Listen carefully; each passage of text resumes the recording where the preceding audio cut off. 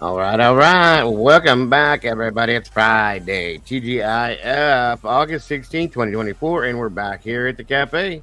Thank you all, guys, for joining me again today. I do appreciate you all so very much. Hope you're all having an amazingly awesome day.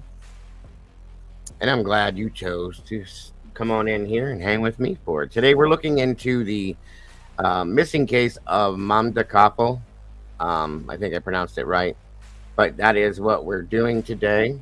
And also, we're going to just talk about how they finally captured Ramone Alston, the escaped convict out of Carolina there. So I am super excited to see you guys here. Thank you so much for joining me. I appreciate you all so very much. Please make sure to hit that like button on your way in the door. Share this out to anybody you do believe would be interested in what we're talking about in here, and come bring them on in to hang out with us.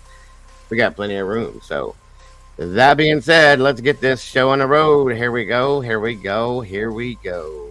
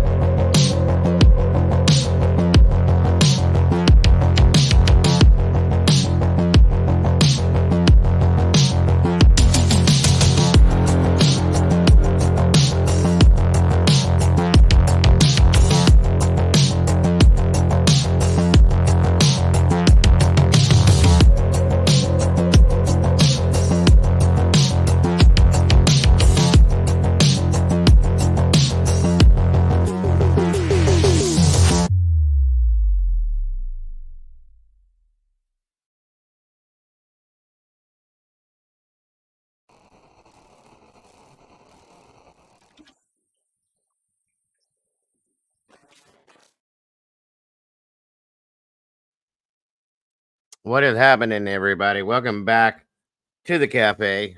I hope you're having a great day today, guys. I know I am now that I'm here with y'all. So thank you guys for jumping in with us today as we look into the missing case of Mamta Kafle. Excuse me. Uh, Interesting and sad. She has gone missing and has left behind children and a husband, and we're gonna look into all of that as well. Um, Everything that's involved in it. Get her name and her face out there, of course, to try to help to bring this lovely lady home to her family and end this sad situation for her family. So that is what we're doing. Um, Very sad situation. Her baby. There's just a lot going on, guys, with this case, and I feel really bad for the family. I do. So, in any way, shape, or form that I can try to help, um, I'm gonna do that. So that's what we do here. Thank you all again for being here to support that and to help us to get that out there. You guys are amazing as always, and I appreciate you all so very much. Come on in and get comfortable. Find a place to be. Grab a chair, grab a seat. We're also going to talk about how they just look into the fact that they did capture Ramone Alston, the escaped convict out of the Carolinas there. And thank the Lord that that one is off the streets now. Once again, we still got to deal with another one yet, but hey, hopefully the planets will align and they will catch him as well. Come on in, come on in, come on in. I'm always tired, Mark and Betty. So, speaking of peeps, who is here today with us? Barq, welcome back to you. Miss Butterfly 71, great to see you. DSU as well. Mark and Betty from over the pond, hello and welcome back. Good to see you. Miss Gina Satili, good to have you back. Good to see you. Miss Wisdom Speaks, Brandy OG, Brandy B the OG. I'm sorry, guys. Doodlebug is in the house. Good to see you. DS, great to have you here. Moni in the middle, welcome back. Good to see you. Good to have you here. Steven's Adventure, same for you. Great to see you. Let me see. Wild Light Arts, welcome. Good to see you. I love seeing the new names and faces in here, guys. I really do. Thank you so much for joining us today. Miss Andy Rose, hello. Good to see you. Good to have you here. Always a pleasure. Sagon D's Nuts, good to see you as well. Welcome back. Miss Anna, good to have you. Good to see you here. Craving Crimes in the house. Welcome back to you. Nacho, hello. Hazel Henry, welcome back. Good to see you. Sergeant Smellgood, great to have you here. Drama Destroyer, great to see you. Drown out the drama, good to see you. I need a pee. Good to see you and have you here as well. Thank you for joining us. Let me see. Let's see here. Miss Terry Martin, good to have you here. Good to see you today. Salty Sleuth in the house. Good to see you. Good to have you here. I think I got everybody. Niles Buckman, good to see you, my friend. Thank you for joining us today. Good afternoon to you. Guys, please make sure you hit that like button when you come through that door, if you will. We got 22 peeps in here with 14 likes. Let's get that caught up if we can. And don't forget, guys, after the show to please, if you can, leave a little comment in the comment section because, again, YouTube loves it, and so do I. Appreciate you very much. Mr. Steve from True Crime Web, welcome, sir. Good to see you. I hope you're having safe trips out there, or safe travels out there. Sorry about that. Thank you so much for joining us. I appreciate you, sir. It is great to see you. Taking a rest today. We all need to do that. That's a fact. Come on in, everybody. Get comfortable. Grab a seat, if you will. Grab your coffee, tea, whatever it may be. Come on in and have a conversation with me, please. I know I'm a dork, everybody. It's okay. It's okay. Somebody's got to be.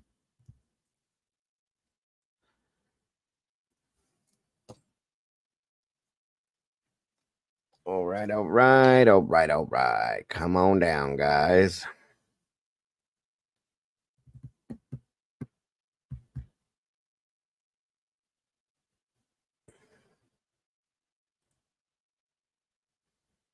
Amen to that one, Salty. Yes, Mr. Steve. I hope everything works out well for you, sir. And you don't have any issues with what you're dealing with out there. I did, Terry. I talked about it the other night for a little bit. Shooting out there is pretty sad.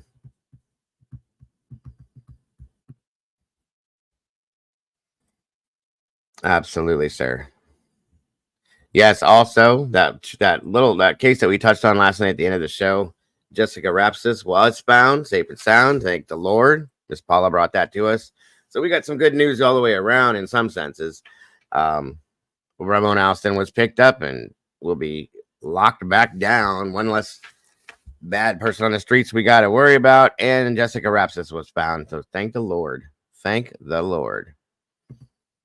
Congrats, Miss Gina. Welcome back to the sauce. Great to see you and appreciate you.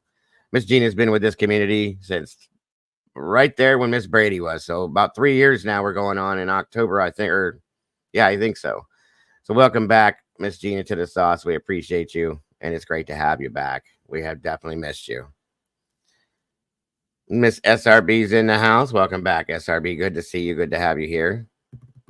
We do need to know where Angel is, guys. We're still looking for Miss Angel Turner. I'm gonna put that up throughout this too, or during this too again. Um, Not a good situation. 15-year-old missing. And I don't like the when the kids are out there by themselves. I just don't. So again, excuse me. While we're waiting, I'll put this back up for you guys to see Miss Angel. Angel Turner. Last seen August 2nd, 2024. She's 15 years old, 5'1", 260 pounds. She's missing from the Fairview Drive area of Berkeley Springs, West Virginia. She's 15 years old. She was last seen the night before this.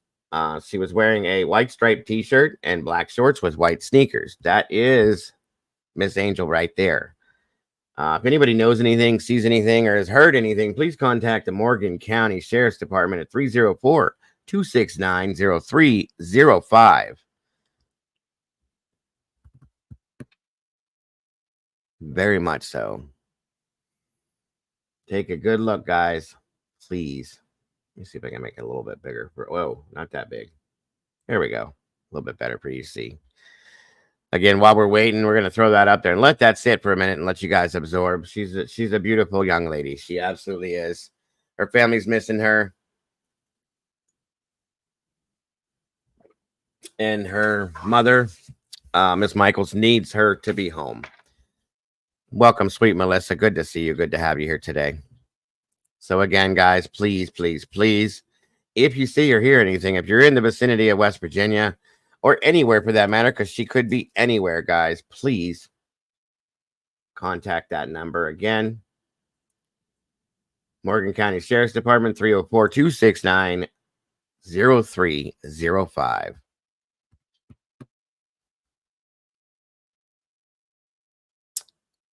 Yeah, her mother, we did a show on her the other day, and her mom commented in the comment section, thanked us for posting this and talking about her, and I'm very appreciate that, ma'am. And I hope that anything that any of us do helps to bring this young lady home. I really do.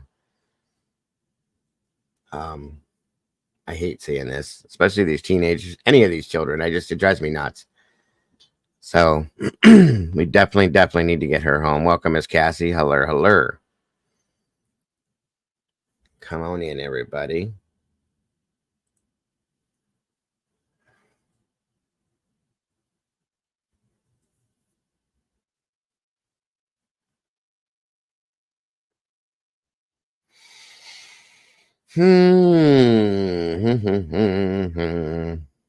Too many missing people, you guys. Too many missing people.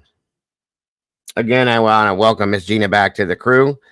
Miss Gina's been a mod for me since almost 3 years ago. She was gone for a while because she had some, things she had to deal with, as we all do in her own life. And she's back now, so I brought her back in. Welcome back to the crew, Miss Gina.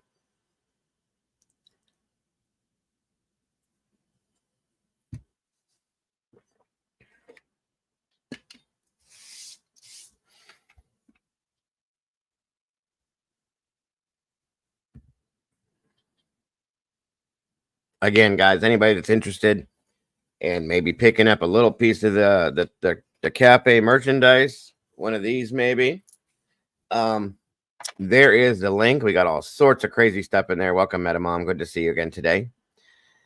Miss Doodle has been busy, like a bee in there, making all sorts of things. So we have anything you can think of in there, pretty much. Seriously. So go check out that link right there on the screen. If you find anything you'd like, grab it, guys. Pretty good stuff. I'll tell you one thing: the shirts are very good quality. I wash these constantly. I have 3 of these now: a black one and 2 white ones. Excuse me, and I only got the second white one because it was a mistake. But again, and they hold up very well. I love them. I do believe it does ship to the UK, Mark and Betty. It could. Thank you, Doodle, very much. Again, thank you to anybody that donates to these links, guys. This is what keeps me going, keeps my YouTube running, uh, and it keeps the internet up and on top of things. It keeps the StreamYard running. If I don't have them things, I don't get to go live. So, again, thank you for anybody that donates to any of these links. I do receive this right here and now, as to having to wait for the super chats and super stickers till next month. And it does keep things rolling, guys. I appreciate it very, very, very, very, very much. We don't expect it, guys, but we do appreciate it. Let me see here. I did, Salty. I seen it, and I have no issues with that whatsoever. Thank you.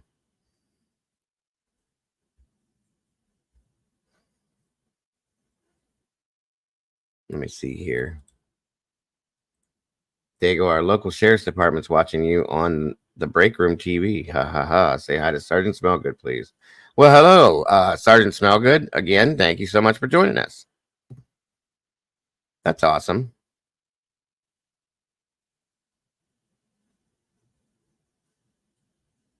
Very awesome. I appreciate the support very much, Sarge.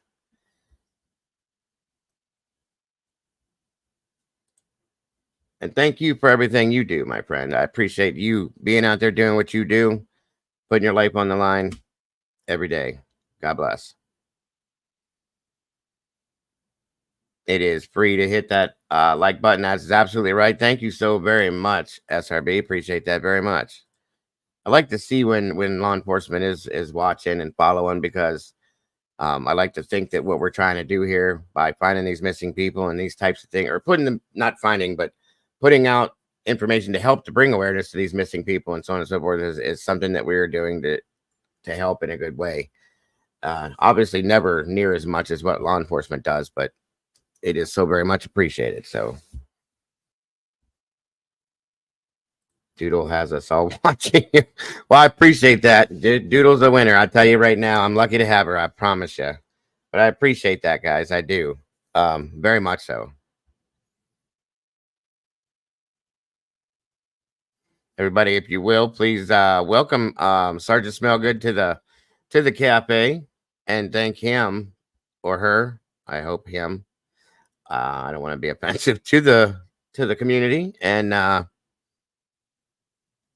thank them for what they do. Truly, Deal threatens us; she will break our arms, and I believe that, Sarge. I do. I really do. I would never want to be one to upset Doodle. I'll tell you that much. It is always it's my pleasure, Sarge. Absolutely my pleasure. Oh, Lord. Yes, see, we do believe it, Sarge. They did capture Ramone Alston, Parkview. Thank the Lord. They have him back in custody now. So, amen to that one. Sarge is your old boss. And your old boss, and he's afraid you're going to break. See, Doodle? See, you guys, she hands out cake and puts out that persona that she's just this sweet little thing, but don't make her mad. That's all I'm saying. We love our Doodle here. Absolutely love our Doodle. I couldn't do this without Doodlebug. She's amazing. She does so much for this channel, so much for me. She's an amazing person, amazing friend, and I am grateful that she's part of this community. Yeah, yes, that's it, Butterfly. Right. So break your arms and give you a piece of cake for it. She's a special kind of thing. And again, don't forget our little salesman, Mr. Preston, who advertises us constantly, and has even picked up, from my understanding, some of my, I should say, my little things that I say here and there. Preston's just awesome. We got Mr. Matthew as well, Miss Brandy's boy, another one. So we got it's all in a family in here, guys. We keep it a family thing for sure. And I really do respect all of you for doing that, and for just being who you guys are. And wisdom will come with ice cream. Amen. Don't make that one mad either, guys. Miss Sherry, Wisdom Speaks is kind of like the channel mother, I should say. So don't anger her either. Sarge says she's always feeding us since she retired. I have lost 20. I can imagine she needs something to do, Sarge. That's the problem. She gets bored out there. She's not used to that stuff. She's always cooking something though. I'm telling you, that's the truth. Chicken and dumplings. How's the chicken and dumplings, Sarge? She's talked about it many times, and I still haven't yet to have it, obviously, because of where I live. But I've heard it's good, and it's one of my favorite meals. In fact, yes, of course, we don't want to make Brandy mad either. She's the wrencher. She will bop you in the head with that wrench quicker than you could even blink. Thank you, Miss SRB.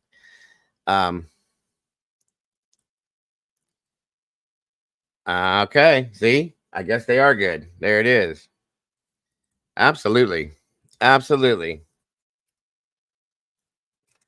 Well, she does a great job of policing the channel as well, Sarge. So she's still doing it in some ways. I'll say that much. And she definitely puts in the work to help do what we do. So thank you, SRB. Yeah, in fact, I love chicken and dumplings so much. My wife is in Alabama. You guys know that. Her Aunt Deborah makes the absolute best chicken and dumplings I've ever had in my life. I make it myself, and it's pretty decent. But and including the dumplings, I make homemade dumplings and all that stuff. My grandmother taught me. But my wife's aunt is I can't even explain the taste of it, right? And I was like, they said that she's making it tonight, actually. They've been there a week and she's making it tonight. And I said, well, you have to bring some of that back to me. And she's like, if there's any left. And I said, wait a minute. What do you mean if there's any left? No, I didn't go. I'm here. I'm stuck here eating sandwiches and peanut butter and ramen while you guys are in Alabama eating all this great Southern cooked food from your relatives. You better bring me back a big old whatever of that stuff. And she's like, I'll try. So I called her aunt and I said, Brandy just said that she's going to try to bring me back these dumplings. And you know, Deborah, that I love these. She goes, I know. She's my favorite too out of all her aunts and her relatives. So I kissed a little booty and I said, please. She goes, I will make sure that you get your dumplings. So I'm excited about that when she comes back. You guys might not see me for a couple days, but I'll probably sit and eat the whole pot in one sitting and pass out. So if you don't see me, you know what happened. I love chicken and dumplings, you guys. Love it. I am, it's weird because being an Italian, the way I am, you wouldn't think it, but my favorite meals, two of my two favorite meals in the whole world are, well, three, let me say three, is, oh Jesus, I love food, but chicken and dumplings, that way. I don't like it with biscuits on top. I like it with the real dumplings in it. Sausage gravy and biscuits, homemade biscuits, and fried catfish. Those are my three favorite meals in the whole world, period. And every one of them I got made from, Southern cooks. So I'm spoiled rotten. Yeah, we love our doodle in here. That's a fact. Absolute fact.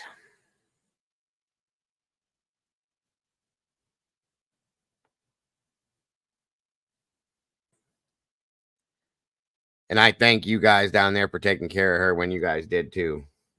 And still probably. So thank you for that. Otherwise, we may not have had her here. We are grateful. I was raised by a bunch of Southern people and then I married into a Southern family, Terry. So yeah, I guess. If you come at me with biscuits instead of homemade dumplings, I'm coming. Right. That's what I'm saying. I don't understand. I'm not downing anybody that makes it with the biscuits, but it's just not, it's not the same to me.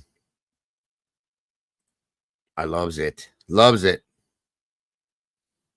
My grandson spies on people now. Okay. Well, hey, he's learning early. Not better than my grannies. I don't know. Everybody says the same thing. Just saying. Welcome, Randy. Oh, I have no doubt, my friend. Yes, she's probably the sweetest person you ever talked to. I have no doubt she holds her own. No doubt. I'll tell you one reason why. When I figured that out is the morning she sent me She said, "You're my good luck charm." And she sent me a picture of a giant buck she was sitting behind that she had just taken down. I went, mm-hmm. I have no worries about you, my dear. None at all. This was a big old buck, too. Yes. So I have no doubts Doodle can handle her own. Great to see you, Randy. Thank you for joining us. Cracker Barrel makes good chicken. Oh yeah, they do. Yes, they do. They're not, it's not better than my than the homemade stuff, but good golly, Miss Molly's in the house. Good to see you. Good to have you here. My husband's the same way, a true Sicilian, but yeah, me too. I'm 100. Almost. Well, I'm Slovenian and Sicilian, but still, you wouldn't think I'd like that stuff. I love it. I will eat that over anything you put in front of me. What the actual hell? You never had chicken and dumplings, bro? And you're a big dude. Nope. Nope. Nope. Nope. Nope. You gotta eat some chicken and dumplings, Cap. Seriously. Unspoken heart stillness. Welcome and great to have you here. You're gonna make me. My mouth's gonna start watering now. Damn it.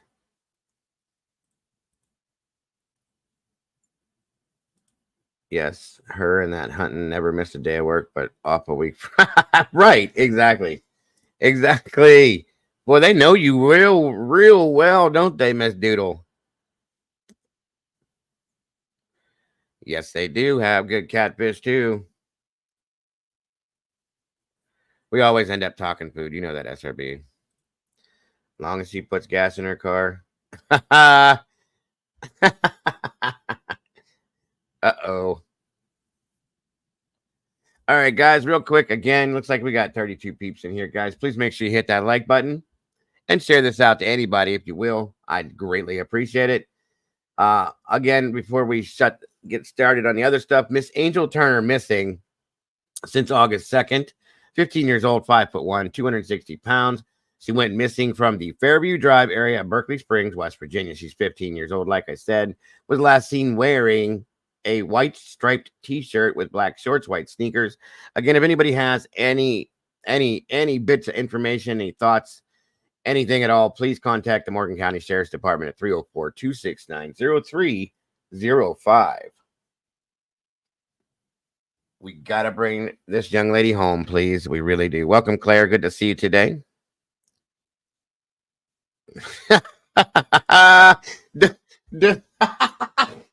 That's enough, Sarge. No more story time. I love you, Doodle. I do.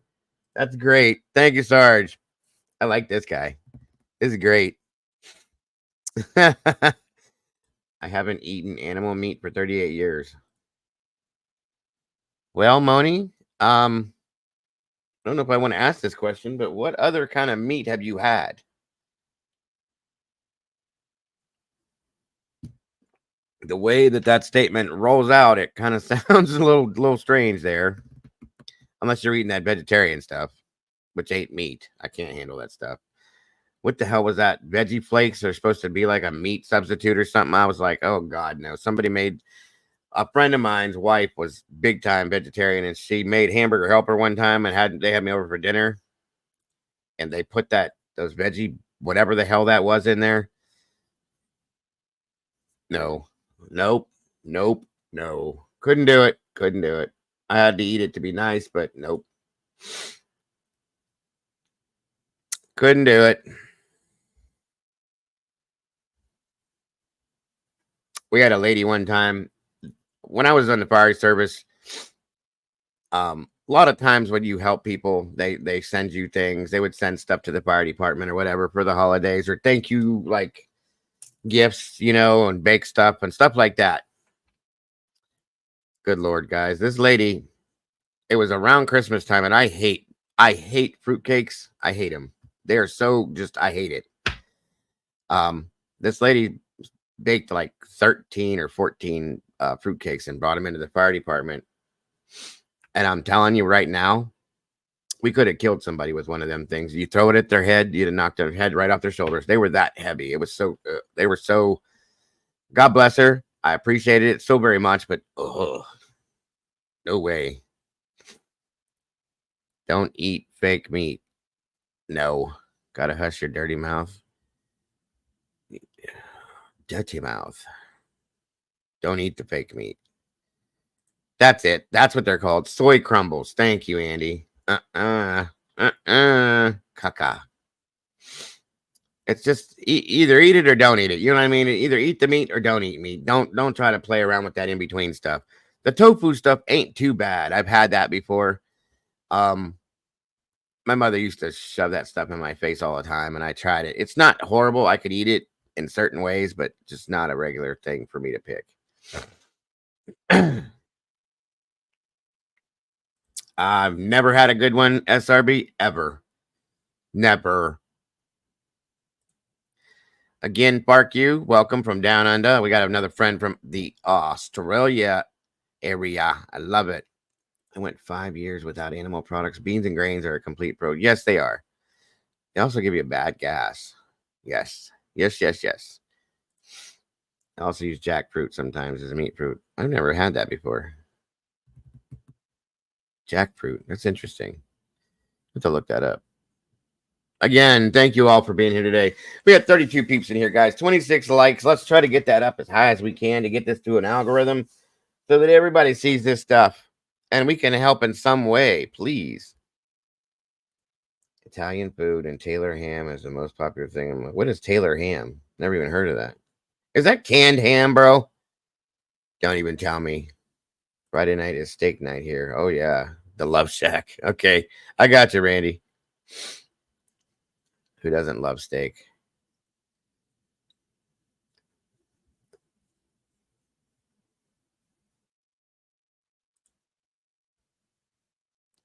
Jackfruit is like pulled pork. Oh, okay. Gotcha, gotcha. I have a friend down in Perth.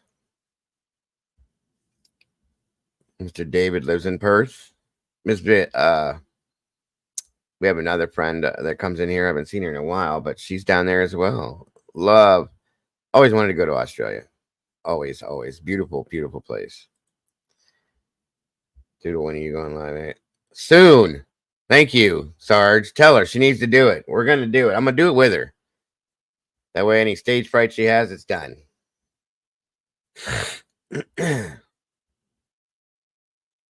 I'm about to bring her up here one of these days to get her used to it. If I can do it. Talk her into it. You know, she's stubborn. Once you do it once, like breaking a seal. I would love to talk stories with Sarge about our doodle here. That would be fun. Yeah.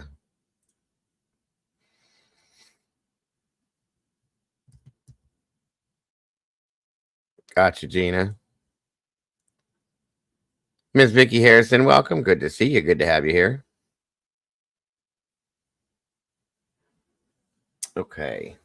All right, guys. So, again, share this out to anybody you think would be interested in talking about what we're looking into today, please. And please make sure to hit that like button when you come through that door, if you will. I do greatly appreciate it.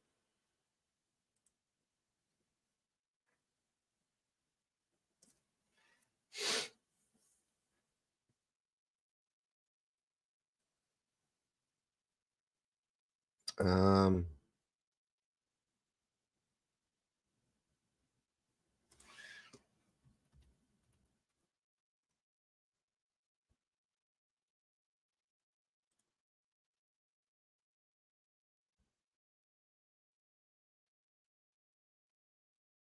one moment, everybody.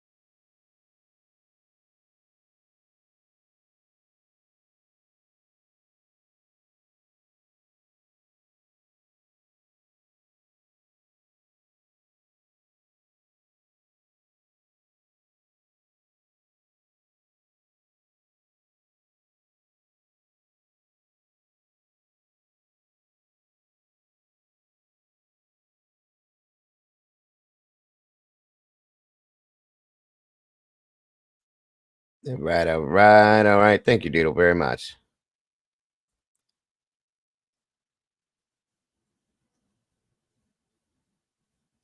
Okay. Unspoken Heart Stillness. Thank you for joining us. All right, guys, let's jump into this real quick here and get this going so we can get this lady's face out there and her name going so everybody sees and hears about it, and maybe it'll help to make a difference. Again, this is about Miss Mamta Kafle. It's been missing since July 31st, and this is a very sad story. I have some stuff to show you on it in regards to this, her husband, everything. So, welcome, Steph. Not that Steph. Don't side eye me. Blankenship. Great to see you today. All right, guys. Let me know how the audio is on this as we get going, and if I need to adjust or change anything. Case of a missing Northern Virginia mother, Mamta Kafle, was last seen almost 2 weeks ago in Manassas Park. And that is where we find Fox 5's Nana Singh with the very latest details in this investigation. Nana? Jim and Angie, good evening. So Mamta Kafle, the last time she was seen was at her residence was on Wednesday, July 31st. Well, the police chief here in Manassas Park is sharing with Fox 5 that his officers actually did a welfare check on Friday, August 2nd. A lot of people close to Mamta, her friends, are questioning the timeline of this investigation and also trying to figure out when exactly police confirmed she was missing.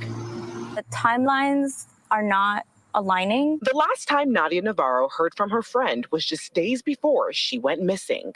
July 28th probably is the last time she tried to contact me. Okay. Did you guys speak or it was a missed call? It was a missed call. She didn't think anything of it till she saw this poster online that her 28-year-old friend, Mamta Kafle, is missing.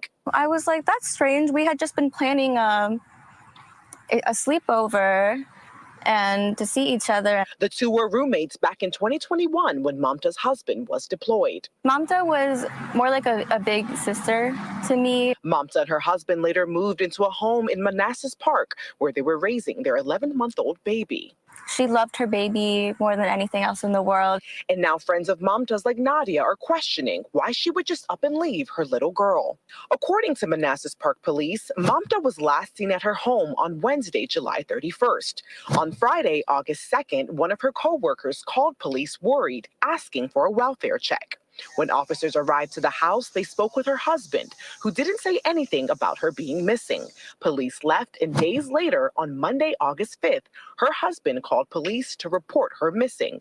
Police pushed out this missing flyer on social media on Thursday, August 8th. When we went to Mamta's home on Monday, her husband told us he called police on Friday, August 2nd, and they came to the house. When did you report her missing? Friday. Officially, police knows on Friday. But according to police, her employer at the hospital called in. We're told Mamta is a pediatric nurse.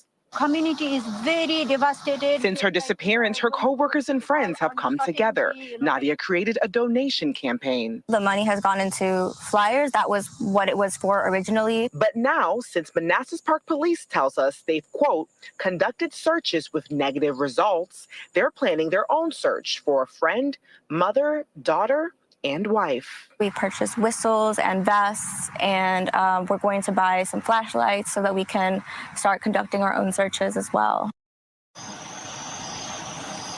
Now, in addition to supplies for this search that the group is organizing, Nadia tells me that some of the money through the GoFundMe page will also be used to pay for a billboard that will go somewhere around town, and also yard signs that people can put in front of their houses. This search is scheduled for Thursday.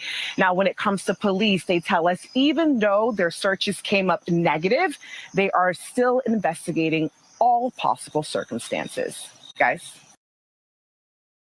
5 people are back out right now in Manassas Park looking for 28-year-old Mamta Kafle. She was last seen on July 31st and hasn't been seen from or heard from since. This is just another tough story to bring you. Her friends and family believe something bad may have happened to her. And our Rafael Sanchez Cruz is live in Manassas Park with the new timeline on this investigation. Rafa, you have been closely following this story. Bring us up to speed here. Yeah, Simone, well, I want to show you right now what's happening. We're talking about 50 people that have joined this search group. We are at Balloon Park in Manassas Park. You can see them there with those bright yellow vests. This is an area that Mamta used to frequent, and it's close to her home. And tonight, Manassas Park Police gave us an update on this investigation. They say Mamta Kafle was seen at UVA Health Prince William Medical Center 4 days before she went missing. That's where Mamta works. Initially, friends said she was a nurse in Fairfax, but today they're saying she had recently transferred to this new hospital. Now, tonight we're going to walk you through a timeline of events as police and loved ones and random community members that are just concerned. This is what I want you guys to see and pay attention to is the actual timeline, because the initial timeline, when I read this, they changed it up. So welcome, Metamom. Good to see you, hon. Pay attention to the timeline of this, and if there's anything I need to go back on or change up or anything you need to know specifically, let me know, and I'll give that specific detail to you. That's what's important with this one, is the timeline.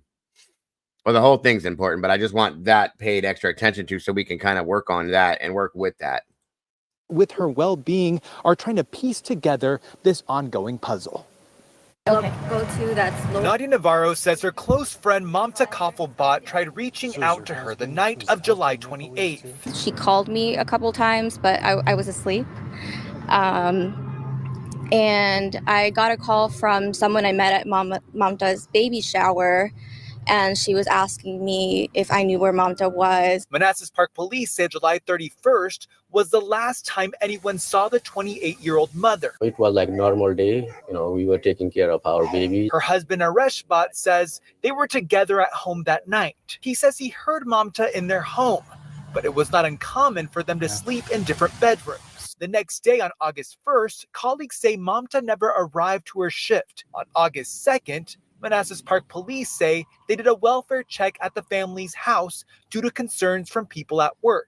Naresh says that during the visit from police, he told officers Mamta had been gone for extended periods of time 3 times prior. At that time, we never called police, at that time, altogether 3 times. Naresh says police advised him to search for his wife. Police suggest me, if it happens before, search around. And then if you are tired of searching, you can file it. After the welfare check on August 5th, authorities say Naresh filed a missing persons case. On August 8th, Manassas Park Police released this post, prompting community search groups. Let's switch.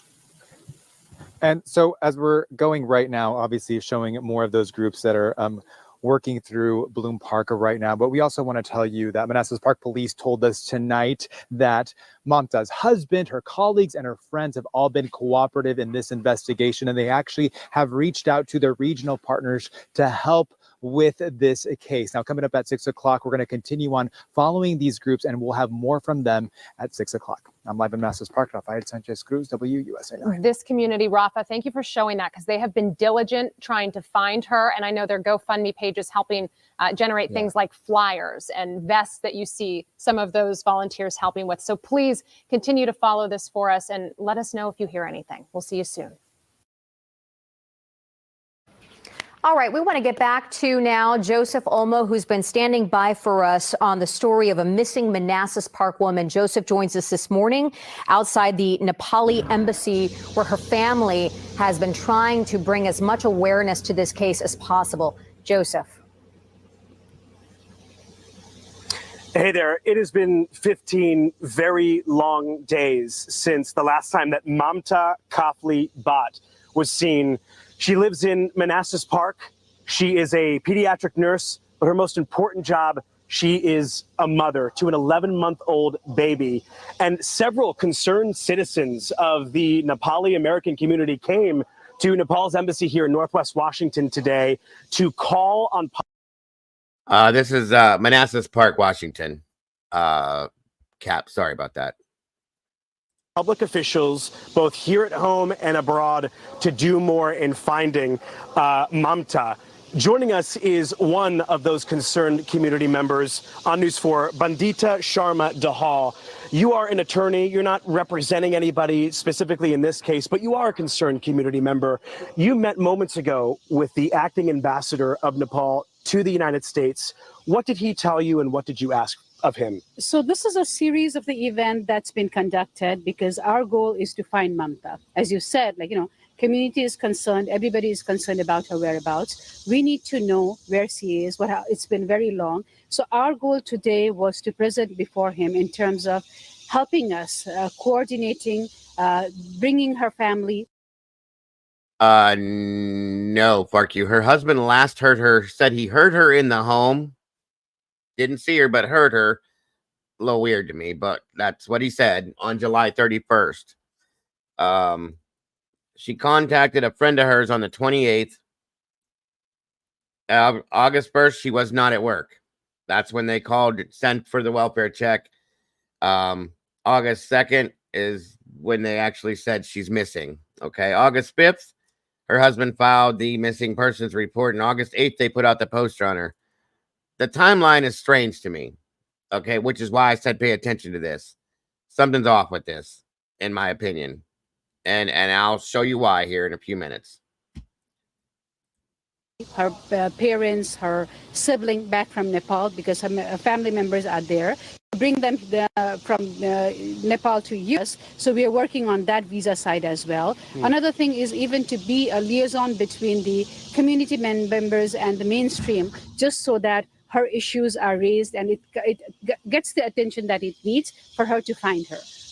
Bandita, have you been able to speak to any family members of Mamta? What are they telling you? So I was on phone with her brother the other day.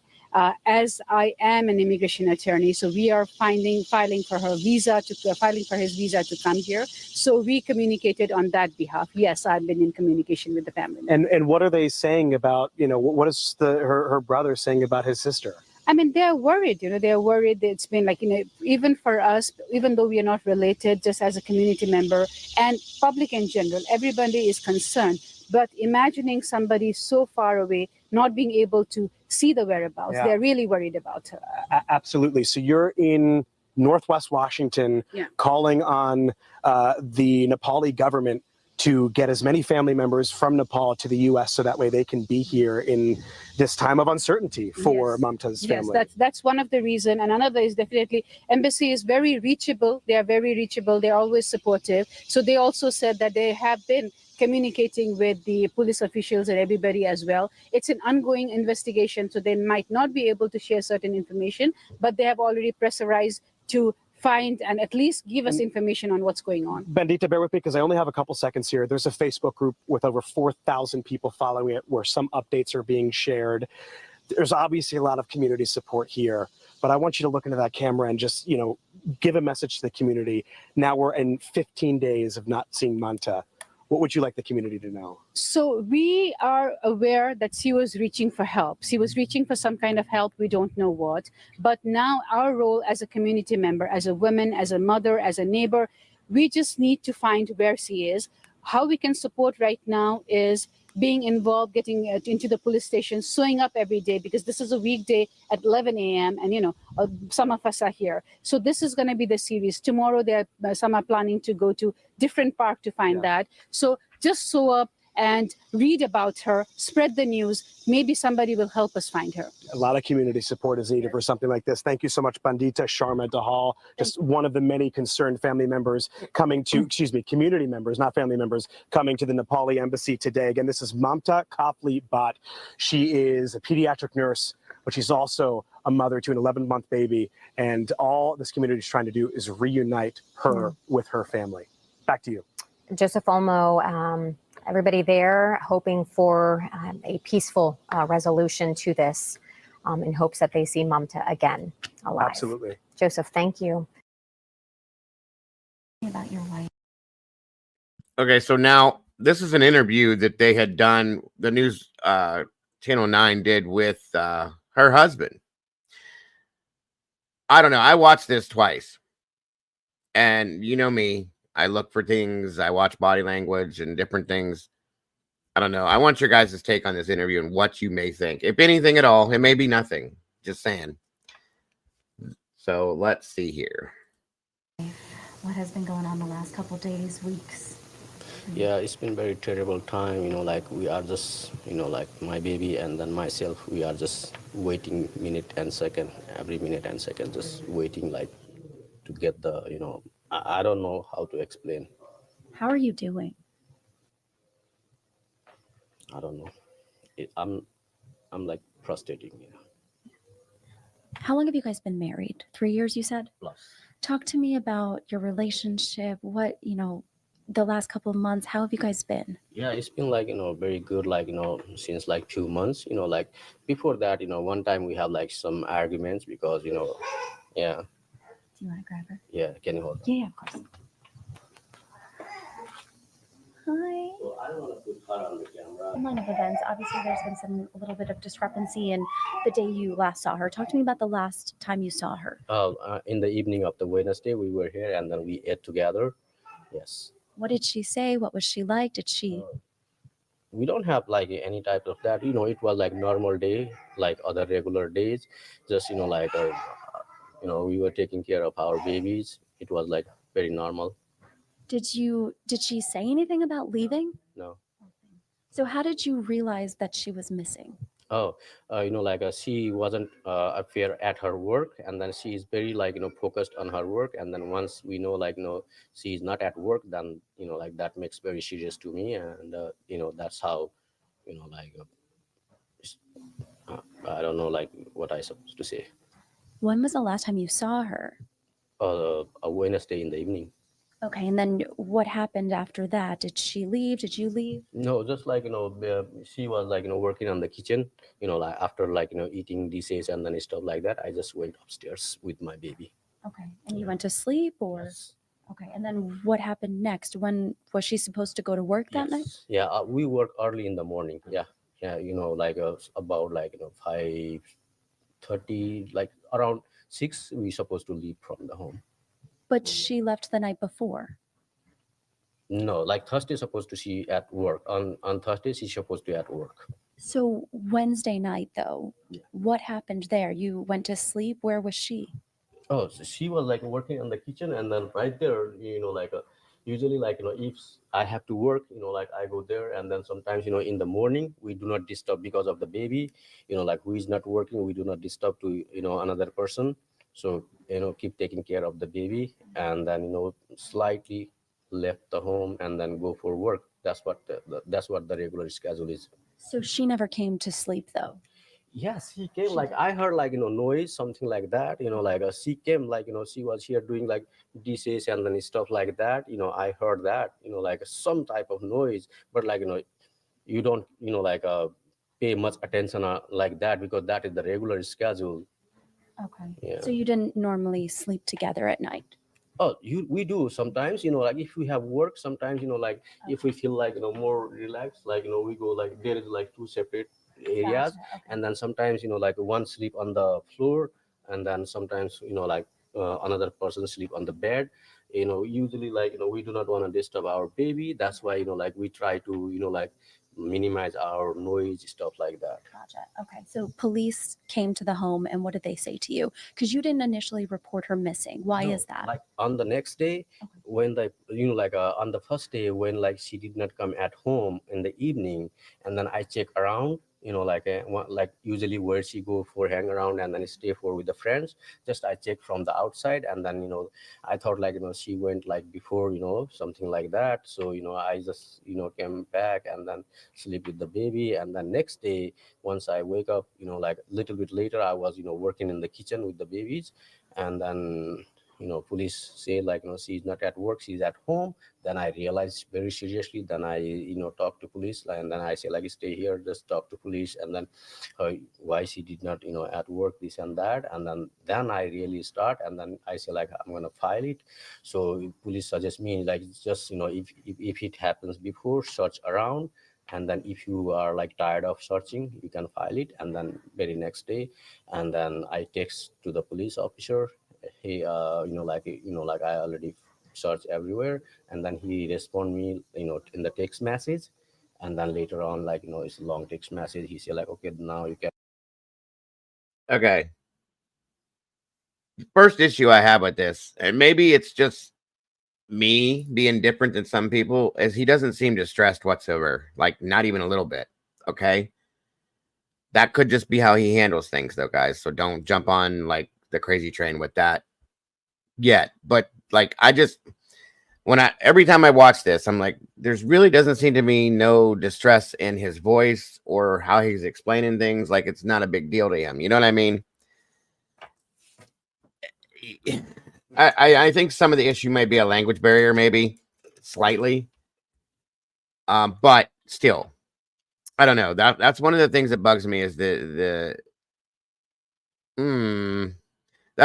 what I'm saying. Language barrier on that one, SRB. But the fact that he doesn't seem distressed, I don't know. I don't know. That's just me. I would be a mess. That's who I am, though. That doesn't mean that he's the same way. And obviously file it, call 911, and then that's what I did after that. And then Has she ever gone missing before? what do you mean? You said to me on the phone that she's left before. Yes. Talk to me about that. How many times? What were the circumstances? Did you call police? No, at that time we never called police. Like at that time altogether 3 times, she went out. At that time she has a demand because our parents were here, and then she said like, she wanna send parents back, and then she wanna stay only with our baby and then ourselves. Okay, but this time she didn't leave with the baby. No. No, before as well, like, baby, she always leave baby here. She do not take the baby. She never took the baby. Yeah, no. Okay. Did she leave with any belongings? Did she leave with a car? No, most of the belongings are here, but like, her regular stuff, paperwork or stuff like that, like she usually put her on a bag, stuff like that. Other than that, most of the stuff are here. So somebody at the press conference today said that her passport was missing. Because like a passport and then stuff like that, because she started new job here, and then usually she put on the bag, and then passport is not here, because on the passport there is a stamp which work as a work permit. That's why maybe like she took with her. I know some people got pretty upset with you today. What is your message to them? Just like, be calm, like help. Our main focus is help finding my wife and my baby's mom, and then cooperate with the police, and then just go in a positive way. Do you have any idea where she could be at this point? Wherever, like, I have doubted, I already, personally, I carry my baby, and then personally I went there, and then I already take a look. Where would that be? Falls Church and then other places. Yeah. You mentioned to me on the phone that you're the one suffering tonight.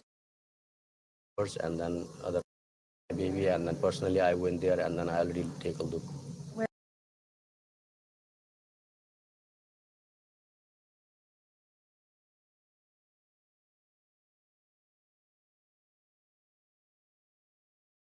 I carry my baby, and then personally I went there, and then I already take a look. Where would that be? Falls Church and then other places. Yeah. You mentioned to me on the phone that you're the one suffering tonight. You mentioned. Yeah, I'm the sufferer one. I'm the sufferer. My baby and then myself, like we are suffering the most. What do you say to her if she's watching this right now? If she is watching, come back. Whatever is the issue, like we can fix it. Please. Did you guys have any sort of fight before? No. Nothing. No. Did you hear the people at the press conference today talking about how? I was there with the baby, but like I stay for like hour or something like that. After that, baby is keep crying, so somebody dropped me off here. You don't know where she is at all. No idea. No idea. Thank you for speaking with me. I appreciate it. First. Okay, guys. I don't know. I don't know. Like I said, I think it's hard to read because of, like I said, possibly the language barrier, okay?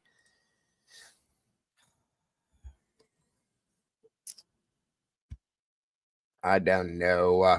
Hold on a minute here.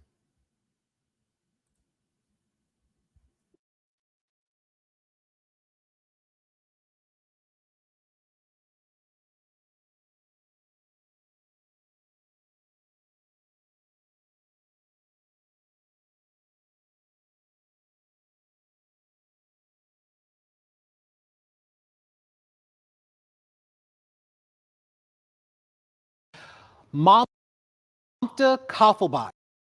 5 people are back out right now in Manassas Park looking for 28-year-old Mamta Kafle. She was last seen on July 31st and hasn't been seen from or heard from since. This is just another tough story to bring you. Her friends and family believe something bad may have happened to her. And our Rafael Sanchez Cruz is live in Manassas Park with the new timeline on this investigation. Rafa, you have been close. Sorry, I think we did this one already, guys. I have so many of these. I think I got them confused. Hold on.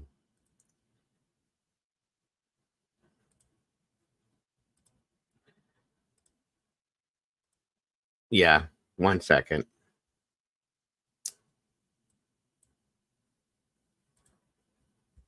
Some kind of Pulse Church or something like that, he said. Hold on.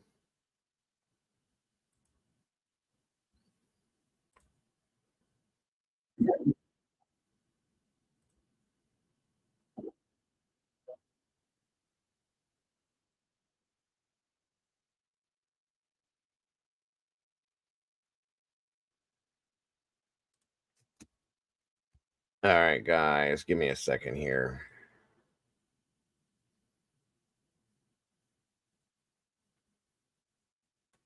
Yeah, the timeline is something that I'm struggling with, truly.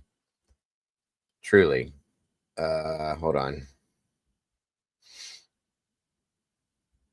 I don't know why. Something about the timelines got me confused, maybe. I don't know if it's confused or just something's off. I don't know. It just doesn't make sense.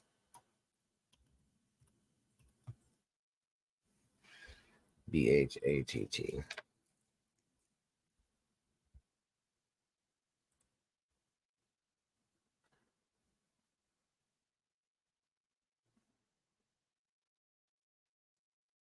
Okay. 1 second here.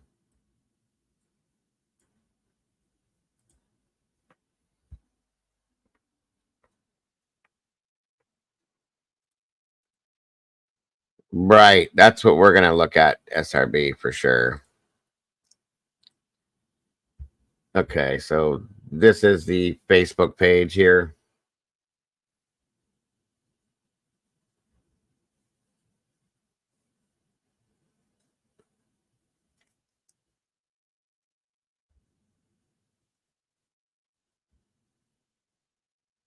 July 28th was the last post on Facebook here. And that's this one here. I don't know what this is, but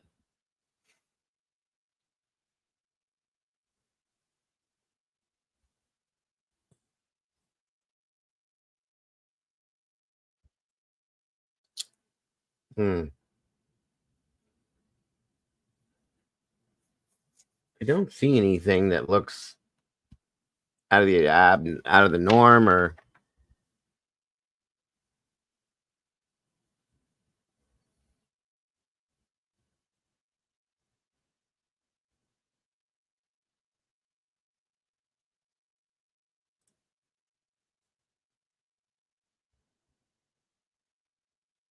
beautiful baby girl.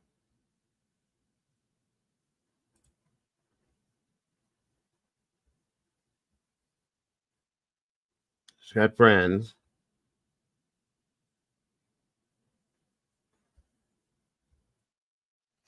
She went missing here's what I have questions about with this timeline thing.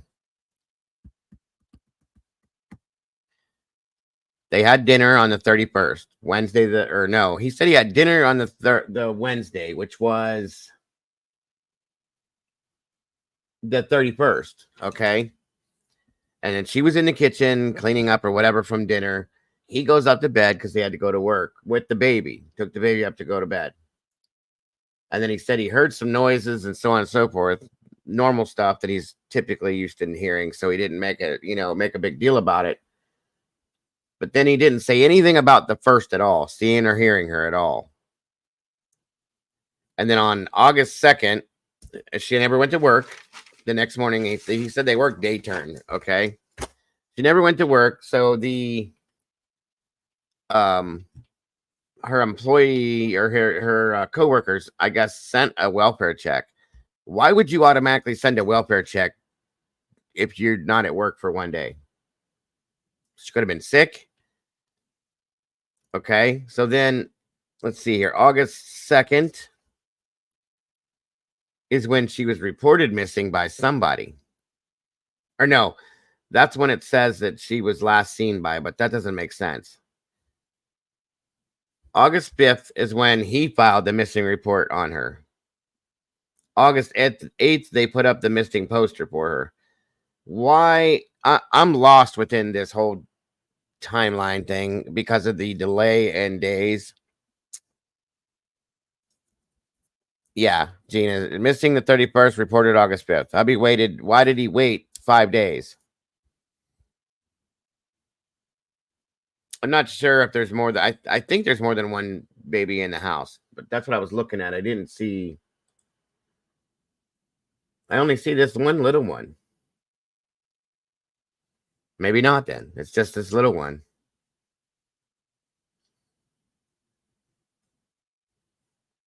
It's the only one I see. He's military. We know that.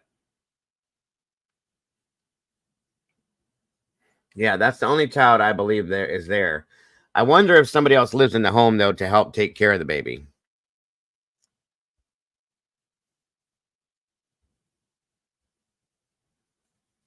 Yeah, she should be back in a couple days.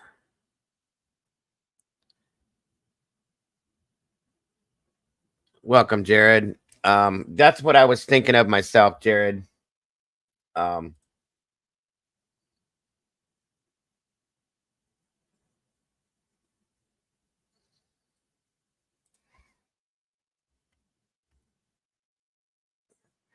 can't seem to find her. I'd like to be able to get a hold of her.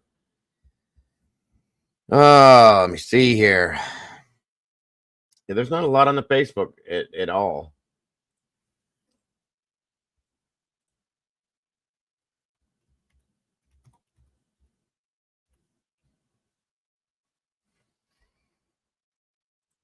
Bear with it. Sorry, guys. And that's the thing, is that she doesn't miss work. She takes it very seriously. Maybe that's why they sent the welfare check. But I would think one day she could have been sick. Do they believe that there could be something wrong in the home? Is that why they sent the welfare check? Is there something that was said? Because it seems like a little, if you're missing for like a week or 10 days without calling in or something, sure.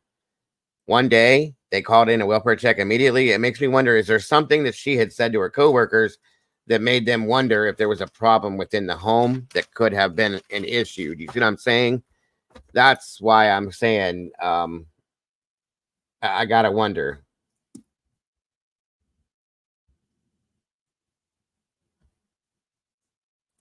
Last person to see her alive was her husband. That was July. She has not come out alive.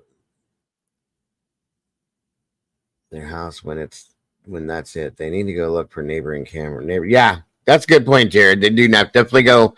They need to go look at neighbors' cameras and see if there's anything seen.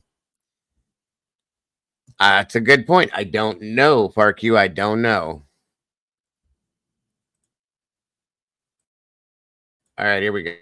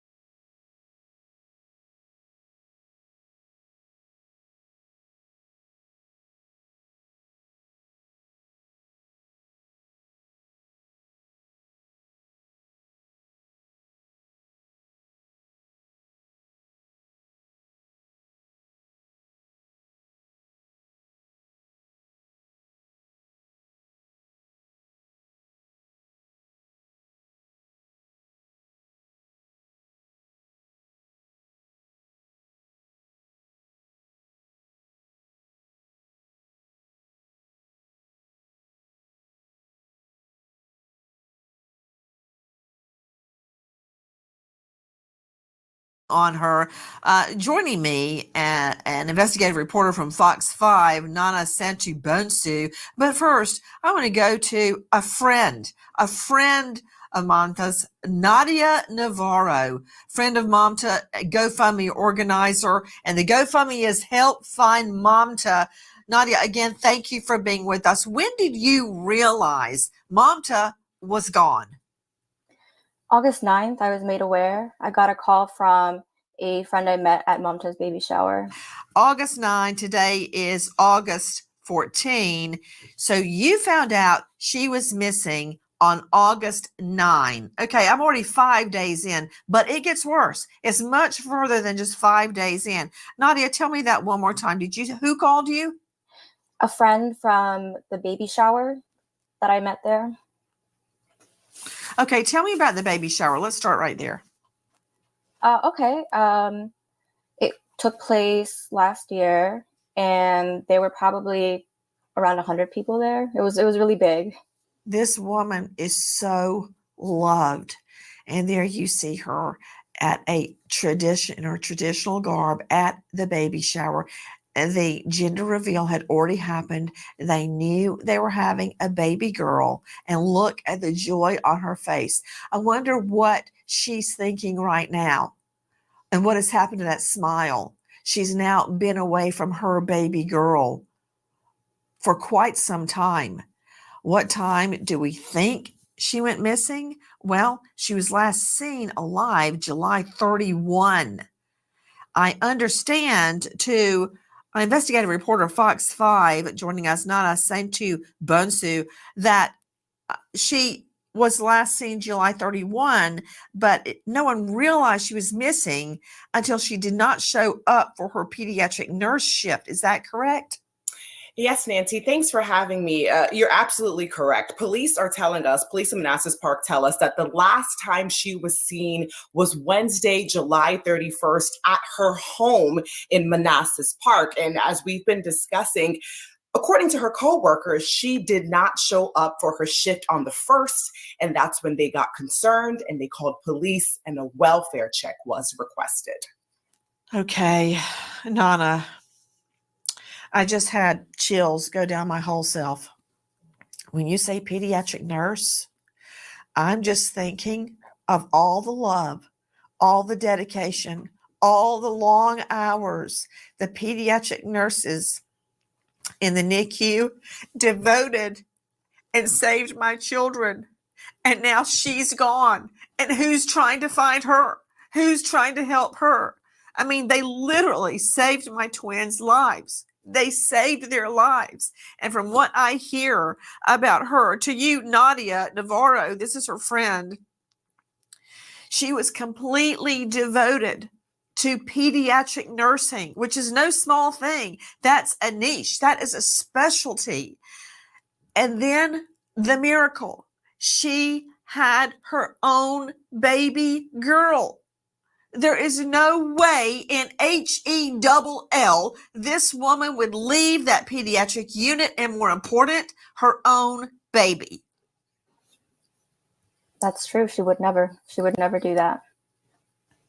Tell me about her as a person, Nadia. I would say Mamta is an incredibly dedicated person. She worked while she was studying, and she would study for at least 9 hours a day to take the NCLEX exam. That's the nursing exam. She studied for months and months. And even when she had her baby and when she was pregnant up to 8 months, she was still working. Morning, a desperate search for. All right, hold on, guys. I got another one. Let me back this up.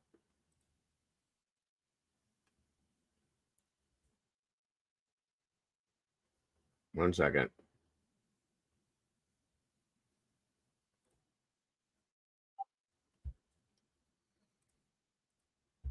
One second. I don't like the way they cut these off and make them short. Nepalese. I probably spelled it wrong. I know I did, but that's what I was trying to say, Chris. Thank you. News tonight. Baby shower friends launch a frantic search for a missing mom 28. Good evening. I'm Nancy Grace. This is Crime Stories. Thank you for being with us.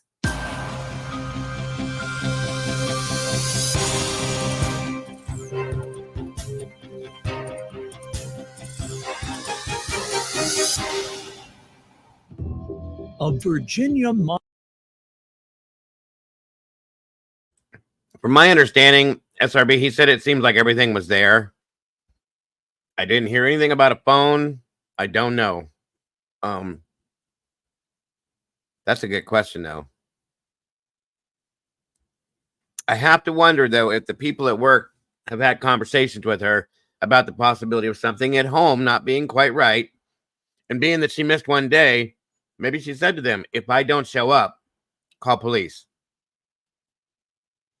Guys, we've seen this happen before. And I know I might be jumping ahead a little bit. But to put out a welfare check for somebody that doesn't go to work for one day, what if she was sick? She's got a baby. I mean, I don't know. That just seemed a little bit sudden to me. So anyway, that's the part of it I'm questioning. So I don't know. Don't take that as fact. It's just a speculation. Mom and nurse misses her shift. Calls go to voicemail. Friends and family are worried. Concern grows for missing Mamta. Where is Mamta? This woman devoted to her baby girl. She's a new mom. And an incredible pediatric nurse puts herself through school to excel. She's juggling all the plates, keeping all the balls in the air. And then suddenly she doesn't show up for her shift at the hospital. And it is her friends, her coworkers who become alarmed. Then her friends from a baby shower band together with other friends and even people she's never met to try and find Mamta. Can somebody tell me why it took so long from the time she goes missing till the time flyers are posted digitally and she is actually categorized as a missing person? We've lost days and days and days. And this little girl is wondering, where is mommy? First of all, who is this person? Listen. Newlyweds Naresh and Mamta Bhatt settle into married life after Bhatt joins the Army and serves 2 active tours overseas, reportedly maintaining active secret clearance. Meanwhile, Mamta completes college to become a pediatric nurse at Prince William Hospital. The couple welcomes their first baby, a little girl. The two decide to split the week, so when one of them is at work, the other is home with their new baby girl. This means while new mom Mamta pulls a pediatric shift at Prince William Hospital, Naresh is home, and likewise, when he's at General Dynamics working IT, Mamta has mommy duty. Joining me in an all-star panel to make sense of what we are learning right now about Mamta's disappearance and how can we find her? Can we bring her home alive with a baby girl and a big family waiting on her? Joining me, an investigative reporter from Fox 5, Nana Santubonsu. But first, I want to go to a friend of Mamta's, Nadia Navarro, friend of Mamta, GoFundMe organizer, and the GoFundMe is Help Find Mamta. Nadia, again, thank you for being with us. When did you realize Mamta was gone? August 9th, I was made aware. I got a call from a friend I met at Mamta's baby shower. August 9, today is August 14. So you found out she was missing on August 9. Okay, I'm already 5 days in, but it gets worse. It's much further than just 5 days in. Nadia, tell me that one more time. Who called you? A friend from the baby shower that I met there. Okay, tell me about the baby shower. Let's start right there. Okay. It took place last year, and there were probably around 100 people there. It was really big. This woman is so loved. And there you see her at in her traditional garb at the baby shower. The gender reveal had already happened. They knew they were having a baby girl, and look at the joy on her face. I wonder what she's thinking right now. And what has happened to that smile? She's now been away from her baby girl for quite some time. What time do we think she went missing? Well, she was last seen alive July 31. I understand, too, investigative reporter Fox 5 joining us, Nana, same to you. I know we're watching this again, but the other one, there was two of them. One of them was shorter than the other, so that's why this is replaying again. It's a secondary that has the rest of it. Sorry, guys. Bonsu, that she was last seen July 31, but no one realized she was missing until she did not show up for her pediatric nurse shift. Is that correct? Yes, Nancy, thanks for having me. You're absolutely correct. Police are telling us, police in Manassas Park tell us that the last time she was seen was Wednesday, July 31st at her home in Manassas Park. And as we've been discussing, according to her coworkers, she did not show up for her shift on the 1st, and that's when they got concerned and they called police and a welfare check was requested. Okay, Nana, I just had chills go down my whole self. When you say pediatric nurse, I'm just thinking of all the love, all the dedication, all the long hours the pediatric nurses in the NICU devoted and saved my children. And now she's gone. And who's trying to find her? Who's trying to help her? I mean, they literally saved my twins' lives. They saved their lives. And from what I hear about her, to you, Nadia Navarro, this is her friend, she was completely devoted to pediatric nursing, which is no small thing. That's a niche. That is a specialty. And then the miracle. She had her own baby girl. There is no way in HELL this woman would leave that pediatric unit and, more important, her own baby. That's true. She would never do that. Tell me about her as a person, Nadia. I would say Mamta is an incredibly dedicated person. She worked while she was studying, and she would study for at least 9 hours a day to take the NCLEX exam. That's the nursing exam. She studied for months and months. And even when she had her baby and when she was pregnant up to 8 months, she was still working. You know, let me go to Kathleen Murphy joining us, a high-profile lawyer out of Raleigh at triangleddivorcelawyers.com. Kathleen, what Nadia Navarro just said brings back memories of study. I remember even studying in the bathtub in law school. It was constant. When she said 9 hours a day, that's for real. People do study that hard, that intensely, if they want to succeed, if they care about what they are doing. Yes, there's those students that go off and have a weekend drunk every weekend and kick around. Not this girl. No, not Mamta. Tell them it's real. People really do study that hard. If you look at my law school books, which I still have, even though they were third hand when I bought them, there are watermarks all over them from turning the pages on the side of the bathtub. Well, when I went to law school, Nancy, we didn't have laptops. I had index cards in shoe boxes, and we would spend 8 to 10 hours a day. That was our job, as this is her job. Adding into this, her nursing career, being a mother, she's clearly a dedicated and hardworking person. You don't become a NICU nurse without being a very, very dedicated nurse. It's a lot. You know, back to you, Nadia Navarro. I want to follow up on her dedication, what she went through to become a pediatric nurse. There is no way she's going to just not show up for her shift. Oh, absolutely. I mean, being a nurse was her absolute dream, and it's something that she did in India, but she had to restart the process of getting certified, board certified here. And she was completely committed to it. Nothing was going to stop her. Every day she was taking notes. If you went into her room, it was the walls from everywhere were filled with with sticky notes everywhere. So that day, everything goes sideways. Listen.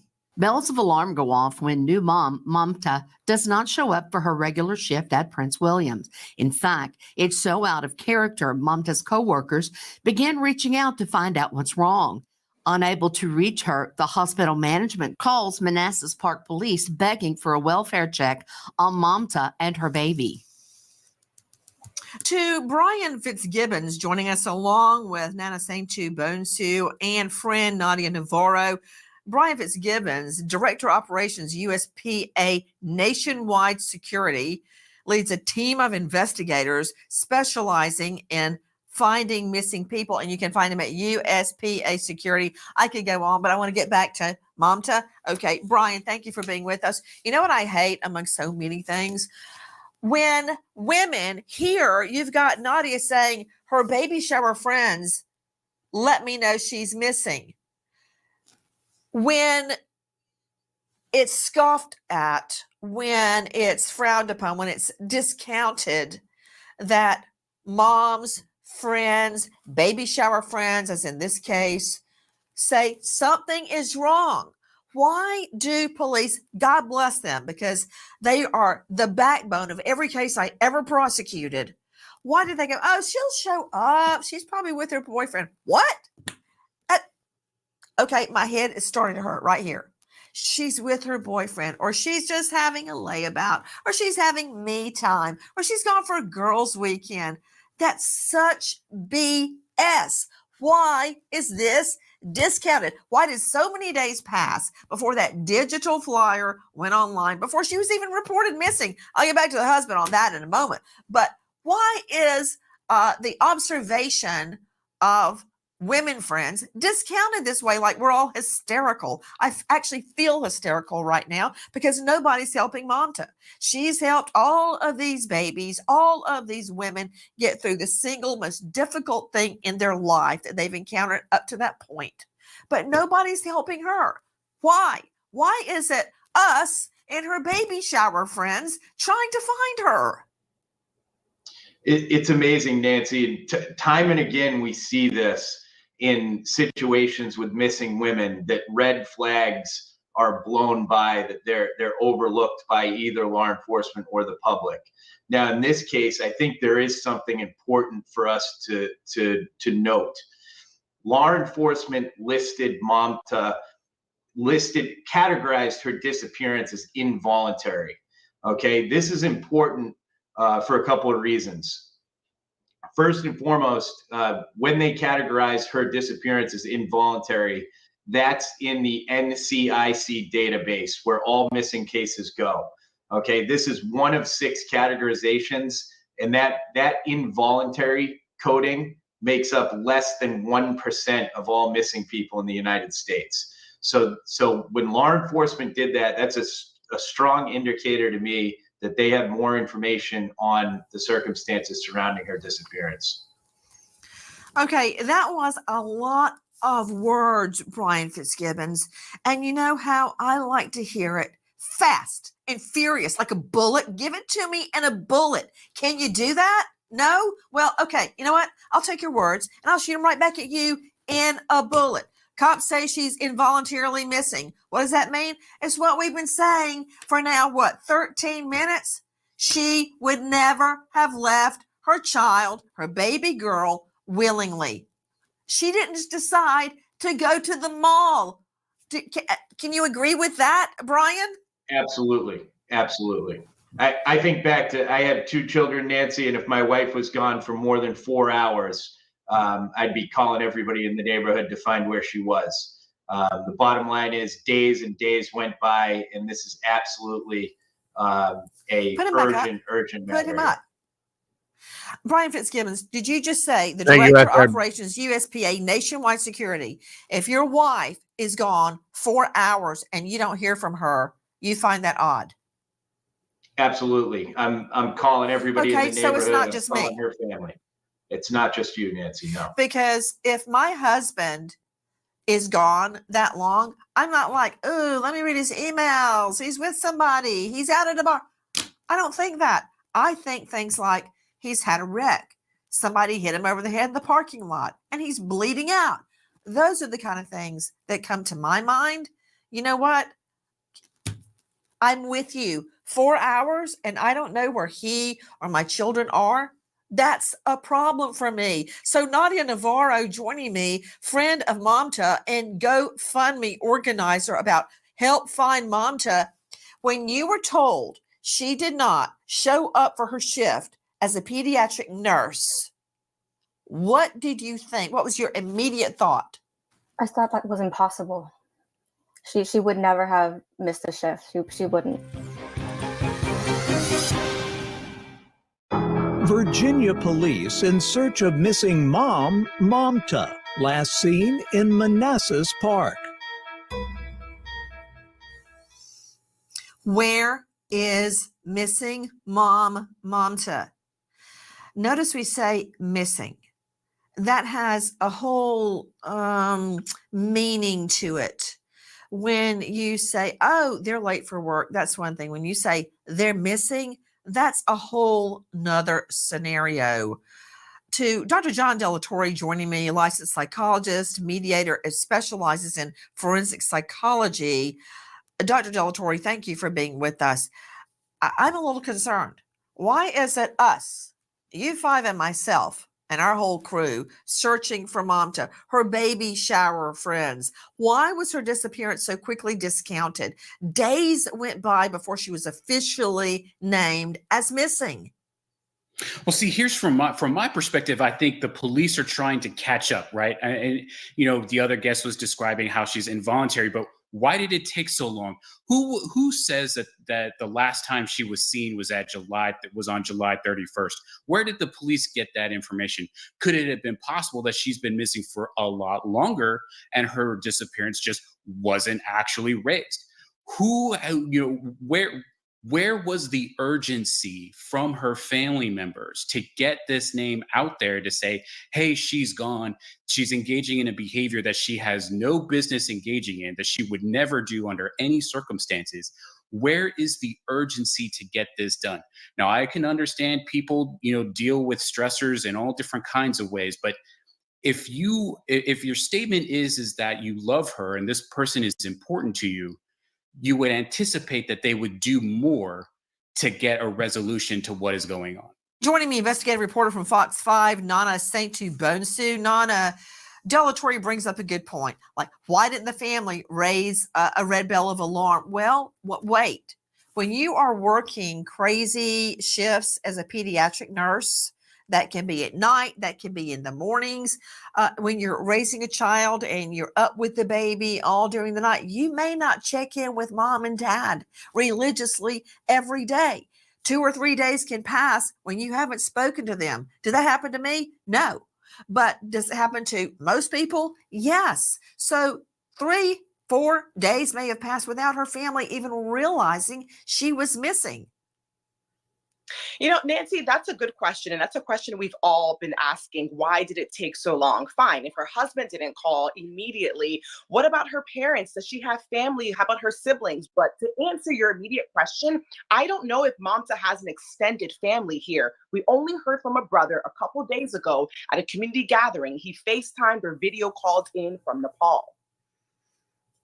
We have to be her voice, along with her friends, along with her baby shower friends, banding together to try to find this missing mom. And with me, one of those friends, Nadia Navarro, who's spearheading the GoFundMe Help Find Mamta. That's M-A-M-T-A, M-Mother, A-M-T-A. Nadia, you spoke to her, I guess, on weekly, every 10-day basis, correct?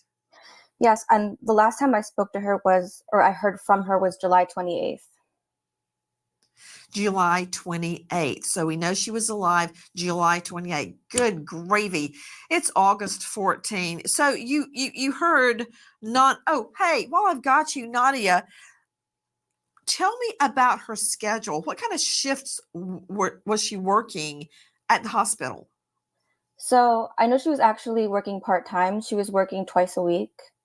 And I think they were normally like 12-hour shifts.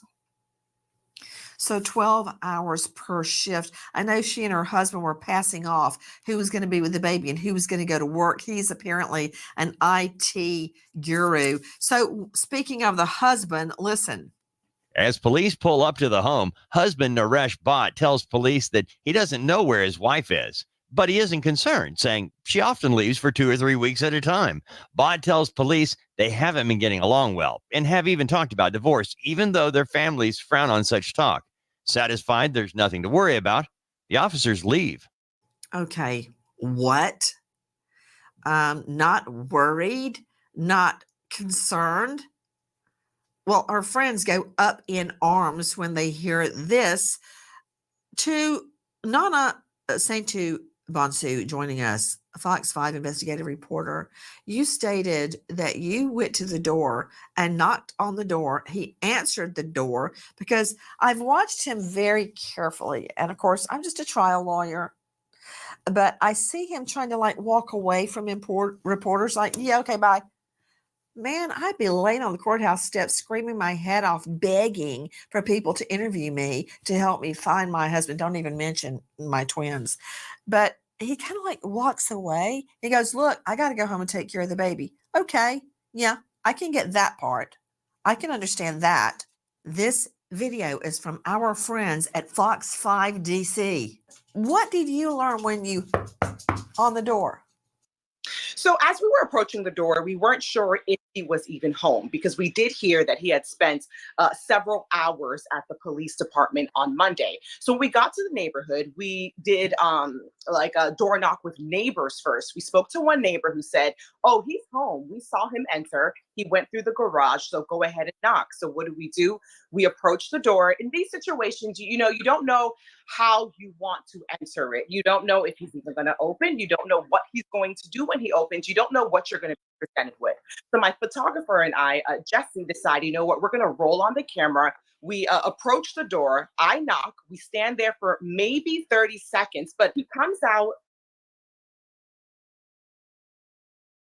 because at this point, we're all confused with the timeline. Police are saying she was last seen on the 31st. Police are saying they came to the house. The official report wasn't till August 5th. So I'm like, let's just ask the husband when the last time he saw his wife was. He did not answer that question. But he tells me on Friday, August 2nd, he called police and police came to the house. He said something with the reports or documentation took a while. And then Monday, it was officially documented and the report was official. So we went back to police a day later and said, hey, her husband's saying that he called and you went. And they said, absolutely not. That is incorrect. We went to the house on Friday because a coworker called for a welfare check. Obviously, I'm finding all of this out after. So as I'm interviewing him, having a conversation with him on Monday, we're just trying to piece together dates. Anyways, I say, sir, are you going to come to this vigil? He says, I'm not coming to the vigil because the baby is inside and I have to take care of her. I say any words that we can just put out to the community. And he tells me, I just want my wife to be found positively. The wording was a little weird. It was choppy, but we used it. He said he wants his wife back in a positive way. And then he left, but his demeanor, a little shy. Like I said, it wasn't full sentences. When he was giving us his timeline, he was a bit all over the place. But I will tell you, just people don't tend to remember, like, was the first Thursday, the second Friday. So he would go back and forth. Put her up. Thursday, Friday. Put her up, please. So Nana, right now, we're just. Right now.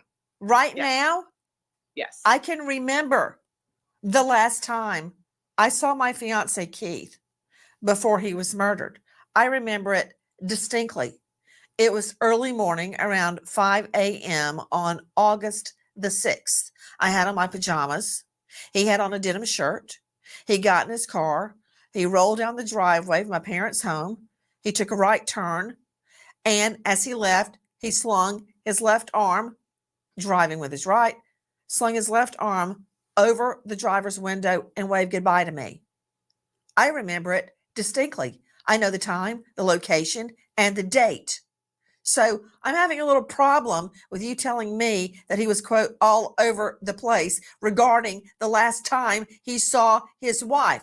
And you know what? Wife is enough, but what about the fact this is the mother of his child? Family and friends insist Mamta would never leave her baby. Following the women's outrage, police follow up with Naresh Bhatt. This time, they asked to look around the house, inside and out. After Manassas police talk to Bhatt, he decides he should file a missing person report. Please join us on our mission to find missing people, especially children, to solve unsolved homicides. If you're on the go, time with her girlfriends. I mean, truly, as she is categorized by police, involuntarily missing. With every hour, the statistics of her coming home alive lessen. Absolutely. The chances of her coming home alive go down with every hour that passes, Nancy. And my question for Naresh is, when was this time that she was gone for multiple weeks at a time? We have Mamta on social media posting on almost a daily basis videos with her baby at their house. Okay, so this is a very concerning case. Every day that goes by, there's a baby that doesn't know where her mother is. And we're scratching our heads here, wondering why this timeline is what it is. And what about the husband? Let me get this straight. Nana Saintu Bonsu joining us, investigative reporter Fox 5. And again, thank you for that exclusive video you're letting us use. What am I hearing that he has? Oh, I had to make a note of this. Active, special, secret, intel. What does he call it? Active secret clearance with the Army? What? Nancy, these are all things we're trying to confirm on our end. Of course, yes, we've seen his book, we've seen the images, we've spoken to friends just like Nadia who have shared with us that he did serve at a point. He was deployed and come back. We're still waiting on confirmation for the actual details of when he served, what he served, and what clearances he has. But these are all things that we're just working to try to confirm, to even try to get a better idea of who her husband is. Yeah, I need to find that out. In the meantime, listen. An IT guru, Mamta's husband, Naresh Bhatt, is not actively searching for his wife, explaining that he is left to take care of their baby girl. Notably, he also has not helped to spread her story or her missing person poster on social media. Why? He claims to have a sensitive job with the U.S. military, but even given his so-called secret clearance, he's uncertain exactly when he reported his wife missing. Bhatt tells Fox 5 he contacted police Friday, August 2nd, but police didn't file the report until Monday, August 5th. He then tells another outlet he contacted police on August 4th and filed a missing person report, while other reports say Mamta wasn't reported missing until August 5th. Back out to our guests. Let me understand something. Brian Fitzgibbons, the police performed a welfare check, right? But and jump in, Nadia, Nana, Dr. Delatorre, Kathleen. Okay. Well, now I know who my first suspect is at this point, okay? Because this is too much. We're going to get to the press conference next, but this is off completely. He's told 3 different stories about when he did it, when he didn't do it, what the deal is. Language barrier or not, this is simple. No. Brian, when police first went to the home, it seemed to me that the husband explained away her absence and police just went away. Correct, Nancy. It sounds like police accepted what Naresh told them, that Mamta typically goes missing now, or typically goes away for a week or 2 at a time. Now, this seems to be contrary to what her friends and family are saying. Yeah, the fact that she would just, quote, go away for weeks on end got them in an outrage. And again, let me... At this moment, you guys, I'm starting to wonder if she very possibly went missing before the 31st or before the 31st. I got to wonder if the phone calls that she made to Nadia were for help. She could have went missing that night which was 2 days before. Something's off with this completely. Excuse me, guys. Sorry.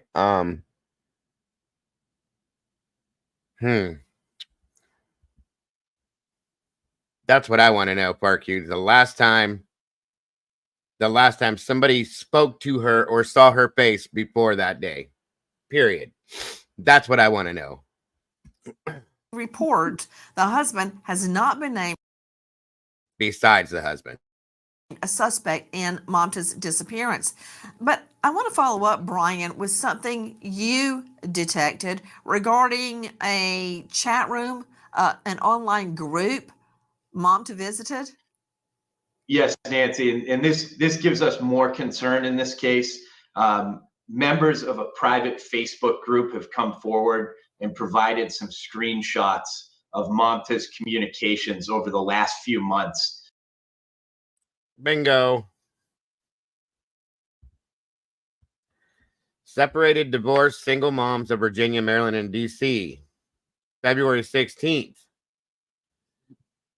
Hi, I have a 6-month-old baby. I'm in the process of separation. I work 2 days a week. My husband is not helping to take care of baby. He is saying that if I leave baby with him, he will send child to custody. Is it possible? What the hell? I need help for childcare. I need help from social worker. This right here is why they sent the welfare check. I will guarantee it right there. Boom, boom, boom. Hold on a minute here. Separated, divorced, single moms of Virginia. Yep. I got it now. Interesting. Absolutely. Yep. 100% SRB. And if she's threatening to leave him, that's going to dishonor him. Problem. That she was in the process of separating from Naresh. Okay, and there were some concerning posts made in there and concerning comments that Mamta made about not having access to funds, not having access to a vehicle, not understanding the different laws around custody, and various threats that were made to her by Naresh about the custody of their child. So this adds to the mix of that reporting timeline and the time lost in this case, that these are really dire circumstances for Mamta. Days pass before the husband of missing Virginia mom and nurse Mamta Bhatt reports her missing to authorities.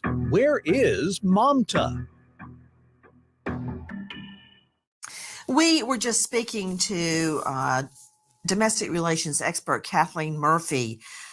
Kathleen, you were talking about the sometimes explosive scenario when you have a baby. It adds additional stress. The baby is up all night. Both of the parents are working. Now, you see the mom here, Mamta, and I'm looking forward to hearing from Nadia Navarro, who is one of her dear friends, going online to an anonymous chat room. She doesn't know these people. They don't know her, begging for help. Now, I want to circle back to what I mentioned earlier. I mentioned it for a reason. That's dated Feb 16. He is telling people, the husband, that he has, quote, active secret clearance with the Army. All right, whatever. But he's telling that to his wife, too. So in her mind, Correct. he is an IT guru. He has special secret clearance with the Army, with the government. Can you imagine how this adds to her feeling of helplessness? I see it all the time where women are coming into my office and they tell me these stories from their husbands, and they're scared. They don't know how to make decisions. Making these decisions to leave their spouse It's very difficult in combination with the information that they're getting from their spouse. It's so dangerous, Nancy. And I have really bad feelings for this mother because I don't believe she's alive at this point. Last seen in the home, I want to go to Nadia Navarro, Mamta's friend, and this is the person that banded everyone together to start looking for Mamta after baby shower friends contacted her, and she spearheaded the GoFundMe Help Find Mamta. M as in mother, M as in mother, T-A.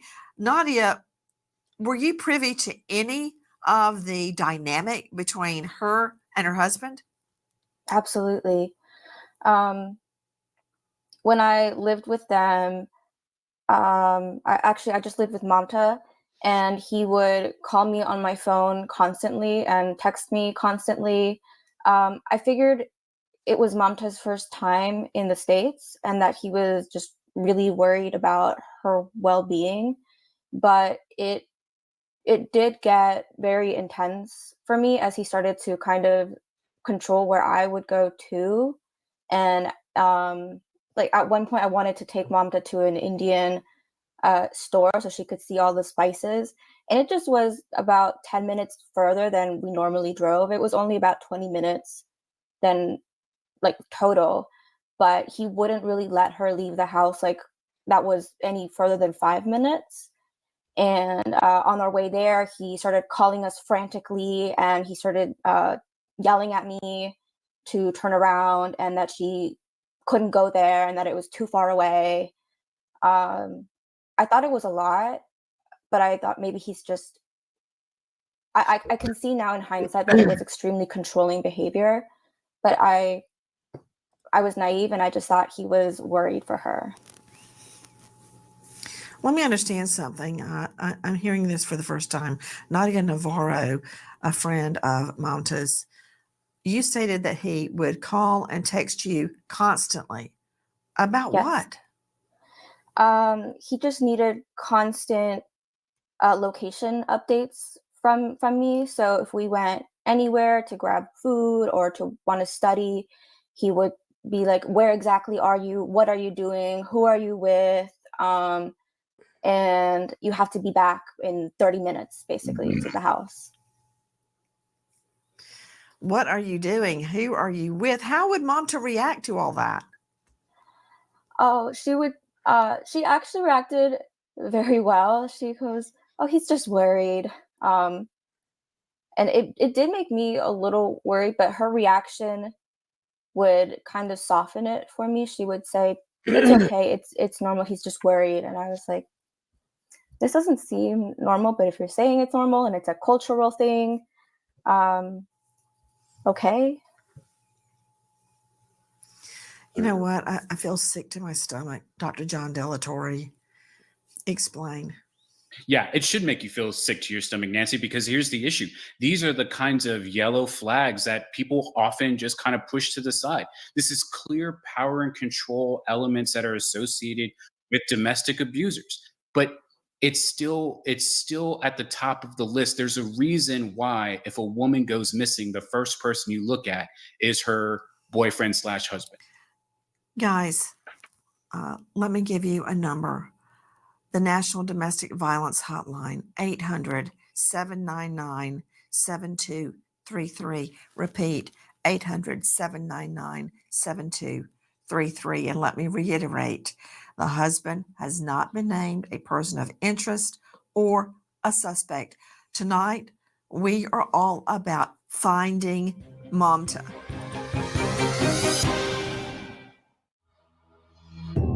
A nurse mom of a 10-month-old baby misses her shift at the hospital. Her husband doesn't report her missing for almost a week. Where is Mamta? Where is Mamta?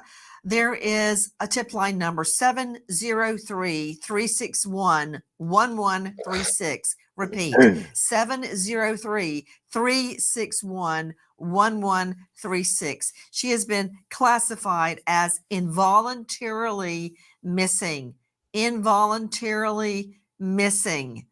to Nadia Navarro, her friend who's spearheading the GoFundMe to help the search effort.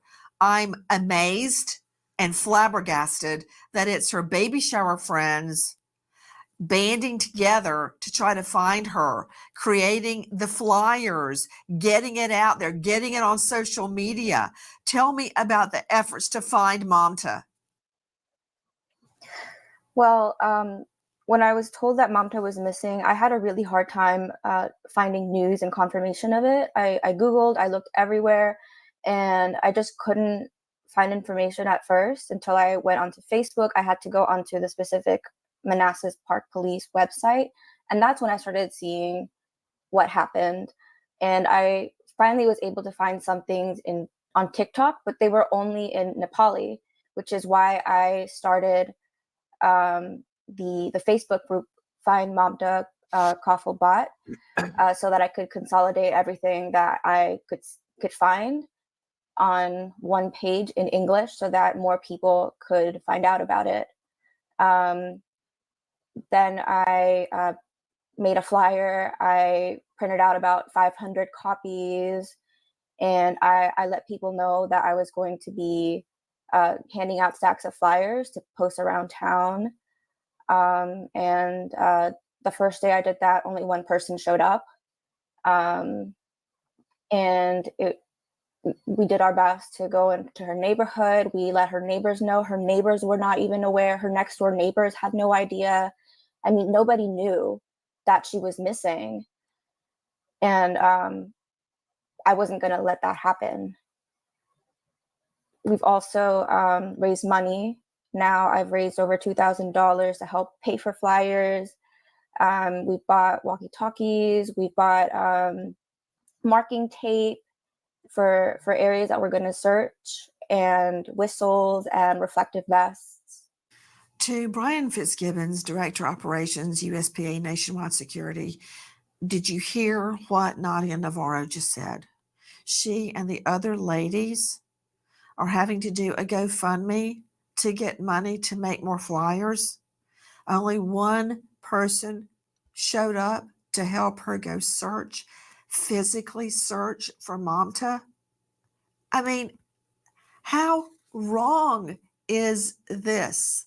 Why is this happening to this young mom? I mean, think about it. The husband's not out there searching for her. The brother's in Nepal. I don't know where anybody else is.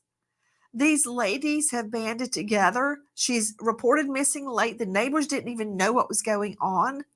I mean, how pitiful is this that Nadia is out there trying to search, and one other lady shows up to try to find Mamta?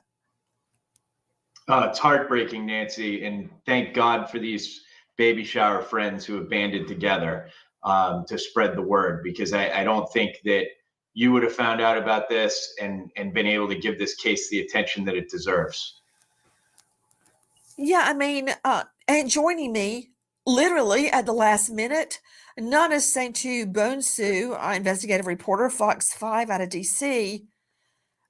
I just happened to find her online yesterday. I think, gosh, where did I find her? Somebody asked me, reached out on Twitter, I think it was.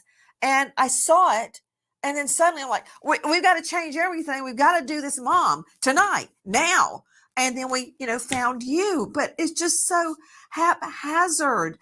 Just, can you imagine this, Nana? Just one other lady shows up and off they go. And they're trying to raise money to buy whistles. I mean, it's like everyone is letting her down. Nancy, I want to say two things. One, to Nadia, don't ever think the work that you're doing is taken for granted or no one notices, because it's through you creating that Facebook page that news outlets and journalists like myself were able to figure out what was happening. Getting on that Facebook page, making those flyers, coming together, hosting those gatherings and vigils and making those signs. That's what alerted us and prompted us to, for lack of better words, the severity of this situation. Again, we would have never known she was a mother, 28 years old, 11-month-old baby. pediatric nurse. We didn't know any. So I've been sitting here going through his Facebook, okay? And at the very beginning of he posted something, and I found a way to translate all this stuff. You can do that.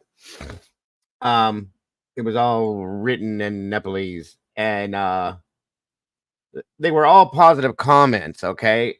Until the very bottom here, and it says, "Why didn't you call now police knowing your wife has been missing for more than 4 days? Plus, this is a shame. You should have supported her through her postpartum. You know exactly what happened." And it brings up those clips from the Facebook page about the separated divorced mother account, right? Does anyone know more than you do? You make the truth public. Why didn't you report this for 45 days after he was lost? Until now, all the injection of doubt is on your side. Please publicize the truth, the truthful information you have with yourself. I hope we can hear that there is no bad deeds from you on our sister. And then it says, yes, please tell the truth. I think these are her family members.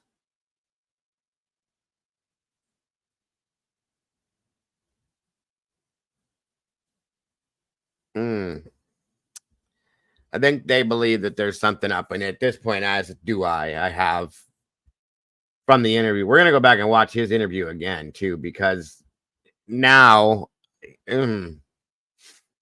something's up with this. Sorry to interrupt, guys.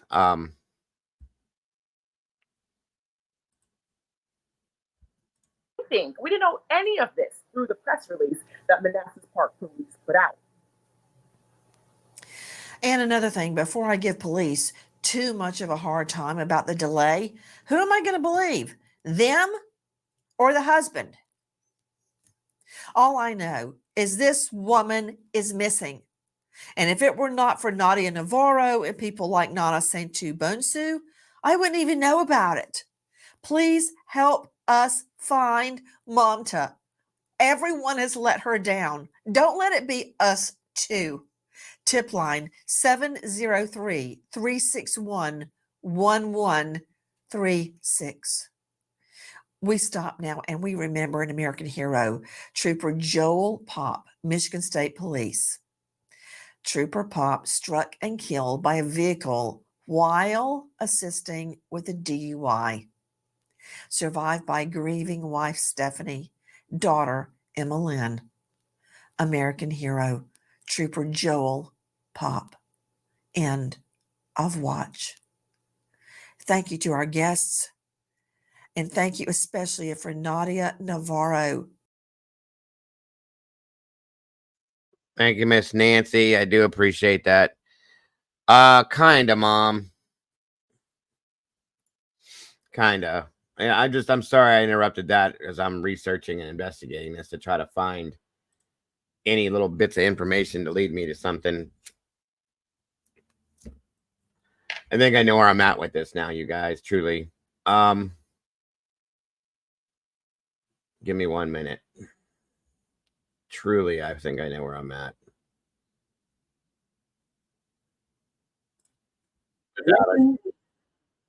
Without a doubt, I think I know where I'm at. I hate to say it like that, but now this is, and I knew there was something off, but then these few things add up. The whole timeline was the problem, like from the beginning for me. But, you know, who am I? All right, hold on a minute here. I want to watch this again.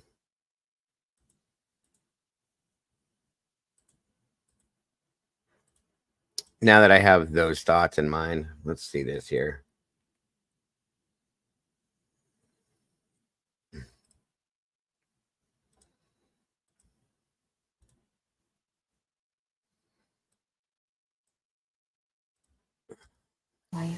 What has been going on the last couple days, weeks? Yeah, it's been very terrible time, like we are just, like my baby and then myself, we are just waiting minute and second, every minute and second, just waiting like to get the, I don't know how to explain. How are you doing? I don't know. I'm like frustrating. How long have you guys been married? 3 years, you said? Plus. Talk to me about your relationship. What, the last couple of months, how have you guys been? Yeah, it's been like, very good, like, since like 2 months, like before that, one time we have like some arguments because, yeah, Do you want to grab her? yeah, can you hold? Yeah, of course. He told police that they've been arguing and not getting along, and there was talk about divorce when they talked to police. So, no. Hi. So I don't want to put her on the camera. In line of events, obviously there's been a little bit of discrepancy in the day you last saw her. Talk to me about the last time you saw her. In the evening of the Wednesday, we were here and then we ate together. Yes. What did she say? What was she like? Did she? We don't have like any type of that. It was like normal day, like other regular days. Just like we were taking care of our babies. It was like very normal. Did she say anything about leaving? No. So how did you realize that she was missing? Oh, she wasn't fair at her work, and then she is very focused on her work. And then once we know she's not at work, then that makes very serious to me. And So now my guess is at this point they're separated. They've been separated, living in the same home. Okay, this happens, guys. I've seen it, but now we know they're separated. She's in that group. She's trying to figure things out. He won't let her leave, okay, because he's threatening to take the baby for custody or something, is the way he explained it. He won't. He keeps looking to the left and to the right and up here and this and that and everything else. There's that too. The body language is definitely there, okay, but they're separated, and I've seen people. That's why she sleeps in separate beds, and he's trying to make it look right by saying, "Oh no, she sleeps sometimes with me," and blah blah blah, so on and so forth.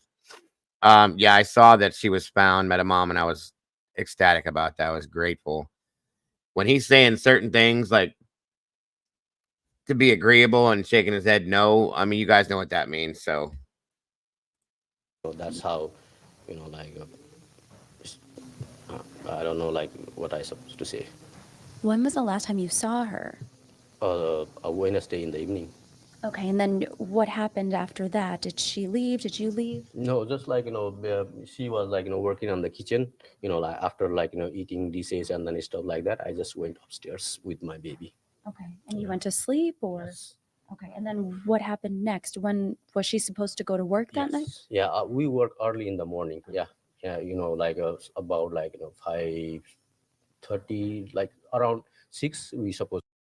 why is he having to think about here's my thing with this.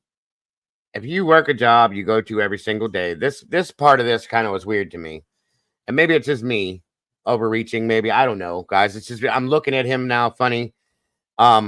We go to work early in the morning, like he's got to come up with a time. I don't that's weird to me. You know what time you work? Just say it. I don't know. It's weird. Supposed to leave from the home. But she left the night before.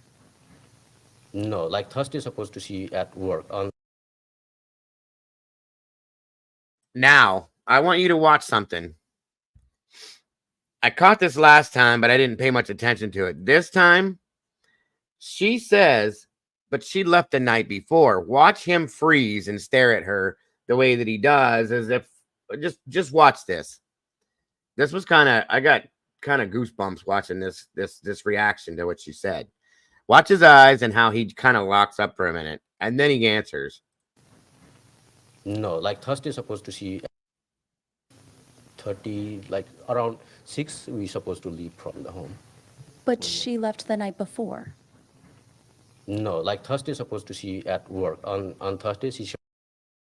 And maybe again that's me overreaching on some senses because I don't trust him now.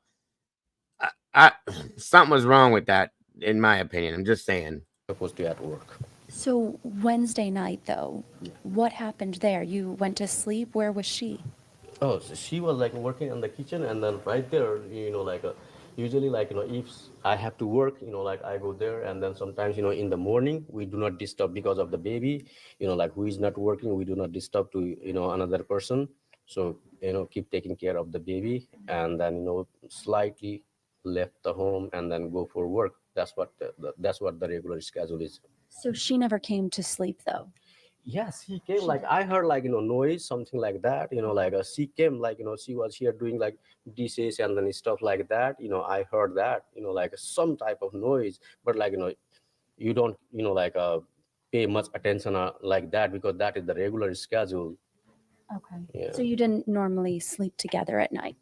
Oh, we do sometimes, like if we have work, sometimes, like if we feel like, more relaxed, like, we go like there is like two separate areas. Gotcha, okay. And then sometimes, like one sleep on the floor, and then sometimes, like another person sleep on the bed.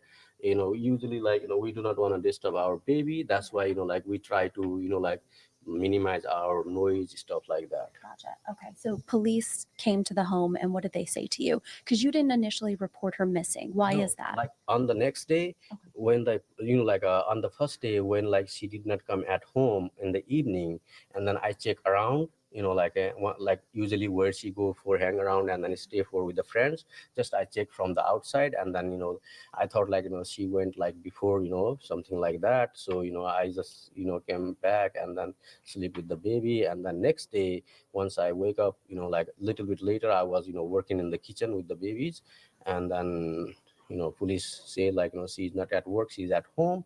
Then I realized very seriously, then I talk to police, and then I say like stay here, just talk to police, and then why she did not at work, this and that. And then I really start, and then I say like I'm gonna file it. So police suggest me like just if it happens before, search around, and then if you are like tired of searching, you can file it. And then very next day, and then I text to the police officer, he like I already searched everywhere. And then he respond me in the text message. And then later on, like it's a long text message, he said like okay, now you can officially file it, call 911. And then that's what I did after that. And then Has she ever gone missing before?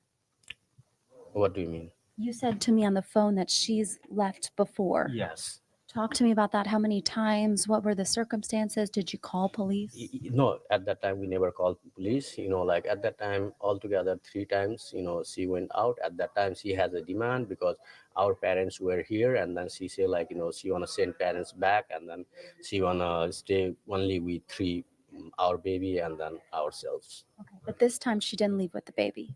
No. No, before as well, like baby, she always leave baby here. She didn't do not take the baby. She never took the baby. Yeah, no. Okay. Did she leave with any belongings? Did she leave with a car? No, most of the belongings are here, but like her regular stuff, paperwork or stuff like that. Like she usually put her on a bag, stuff like that. Other than that, most of the stuff are here. So somebody at the press conference today said that her passport was missing. Because like a passport and then stuff like that, because she started new job here, and then usually she put on the bag, and then passport is not here because on the passport there is a stamp which work as a work permit. That's why maybe like she took with her. I know some people got pretty upset with you today. What is your message to them? Just like be calm, like help. Our main focus is help finding my wife and my baby's mom, and then cooperate with the police, and then just go in a positive way. Do you have any idea where she could be at this point? Wherever like I have doubted, I already personally I carry my baby, and then personally I went there, and then I already take a look. Where would that be? Falls Church and then other places. Yeah. You mentioned to me on the phone that you're the one suffering tonight. You mentioned Yeah, I'm the sufferer one. I'm the sufferer. My baby and then myself, like we are suffering the most. What do you say to her if she's watching this right now? If she is watching, come back. Whatever is the issue, like we can fix it. Please. Did you guys have any sort of fight before? No. Okay. No. Did you hear the people at the press conference today talking about Yeah, how I was there with the baby, but like I stay for like hour or something like that. After that, baby is keep crying, so somebody dropped me off here. you don't know where she is at all? No idea. No idea. Thank you for speaking with me. I appreciate it. First speaker is. Okay. He's definitely off. I mean, just period. Sorry. Oh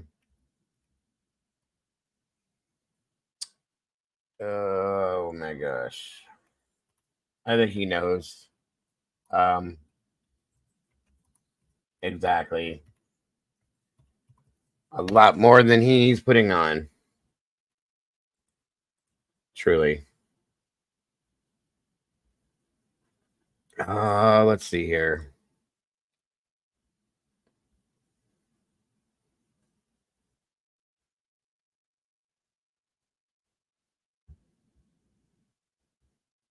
Where is this?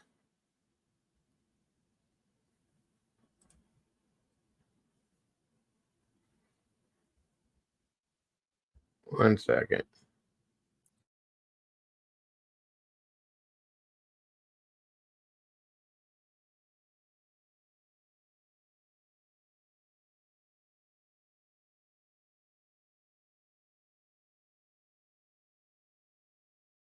Search for a missing young mother in Manassas Park. Mamta Kafle disappeared on July 31st. Since then, police have been investigating what happened to her. Thank you for joining us. I'm Simone D'Alba. And I'm Larry Miller. Friends and family have already started independent searches for the woman near her home. Our Matt Gregory joining us live at the Manassas Park Police Headquarters. Matt, we understand that the group right behind you is already gathered.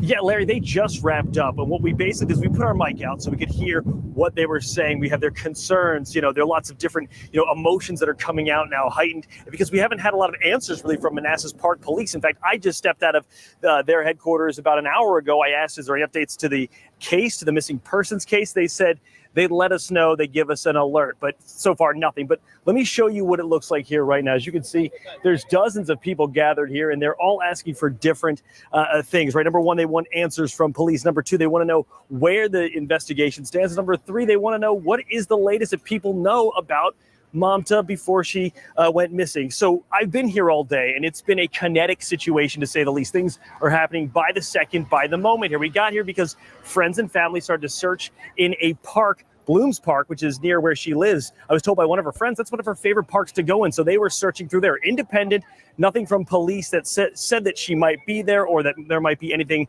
that would be a clue there, but they were just searching, hoping. At the same time, we went to her home today. We just happened to stop by, and we saw detectives going into the house. We don't know what they were doing. One of the witnesses at the scene there told us, hey, they came in about noonish, and were in there for about an hour conducting some form of investigation. Don't know what that looks like, but I want to give you some heads up on a timeline here. Basically, as you can see, people standing here, different signs. They want Mamta to come home. I want to give you a heads up on the timeline. July 31st, that's the last time anyone saw her. That's what we've been told.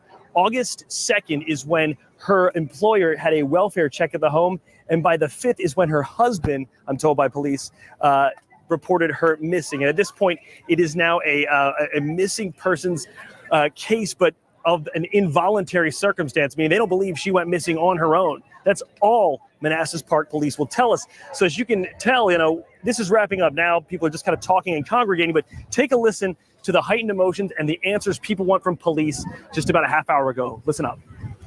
Thank you for, what you are doing, community, and then please keep doing. And then I need your help in a all positive way.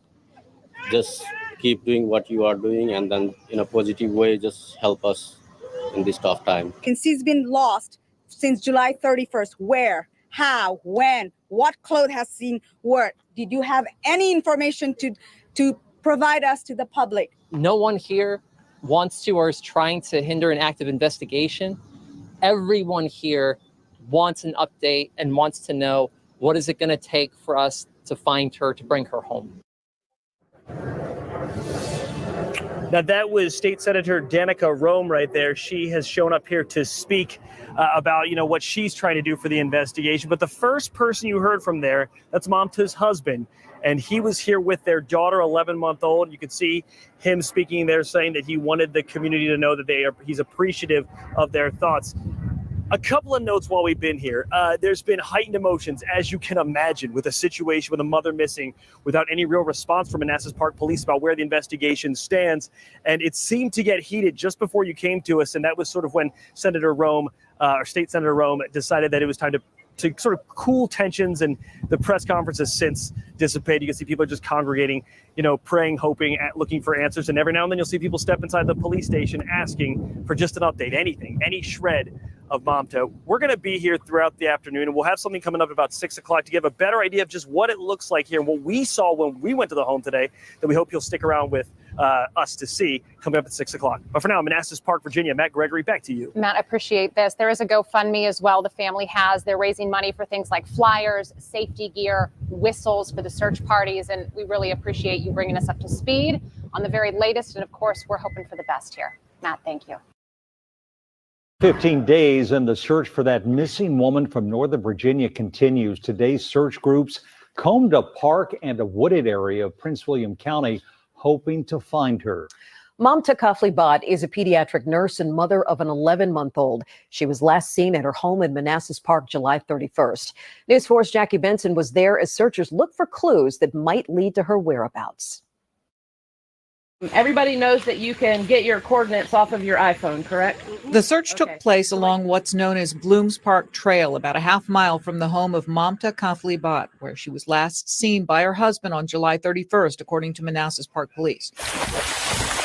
Not long after they began, a dog, a Belgian Malinois, being used by a civilian searcher, alerted on a specific area. As they had planned to do, the searchers called police, who responded along with fire and rescue personnel. They left after determining the discovery turned out to be nothing.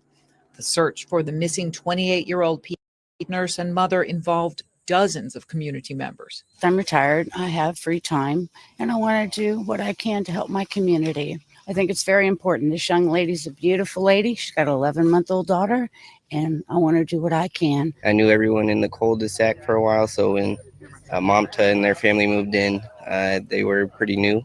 I've seen her a few times, and I just feel for everything that's going on for the family, missing a family member there and the baby as well. Manassas Park Police tell us they have spoken with Mamta's husband and her friends. They are all cooperating in this investigation.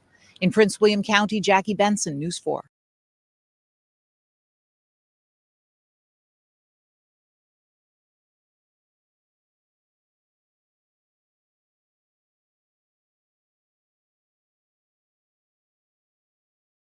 Two weeks since Mamta Kafle has been seen. Katie Lussa was back out in Manassas Park this afternoon talking with some of the people leading the efforts to bring her home. These flyers posted up throughout the area. Tonight, police confirming that it was in fact her husband who was the last person to see her. Now, as far as we know, there has been no official search done by the police department. So tonight, her family, friends, and neighbors conducted their own search party. For hours, neighbors, friends, and some who don't know Mamta at all. We're her family now. We have over 60 people, and none of them know who she is. Their plan to search for signs of the missing mom and nurse who they say love to spend time along Blooms Park Trail. Have them take a picture, and then what we do is we have them ask Siri what their location is. They'll provide a coordinate, so then we can take the stuff that doesn't appear to be urgent.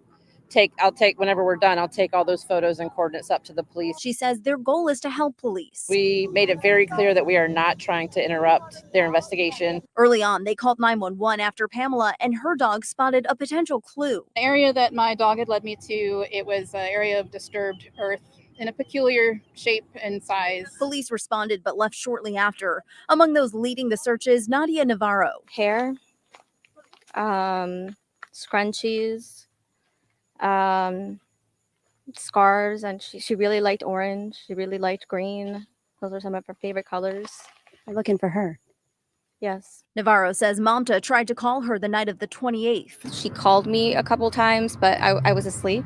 Police say the last time she was seen was July 31st by her husband. He spoke to WUSE 9 about that night on Wednesday. It was like normal day, like other regular days, just, we were taking care of our babies. But police say no one has seen her since. Although it's now been more than 2 weeks, those out here aren't giving up hope. We just want to know what happened to Mamta. We want to find her, but personally, this is not how I want to find her. So a part of me is hoping we don't. And tonight, anyone with information is asked to call police. In Manassas Park, I'm Katie Losso, WUSA 9.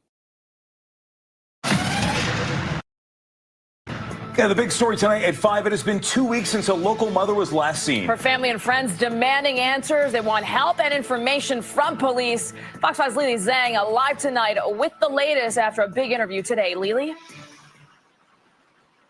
Marina, Jim, good evening to you. So there's still a few people outside of the police department right now. They were part of a crowd of about 80 a little bit earlier. Now, there is frustration. There's anger amongst this group. They want answers. They want to know what has happened here. Now, again, we did also speak with this woman's husband a little earlier. He tells us his whole world has turned upside down.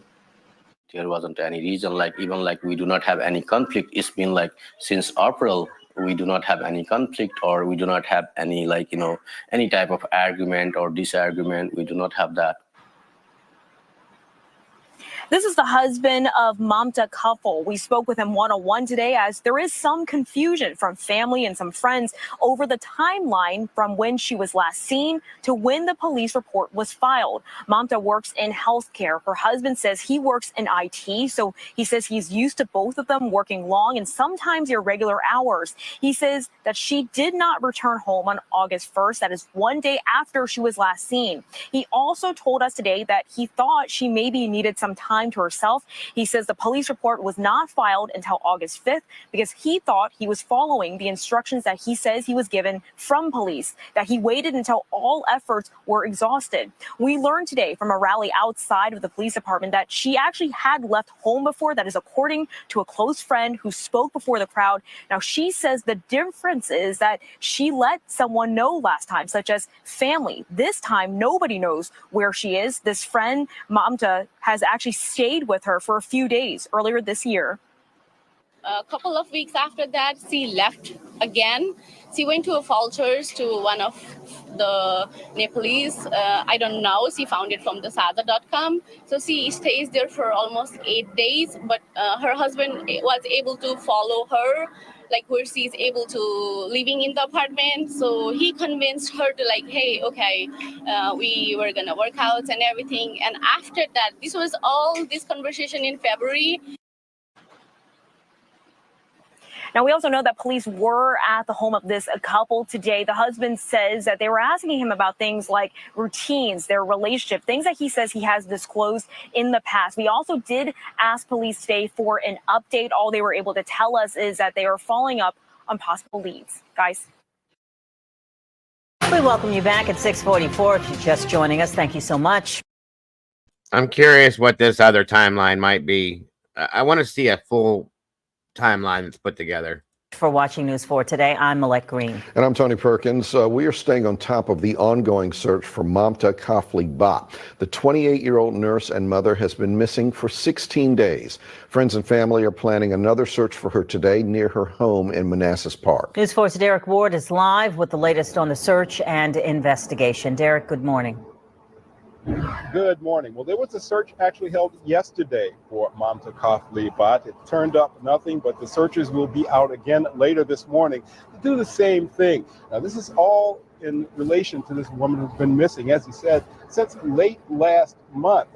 And police have now released a timeline of the dates leading up to the day she was reported missing. Now, according to that timeline, on July 27th, Bhatt was last seen at UVA's Prince William. Okay, this is as of today, 4 hours ago. This is the LE timeline. This is the one I'm going to go with. That's what I wanted to know, was when the last time somebody physically saw her. So we have July 27th. That was at work. Sorry, guys. I have it paused so I can write all this down. July 28th. Says she spoke to a friend, or she tried to.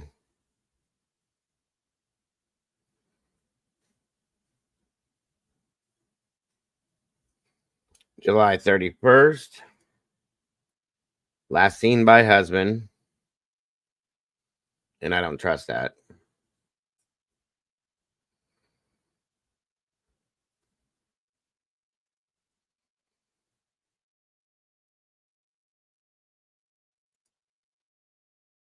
August 2nd was the welfare check. See, they had this all screwed up before. That makes more sense. August 5th was when she was actually reported missing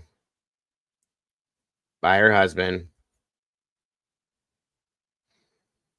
Thank you, Vicky. I do appreciate that. And then August 8th, police elevate the case to an involuntary. That's a big word, guys, with this case. Involuntary. Meaning she didn't go by her own record, on her own record. You know what I mean? She involuntarily disappeared.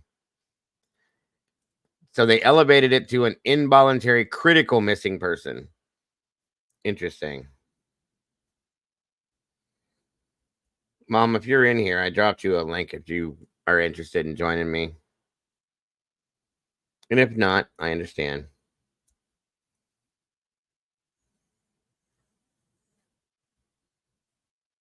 Okay. That's my thought too, Kelly. Medical Center. On the 28th, she spoke with a friend, and on the 31st, she was last seen by her husband. And he reported her missing on the 3rd because he said she'd gone missing before, but always turned up. Now, she had gone missing before, it always turned up at the house of a friend or somewhere like that. But they say this is unusual now because she has an 11-month-old and she hasn't been heard from. So that is making this search more critical, and it's making more people turn out to try and find her. We are live here in Manassas Park. Derek Ward, News 4. Back to you. All right, Derek, thank you. Story we're following right now. The search continues tonight for a missing mother in Manassas Park, 28-year-old Mamta Kafle. It's been. Okay, we saw this one. I don't know why these roll around like they come back through. I usually have it set not to do that, but that's okay. Let me see. All right, so I went through both of Facebook's. I showed you guys the statements from his. She has nothing on hers, unless she has another one that is secret. Maybe, who knows? I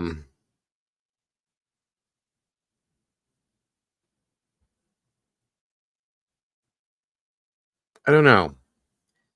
Something's really off with this, and I did try to reach out to Nadia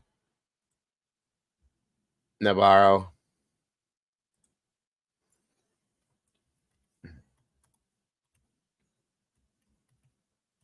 It's a little difficult.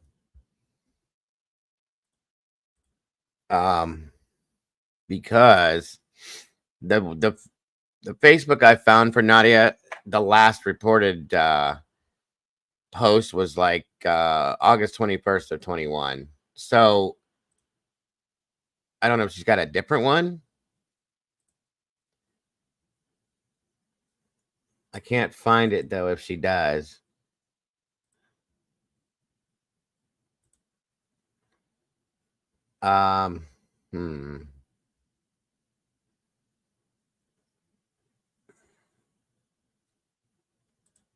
Let's see something here.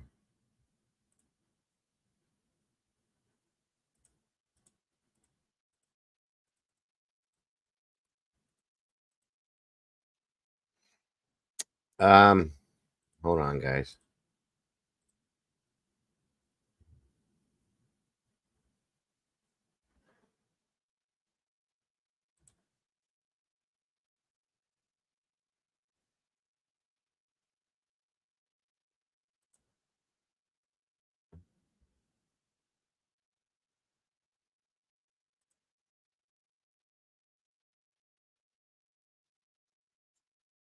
I don't think that was August 8th.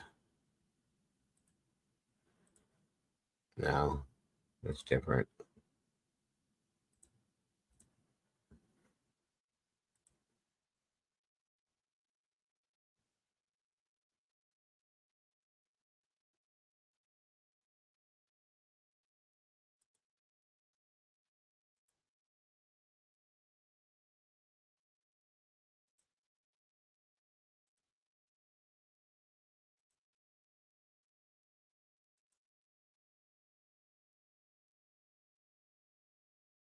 Mm-hmm.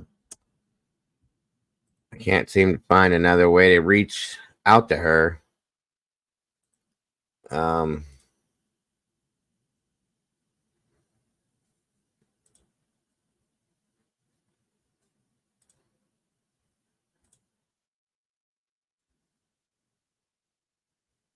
I just don't know, you guys.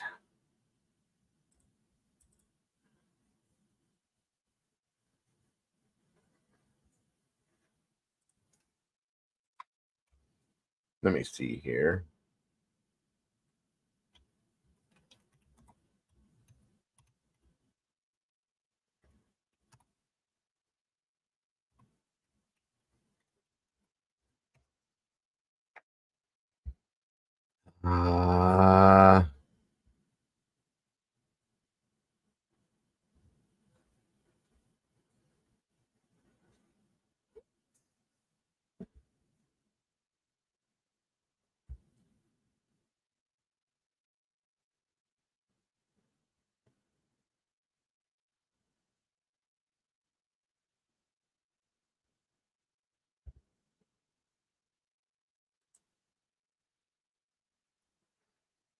Yep, it doesn't. None of the others work. The other links to that, so it's definitely not her.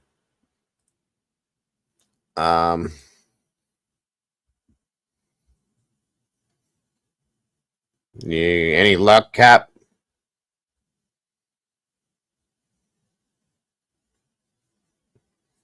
No, I got you. So that makes sense, Melissa. That's very possibly what it is.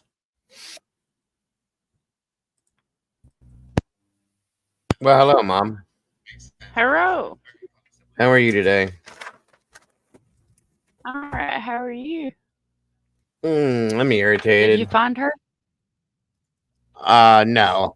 I found her in another group on Facebook that she was speaking in. It was a find Mamta Kafle group type thing. And so I just said something in a chat in there to her, directly to her, and left my email address to see if she'll respond to me or not. Because I couldn't find a direct link to her.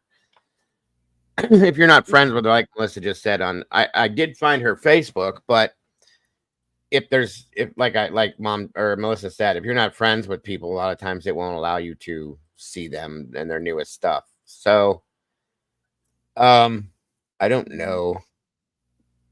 It depends on how you click it, especially from Facebook. Did you join the group? Oh, of course, yeah. We'll see if they allow me. You have to. It's one of them ones you got to wait a little while. Oh. You know how that goes. We'll see what happens. Manassas talk. Nancy. Let me see here. Oh, okay. That's Nancy's link. That's not going to help us.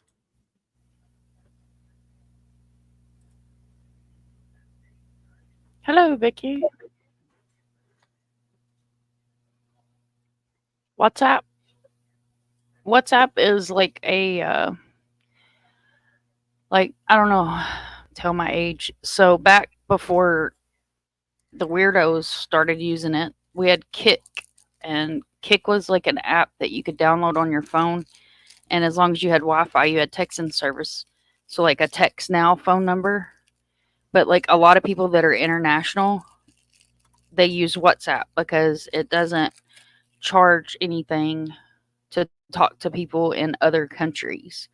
Like at the hotel in Daytona, the resort that I managed. So a lot of our employees were from Jamaica. So instead of coming over here and getting an American phone number and an American phone and going through all those changes when they're on work visas, everybody would just download WhatsApp. So that way you could communicate and you could send pictures and video chat and make groups and group chat and all that good stuff too from WhatsApp. My daughter-in-law has family in oh shit, I just forgot. It's not the Ukraine. Well, anyway, over there, over yonder, across the pond. And that's how she talks to her little sister, is through WhatsApp.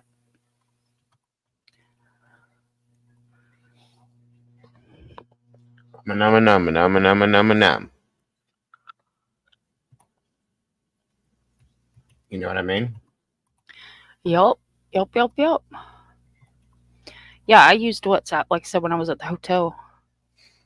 You can like connect it to your real phone too. So, I mean, it'll come through as like a text message on your phone. So you don't have to actually open WhatsApp. Mm-hmm. Is she not on Twitter? I was going there next. And then I'd check just TikTok because that's big with the youngers. Yup. I there was a TikTok account that was hit on not too long ago, I think. All right, so I hit that other Facebook group there too. Left a message under Nancy's message. Who's the Molly? Hey, love. Nancy Grace? Yeah. One moment here. I haven't looked into it yet. Last post June 8th on TikTok. Mm-hmm. Come on, load up for me. Here we go. Thank you, Vicky. I try. Happy Friday, Kilko. I thought you might want to join me. I do. It's a missing. I always like having you here when we cover missing cases. Yeah, I was kind of late coming in, so I'm, I'm coming in with a clean slate. But just from watching him, like that's really, red flags all over the place. Oh, absolutely, 100%. Quite a few actually. That's the fourth time I've watched it. Fourth time. Anyway, the whole we sleep in bed, we sleep in the floor thing. That's a controlling thing. That's Did you watch the other part of it or see the other part of it where they were talking about when Naughty was speaking about how he was calling her when she was staying with her? Mm-hmm. You can't go. They were going to go a couple extra miles to go stop and get some food or something. He was like, no, you have to turn around now. That's too far for her to go, blah, blah, blah, blah, blah, blah. This guy is a freak about controlling. You know what I mean? No, that something's off with this completely. And I hadn't seen that yet, but I don't like people like that. Now I know certain nationalities have different, the ways that they do things, but that's too much for me. I'm sorry. Okay. I know a little bit about Napoleon, but not a lot. I know they're very peaceful people. Yeah, that's what I know about Nepalese. I have a couple of them that live here that own a store in my city. Mm-hmm. That's what I know of them to be, but I don't know about other, possible things that are part of their heritage or something. I don't know. I do know one. Yeah, that's what I was going to say. Thank you, Sherry. That the man is the head of the household. You listen to what he says, so on and so forth type stuff. You're in America now, though. Like if this woman chooses to make differences in her life, that's not your place. So I get it, but I'm not going to get into that part of this. That just tells me that there could be things that have been done because of those things, possibly, and I worry about that stuff. Now, we have this here via Twitter. God bless Twitter. She's listed as an endangered person, and they have cleared these specific areas on this map. Checking in at my watch zone made my day. Let's keep up the good work and bring Mamta home. Ben Garcia said, inspired by Joshua 1:9 to check in and do my part in finding Mamta. Let's bring her Yes, ma'am. Echo. home safely. Amy E said, hello, this is my friend. She never made it to her hospital shift on August 1st.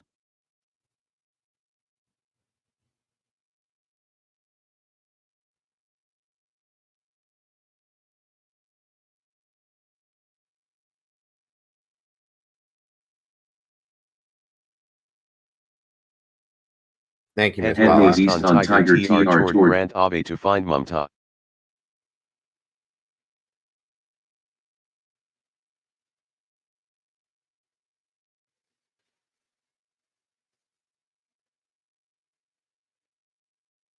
I do believe this would be the search zone that they're using right now, which is what this is.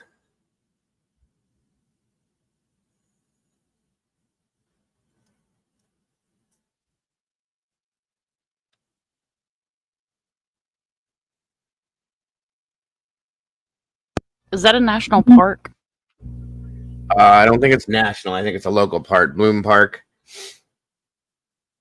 It's a big ass park. Yeah, it is. It could be national. I don't know. They didn't claim it that way though. I don't think she's in the park. She liked it too much. And is that where the search party was? I don't think she's gonna go missing in that park unless somebody else took her. I have a bad feeling about the husband at this point. I'll just be honest with you. I'm not gonna hide that. I don't like accusing people of things without absolute proof, but there's a few things that tell me something's not right there. That's all I'm saying. Now, why would you hesitate to report her missing? And what the hell are you doing texting a cop to start with? Thank you. Isn't that what he said? He texted the police officer? Why do you got a police officer's personal cell phone number or even work cell phone number where you're texting a police officer? I don't know. I don't even know if that was true. He was stuttering around a lot and like kind of nervously talking. He wasn't looking at the woman that was talking to him. He just, something is off with him. The timeline is screwed up with me. And I got to wonder at this point. They said the last time anybody physically saw her was July 27th. Okay. I'm wondering if that's the last time she was seen, period. Honestly. Do we know what time the phone calls were made on the 28th?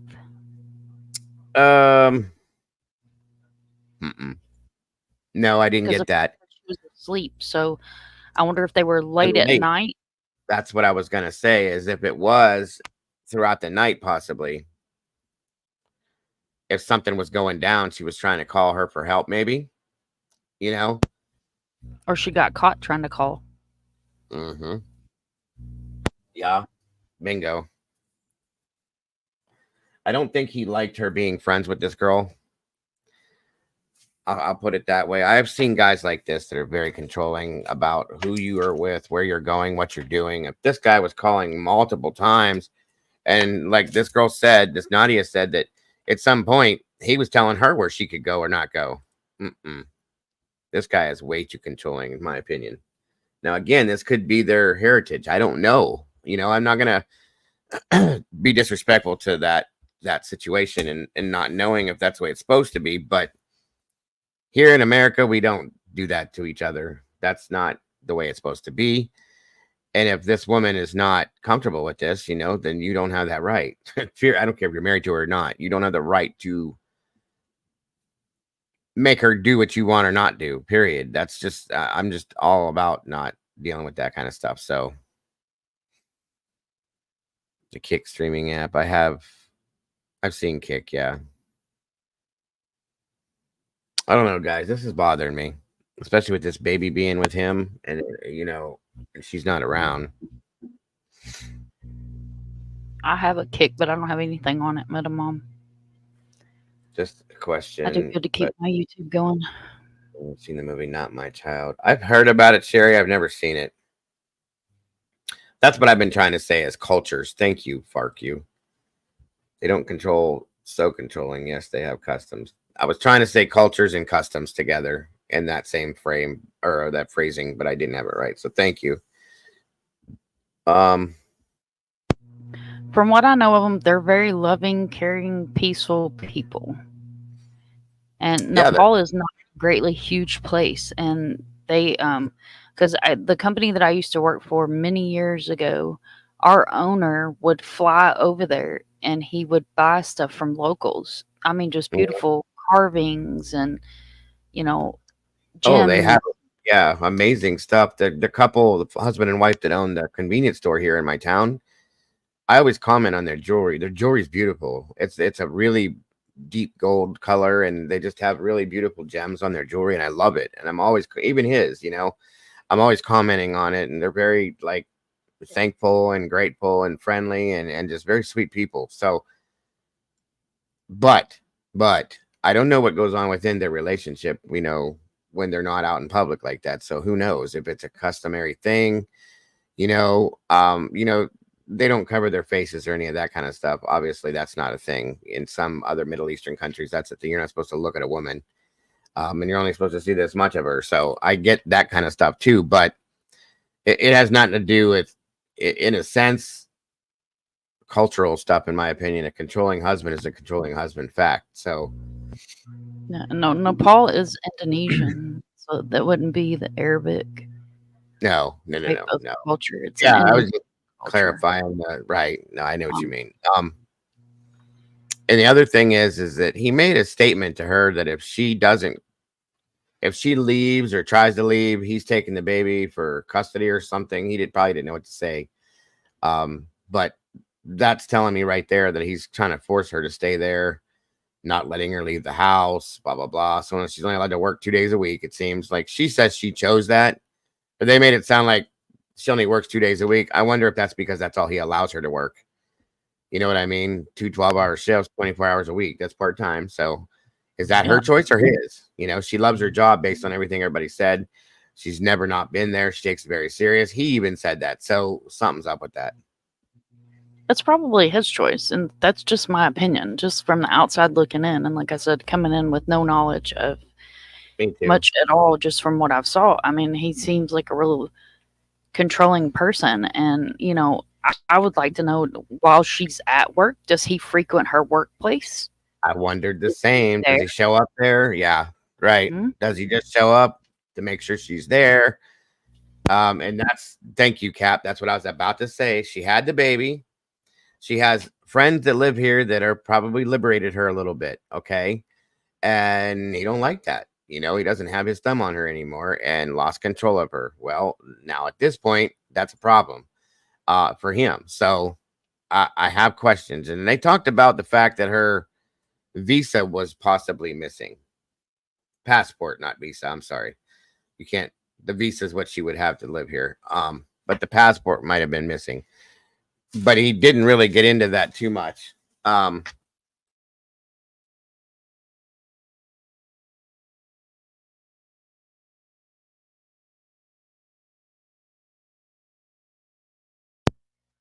Even if the passport's missing, if she's been flagged as a missing person. Well, what I wonder though is, did he do that? Did she do that, or did he do that to make it look like she may have left? Do you know what I mean? Yeah, or but did he even just if they left, they're going to be able to pull that from airport records. Well, of course, yeah, but some people might try to put that out there as this. Maybe she took her passport because she was planning on leaving and then disappeared. Then, do you know what I mean? And it could have just been a statement he made that wasn't even true either. I don't know. I'm just saying these are the things that I'm picking apart and trying to figure out. Is there something that is there that is there nothing there at all, or is there something there? Has law enforcement put any kind of statement out, or just a presser? Nothing really.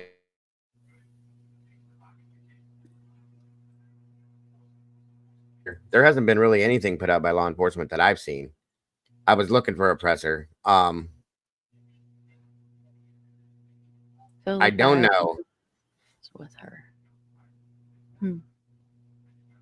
Right? Where's her phone? Did she have a phone? She had to have a phone. She had TikToks. Well, that was not brought up once. And I gotta wonder if he has that, if he had control of that.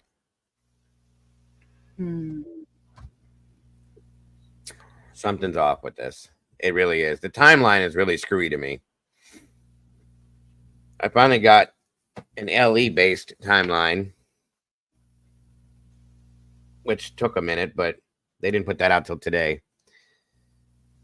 July 27th, she was last seen at work. July 28th, spoke to her. It said spoke to friend, but I wonder if those are the couple calls she made to her friend that were not answered. July 31st, supposedly last seen by husband. They had dinner together. He went to bed. She cleaned up the kitchen. These were his words. August 2nd, her job sent a welfare check to the house. Initially, that was August 1st, but I think they have that messed up. August 5th, he finally reports her missing. August 8th, it's put out by police, and it was upgraded to an involuntary critical missing person. The police have some idea of something, in my opinion, for them to put that out. Yeah, I was going to say, think about that first word, involuntary. They know a Not little bit of something. endangered missing. They have to know Not something. critically. Right. I don't think she. I don't know that. I don't know that she drives, SRB. I don't know that she's allowed to drive. I don't know that they have more than one car. That was not stated. Hey, Kathy. I have been following her. She wouldn't leave her new baby. Right. I agree with that. I do agree with that. Her baby shower friends is one trying to find her. They set up a GoFundMe to get money. Right. That's who I reached out to. Nadia Navarro. That's a one friend that really has been pretty public lately. So I'm trying to get in touch with her to possibly have a conversation with her and, get a feel for what she thinks. Kathy, are you following the case or did you follow her on TikTok? I'm just curious. You don't have to answer if you don't feel comfortable. Excuse me. They did go and search the home. Police did as of the 14th, and then they left. They weren't there very long, from my understanding. We just had a case that was a Navarro met a mom. Navarro is the same girl that was missing out of Arizona, wasn't it? Alicia Navarro, I believe, yes. That walked into the police department. I ain't missing. She's the one that was missing and then said she wasn't because she wanted to be able to get a driver's license or something. Yeah. Not too many cases in my head. No, not TikTok. Just okay. Thank you, hun. Thank you, Kathy. I didn't know if you were, because sometimes we get locals and stuff that come in chats. Mm-hmm. So I was just curious if you were previously following her on Facebook and now you're following or not Facebook. I've been at work all day. Y'all gotta excuse me. You're good. On TikTok, and then so why is Manassas? Why is that popping in my head? What else has happened in Manassas lately? The name sounded familiar to me too, but I couldn't figure out why. Like as soon as I heard you say Manassas, I was like, wait a minute. What the hell else is going on? Something else happened in Manassas. Like recently. Because it's not a common name and it's Virginia. Mm-hmm. I don't know. I do not know. I need one of those giant freaking whiteboards so I can start writing down cities. Mm-hmm. I'm right there with you. Let me see. Is that her? I agree. Red flags all over the place. Like they're waving in the wind. Big time. Big time. Big time. Mm-hmm. Big time. Hold on a minute. Which one is her? This one is her. Okay, so her TikTok is pretty loaded up too. Ooh. So he's military for our military? Do we know how long he's been here? No, but he was deployed with the military. He's a tech guru, and talked about having some kind of top secret clearance and something. And I'm like, okay. So he's a computer guy for sure.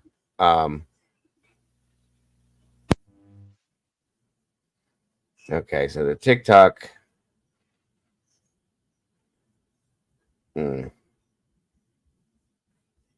Let's see here.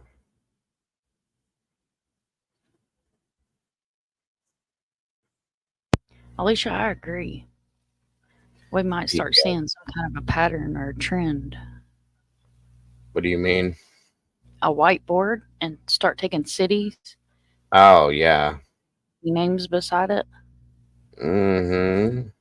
Because that has triggered something in my head. Now I gotta look. What else is happening in Manassas? I wonder. It's gonna bug me. Hold on a minute. All right. That's what I need to do. Manassas Park Police. Give me a second, guys. That's what I was trying to find. Uno momento. Manassas. What the hell? How do you spell this? How do you spell what? M-A. Yeah, I always screw this up. Manassas. Yes. It's got man, ass, as. Yes.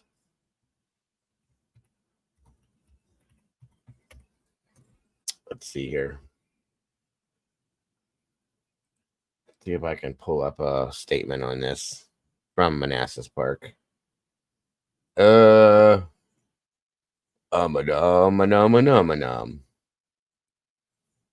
hello. Active cases. Is that going to be the one? Reported crime. How do I find these? Let me see here. Show. Let me see if this will help me. Mamta Kafle. Huh? I'm talking out loud. Sorry. I'm on Manassas Park Police, their website. I'm trying to figure out how I could pull up a statement from them. Police events, latest news, emergency management, field social services, fire rescue, parks and recreation, schools, blah, blah, blah, blah, blah, blah, blah, news. Excuse me. There was supposedly something they put up as of yesterday on their website. Come on now.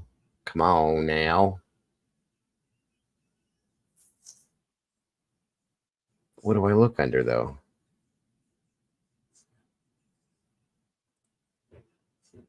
I found a screenshot of a statement on Twitter. Let me see. Let me see. Is it a full document, full page document? No, it looks like a That's what I'm looking for. screenshot. It doesn't even have a header on it, so that kind of freaks me out because I don't know this guy. I don't know you.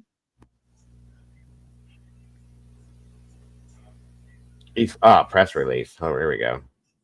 There you go. Which one is it, though? February 7th? Oh, my God. Do I have to go all the way? Hey, where's it at? Emergency communication specialist. Read more. Shit is that? That is not what I'm talking about. Okay, that's what I wanted to know. She does have an Aware Foundation flyer, so that's good. Oh, yeah. Sorry. Because this other flyer from the, no disrespect to the police departments, but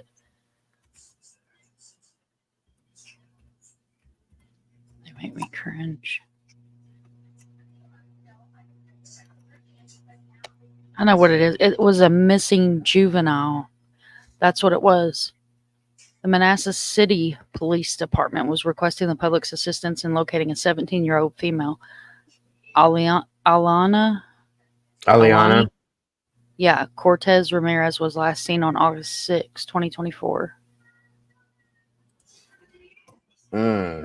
See, I knew I saw that city recently. Gotcha. Let me see if I can just do it this way. Mamta.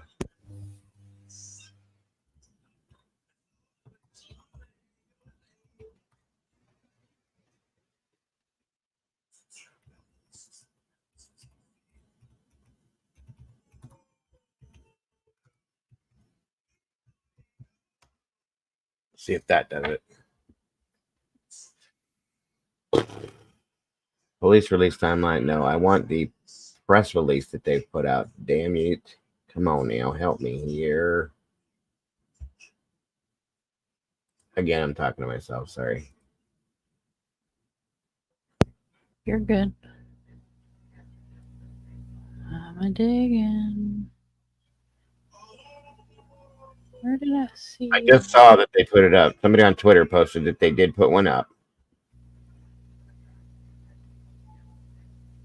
Oh, apparently this guy is a news guy, I guess. Maybe this is it. Let me creep Twitter. Who are you? Got 5,000 followers. What Very is well-known news.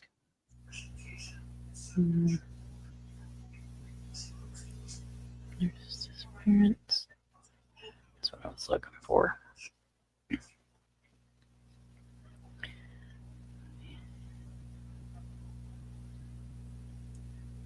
Nope, that's not it.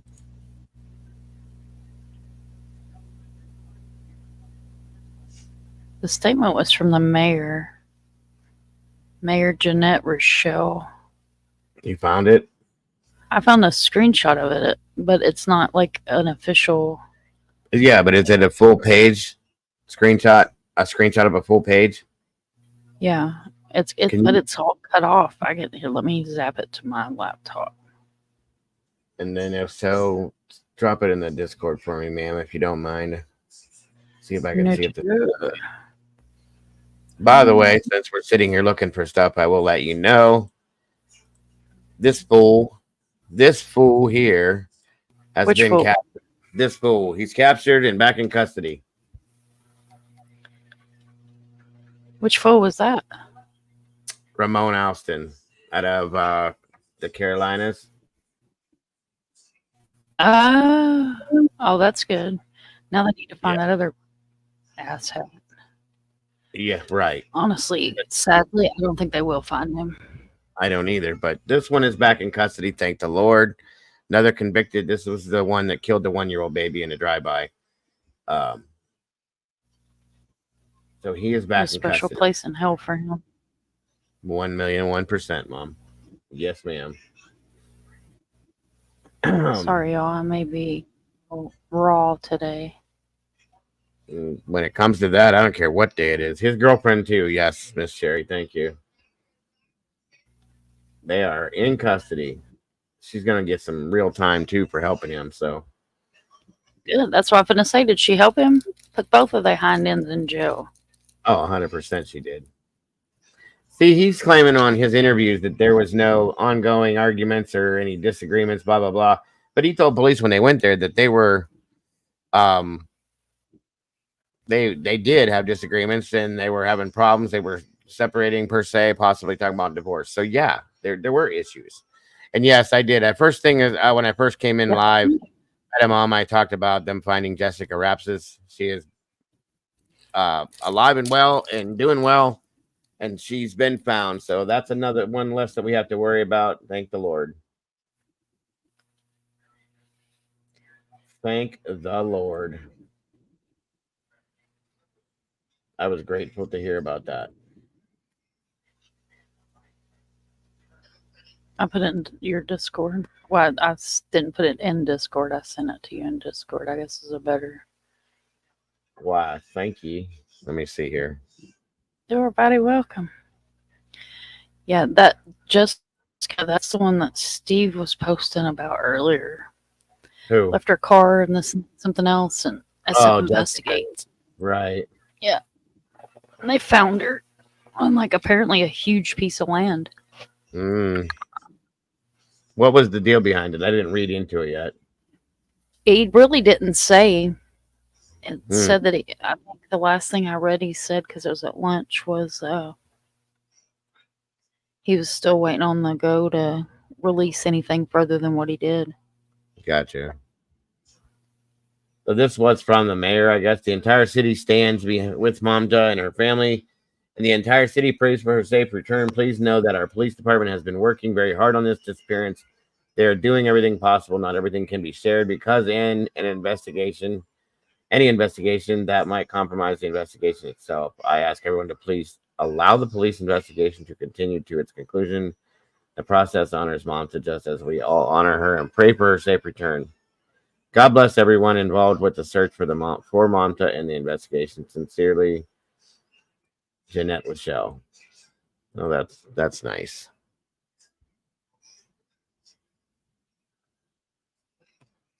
Took her to the hospital for scratches and dehydration. what was going on with her though? What the hell did she do? I don't know. This is what he posted. Although transport to the hospital is not believed Jessica has any major injuries, she walked out of an abandoned structure deep in a 22,000 acre parcel as SAR, which is search and rescue teams, were approaching to search. Attached as a tactical brief and lost person behavior models that Steve had put together. And then he goes on to talk about how he felt it was 80% chance she'd been found safe. She would be found safe. She had a flat tire, got lost on a horse training plantation. Gotcha. I wonder if she was on anything before that. Either way, as long as she's safe and sound, that's what matters. That is what matters. Oh. You don't have to get down. Mommy was just readjusting, sissy. Come here, Winter. Come here, my Winter. My Winter. Come here. Come on. Come on, sissy. Sissy Lou. Come here.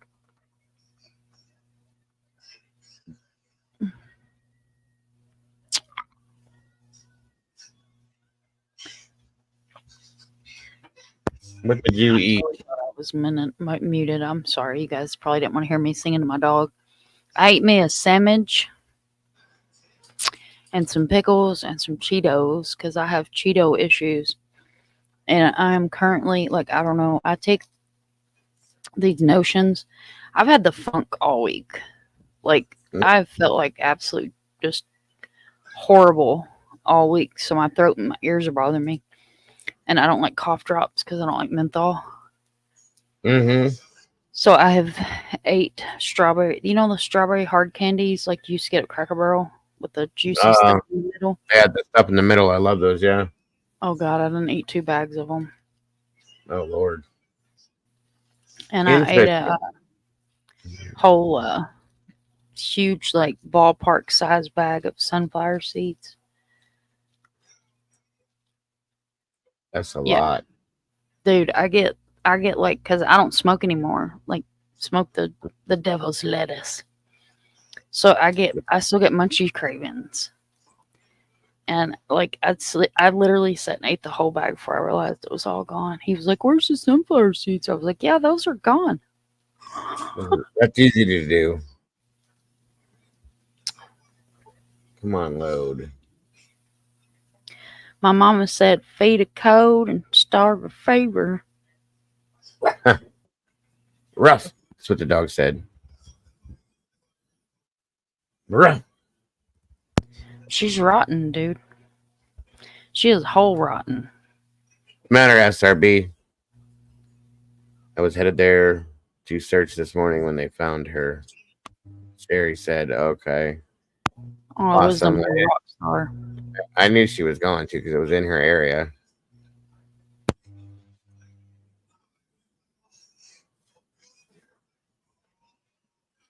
Mm-hmm.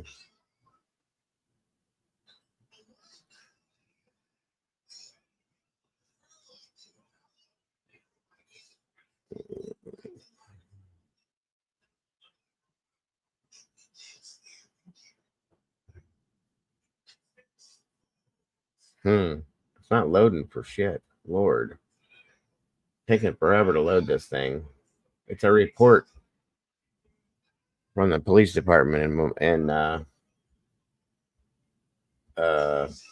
Manasseh. Mana. Is it a PDF? I don't know. It's not saying what it is yet. Just says police report, public records. It's almost done now.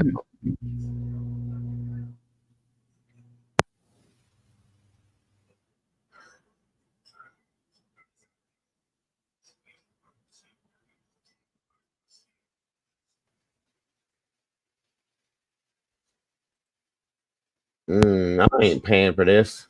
Hell no. Nope. Dude, Don't mess with Mind the Monsters because she'll throw rocks at you. Mhm. Okay. I have to watch this winter, dude. She's a little heathen. I started Christmas because I'm not waiting till the last minute this year, and I found my sister this little Scooby Doo that dances, and he sings this song, and she's Okay. because she thinks that anything that's stuffed is hers. Yeah, I get it.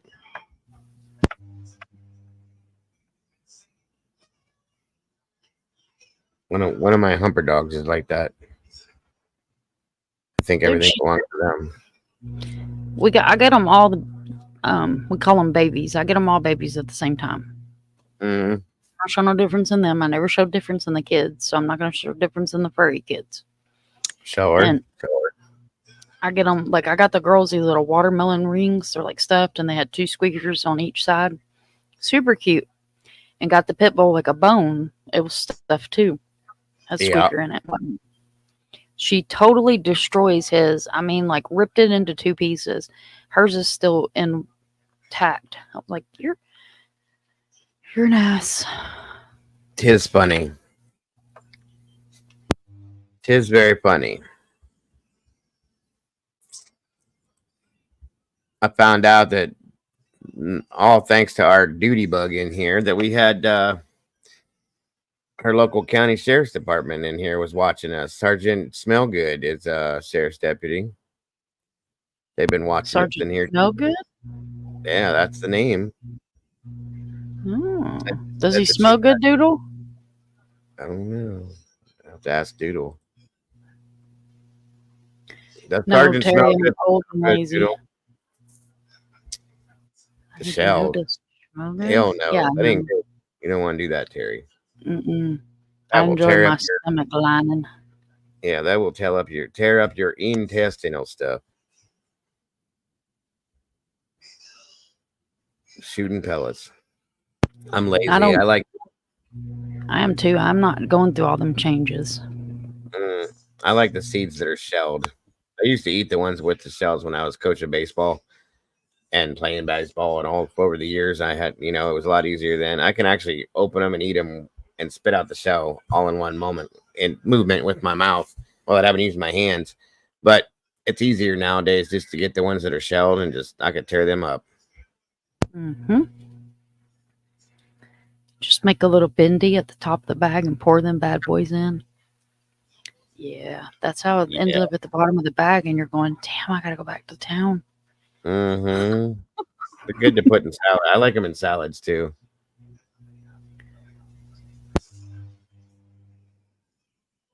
Dr. Feel Good. Let me see. Nope. Okay. You get all kinds of people in chat. I've seen all kinds of people in here. We had Court TV in here that one day hanging out. Yeah, I do. Quite often. It's kind of my understanding is the big FBI was in here once or twice too, which come on in. Welcome. That was a long time ago, but still. Please join us. By the way, again, I'm going to show this again. We're looking for Mamta Kafle. Okay, it's spelled MAMTA KAFLE BHATT. She's been missing since August 2nd. Without us, nothing at all. So remember that. But also, I want to throw this up again. Been bugging me it still bugs me.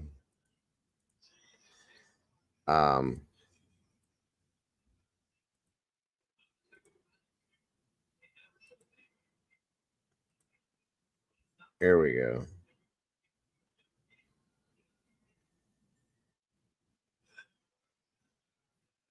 Angel Turner, missing since August 2nd, 2024. 15 years old, 5'1", 260 pounds, missing from the Fairview Drive area, Berkeley Springs, West Virginia. She's 15, like I said. And last seen wearing a white striped t-shirt with black shorts and white sneakers. Guys, we really got to bring this young lady home. Don't forget this too. Very, very important.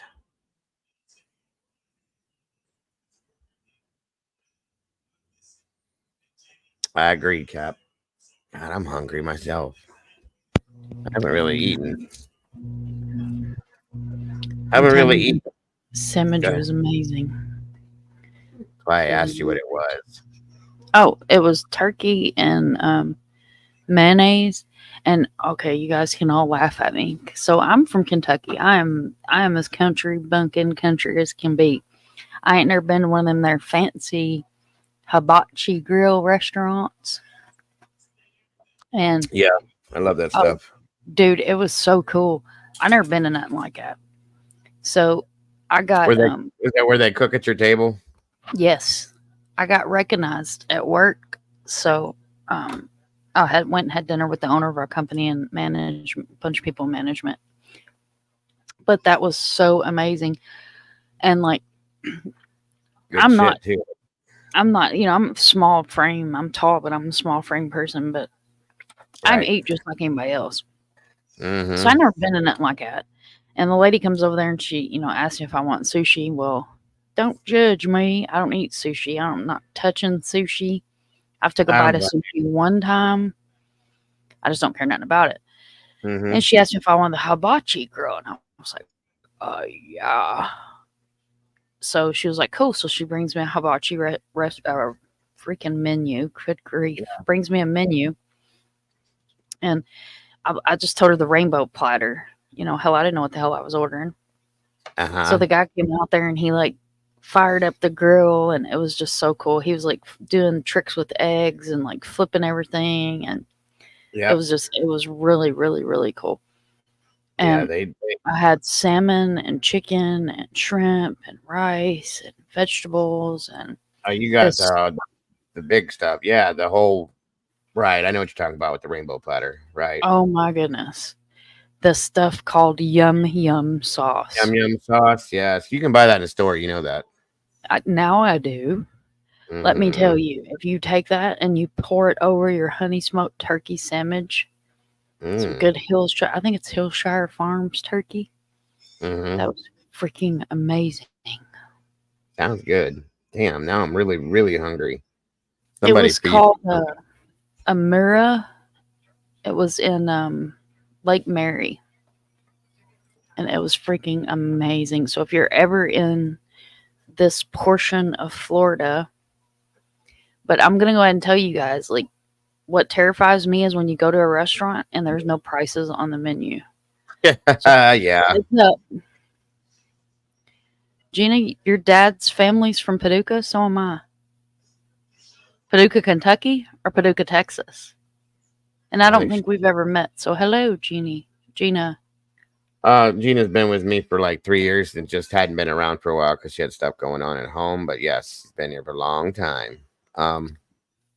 I was born and raised in Paducah. There you go. I actually have property there. You might be related. I mean, it's possible. Just kidding. What was I gonna say? Hibachi is my favorite. Like, I love Asian food. That's my favorite type food there is. Okay. Oh, me too. And the hibachi is typically like a Japanese-based type thing. We have like 3 or 4 places around here. One of them is called Mizu's. It is the best. I usually get the steak and shrimp, and God, and the rice. I could just so hungry right now. That does not help. Portobello mushrooms on the grill. Those are good, Cap. Oh no, you're fine. Don't you apologize to me. I did not mean to make you hungry. Everybody does anyway. When we come in, we usually talk about food for 10 minutes anyhow. It always goes to food. Yep. That sounds good. I haven't had that in good God. What did he say? I missed it. Portobello mushrooms? I haven't had a portobello in a long time. I think I was in Colorado the last time I had a good portobello. Grill them up with some. Oh, they're so good. Their surname was Watson and Courtney. She said Mom. Watson and Courtney. I don't know. I ain't put my finger on it. Like, do you know much about Paducah? Because I'm from Henderson. I'm from what's still Paducah, but if you're from there, Henderson's like this little bitty, teeny tiny little. I guess it's not really a township, but I guess that's what you would call it. It's got its own water thing. Mm-hmm. Water tower or water treatment plant. No, like a. Yes, was just there. Barlow's Kevel. You know about West Paducah?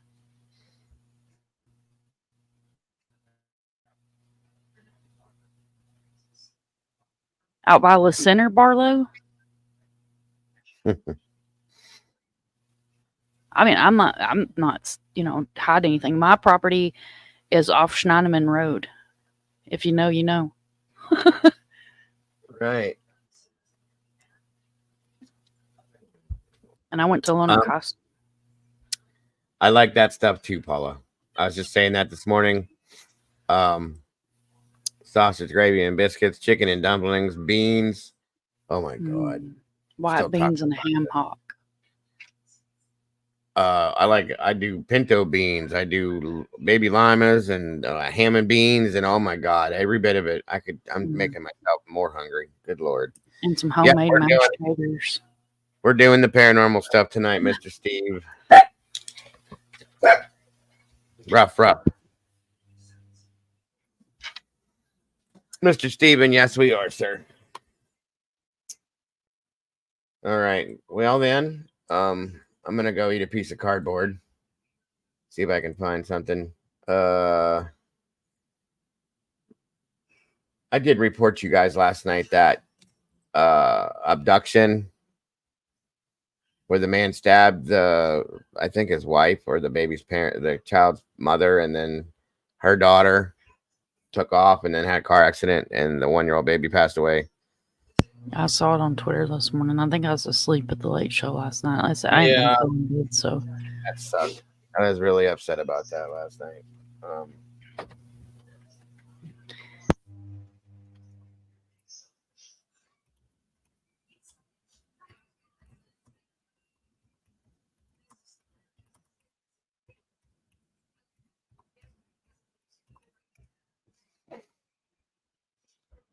It's okay.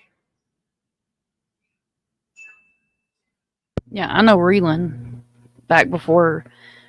I don't even know if it's still there. They may have tore it down, but I used to party at the barn.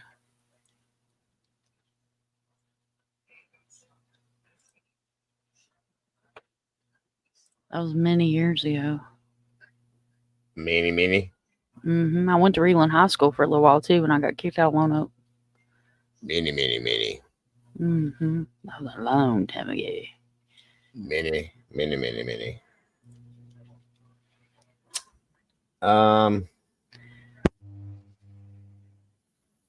So no. Hold on a minute here.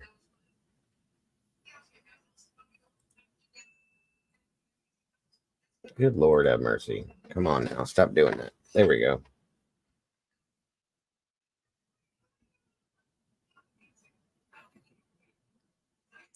Ow. Miss Sand's tarped roof. What the hell, Walt? What? Walt. Wow. Ms. Ann's tarped roof. What the hell? You're insane, bro. You are insane, brother. Completely insane. Swear to God. Come on now. Let me see it.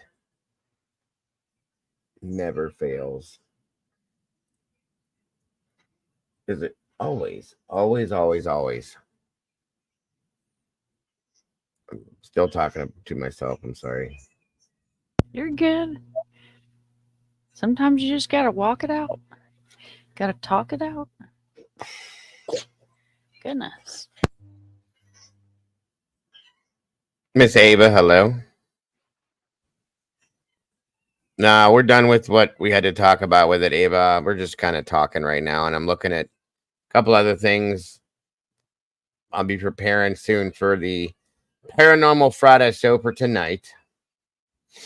For any of you that are interested in the paranormal stuff, we kind of do a little decompression stream, getting away from the true crime stuff and looking into some paranormal stuff. What? So I did not know that my daughter-in-law is completely, apparently obsessed with Mothman. How about that? Cool. Mm-hmm. Should have told her to watch our Mothman show. I didn't know it till the other night. I was like, what? What do you speak of, woman?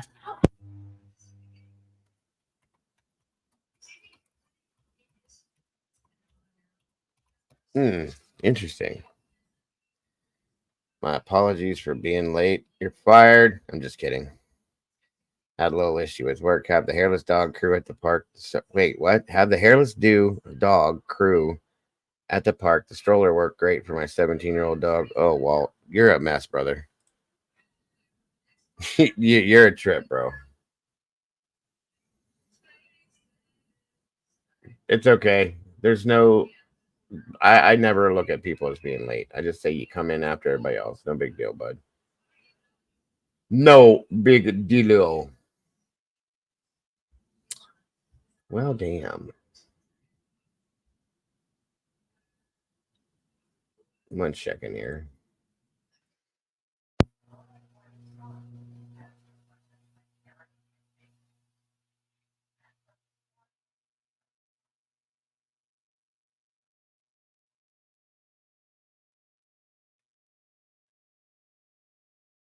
Your uncle's the president of the Cycle Knights. Is the only MC club that I ever messed with back home was the Iron Horseman.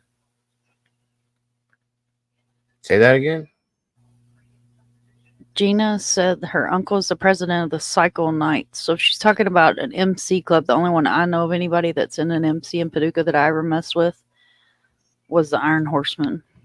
Oh, okay. I got you. Sorry. Unless they eat at the Country Castle, and then I might know them. Because I love me some Country Castle. Mm-hmm. You can't go to Paducah without eating at the Country Castle. It's a staple.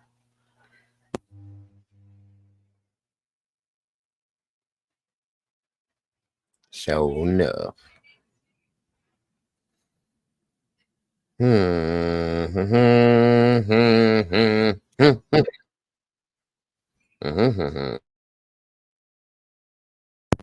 what I was wondering. Wisdom's over here being Cupid. Somebody's got eyes for Doodle. Better leave my doodle alone.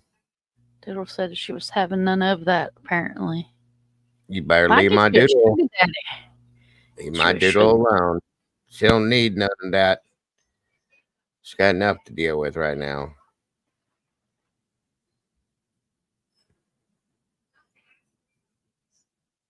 Nuh-uh.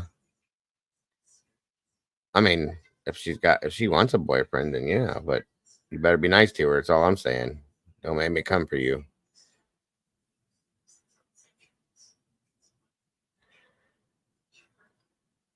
And Preston will handle you too. You better be careful. Chupacabra.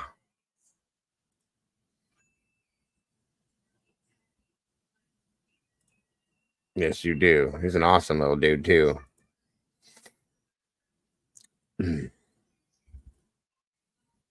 Yeah, Doodle can handle her own. After she ended up with a boyfriend, I ain't never got to worry about that problem. She could put that guy away with nothing.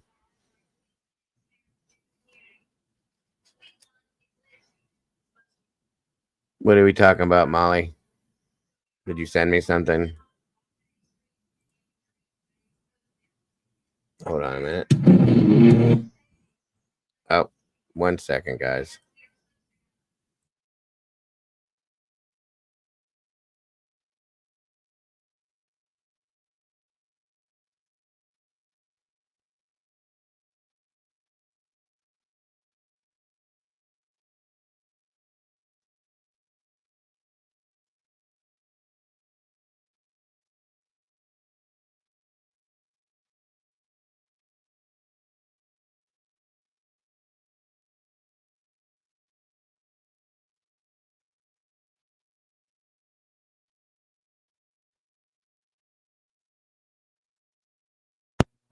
I apologize, guys. That my wiener over here thinks that she's supposed to be heard. I don't know what she wants. She usually does that at night when she's ready to go to bed.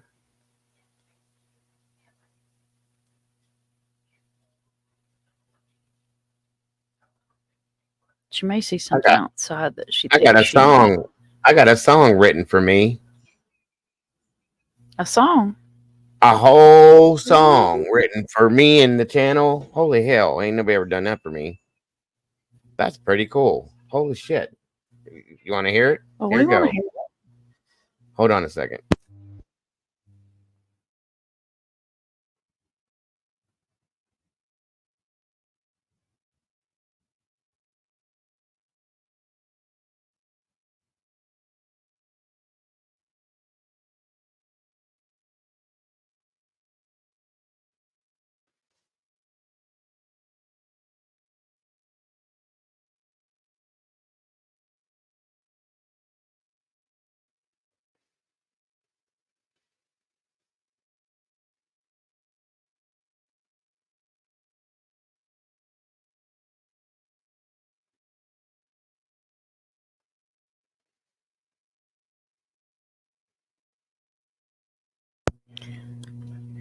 He may have went to get the boy. I don't know where he went.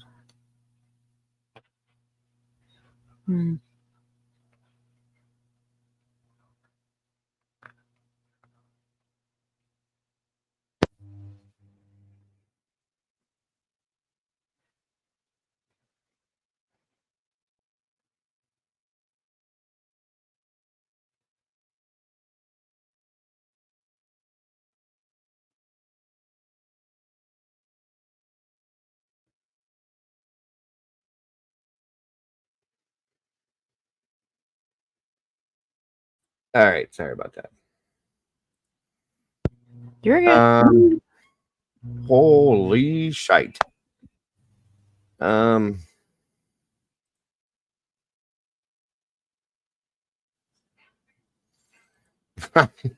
a theme song. I ain't never had nobody write a theme song for me. That's pretty wild. That's freaking awesome. I think so. 1 second here. This is pretty neat. That's pretty wild. I was like, what the hell? My name's actually Dago, of course, but it's pretty wild. Let's see here. The song is called Dago, Voice for the Voiceless. Okay. I already like it. Huh? I already like it. It's got a good name.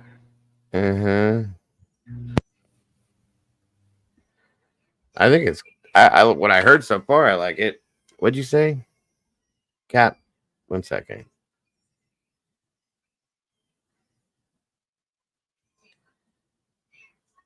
Wait a minute, what? Cap said some chicken and dumplings not on the DoorDash yet. Yeah, no, I couldn't do that anyway. I wish I could get something from DoorDash right about now. It'd be a hell of a lot easier. I ain't eating nothing of any substance in days. DoorDash is too flipping expensive anyway. All right, here we go. Tell me if this, first of all, can you hear it?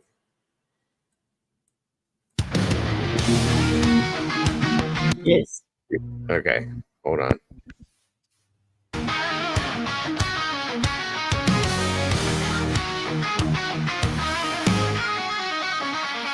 It was on the screen, typing at the speed of light, hunting down the shadows, bringing wrongs to right, digging deep in the data, facts sharp as a knife. With every single story, he's fighting for a life. A voice for the voiceless, he won't stay quiet. Dago's got the fire igniting the fight. True crime revelations shining through the night. With every victim story, he pulls at the strings. A hero in the darkness, hear the truth he brings. The shadows he rises, streaming loud and clear, cracking cases open, hearts filled with fear. His channels are beacon in a world gone wrong. He guides us through the chaos, a soldier so strong. The clicks and the lights, they follow his lead. With every new case, he plants a new seed, sharing their stories, giving hope where it fades. Dago's a warrior through the trials he waves. In a world of silence, he shouts out their names. Dago's got the fire igniting the fight. True crime revelation shining through the night. With every victim story, he pulls at the strings. A hero in the darkness, hear the truth he brings. From the shadows you rise, streaming loud and clear. True crime revelation shining through the night. With every victim story, he pulls at the strings. A hero in the darkness, hear the truth he brings.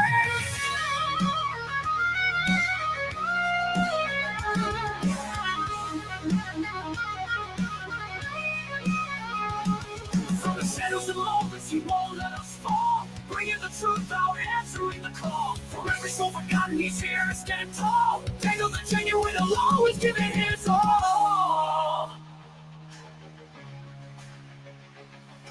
Dago's got the fire igniting the fight. True crime revelation shining through the night. With every victim story, he pulls at the strings. A hero in the darkness, hear the truth he brings. Hear the truth he brings.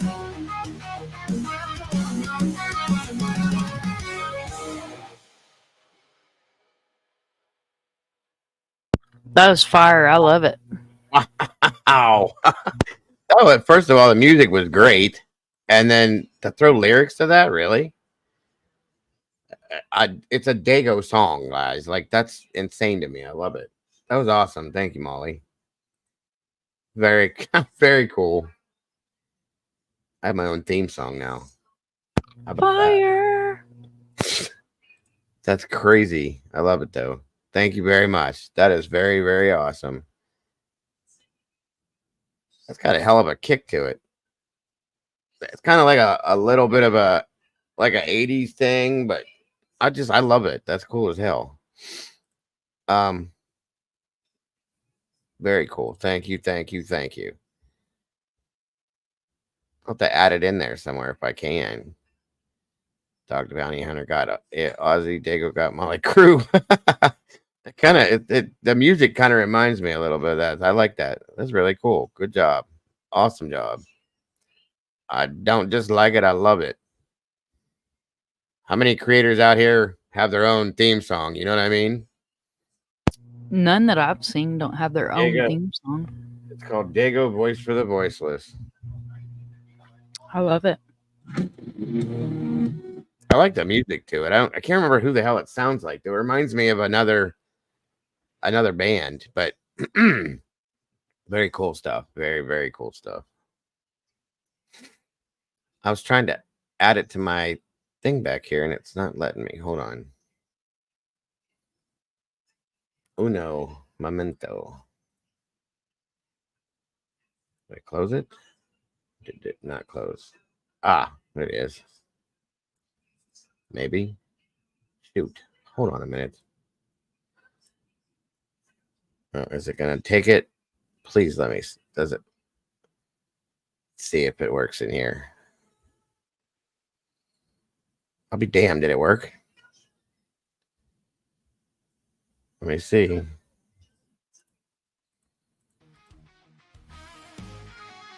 Can you hear that, Mom? Yep, sure can. It went through. It worked. That's awesome.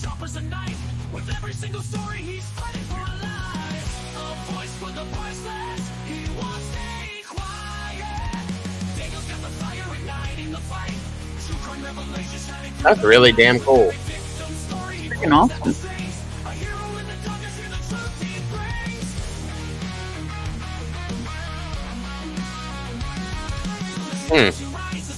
Again, thank you very much, Molly. Sweet. Are you taking off, Miss Gina? Take care. Take care, Miss Gina. Thank you so much for joining us. It's great to have you back, and we appreciate you very much. Hope to see you again soon. I wouldn't go that far. I wouldn't go that far, bro.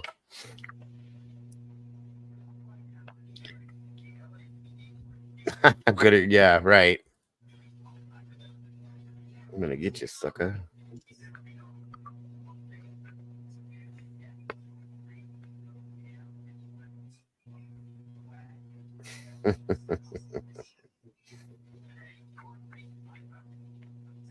It's got a little bit of a kick for a couple different styles of music. I really do. I like the guitaring and stuff in it.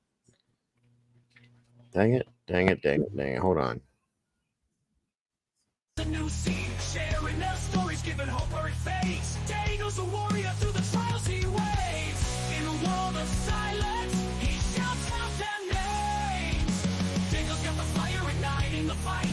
True crime revelation shining through the night. With every victim story, he pulls at the strings. A hero in the darkness, hear the truth he brings.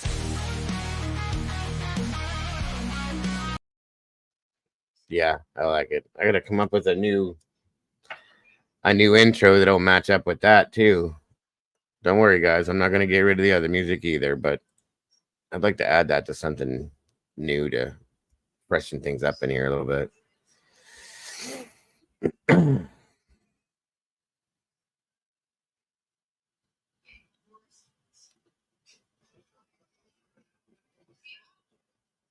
Let me see here. Wrote another one. I like the death metal stuff though. Nita P, hello.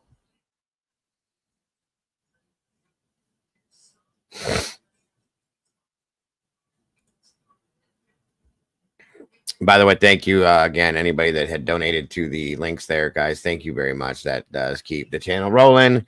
It is very much appreciated.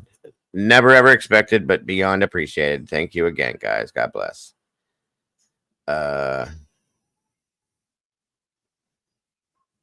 Right, Miss Vicky. I'm gonna work on something to work that in there.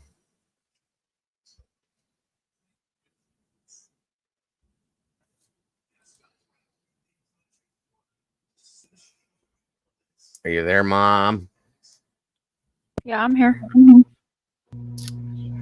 I don't know what to think about this case, you guys. I definitely have my theories and I have my feelings towards. Thanks, Molly.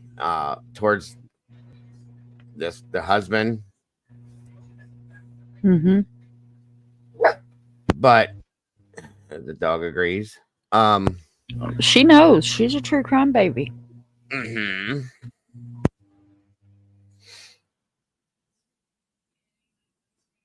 I just don't know which direction to go after that. You know what I mean? I think he needs to be talked to. I'm sure they have, but I think they need to take him in and talk to him. You know what I mean? No, he needs to be investigated. Mm-hmm. He needs to be investigated, like thoroughly investigated. I'm not talking about some crackerjack box bullshit. I'm talking about he needs to be investigated Deeply. Yes, I agree with that wholeheartedly. Very deeply. Something's off with him for sure, you guys. And I really think that he knows something that he's not talking about. Truly.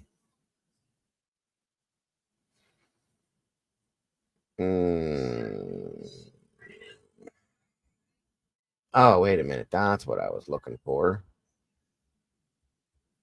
So I appreciate you guys tuning in for this today too.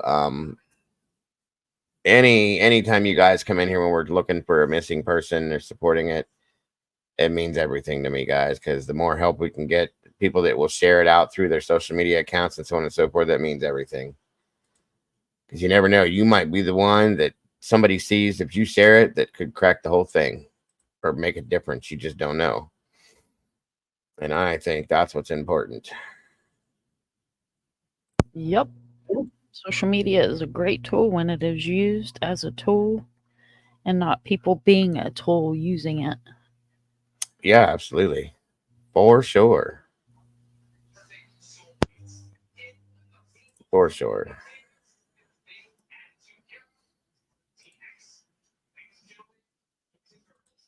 $100%. Have you talked to speaking of Arctic, have you talked to him lately? No, I haven't talked to him. He was in Dawn's live last night. Miss Barbara was on panel talking about Timmy. It was heartbreaking. Like, I was literally it always going to bed, and Chris Gideon sent me a message on Facebook. Okay. And I popped in there and said hello and told Miss Barbara I loved her and stuff. So he was on panel with her, with Miss Barbara. Gotcha.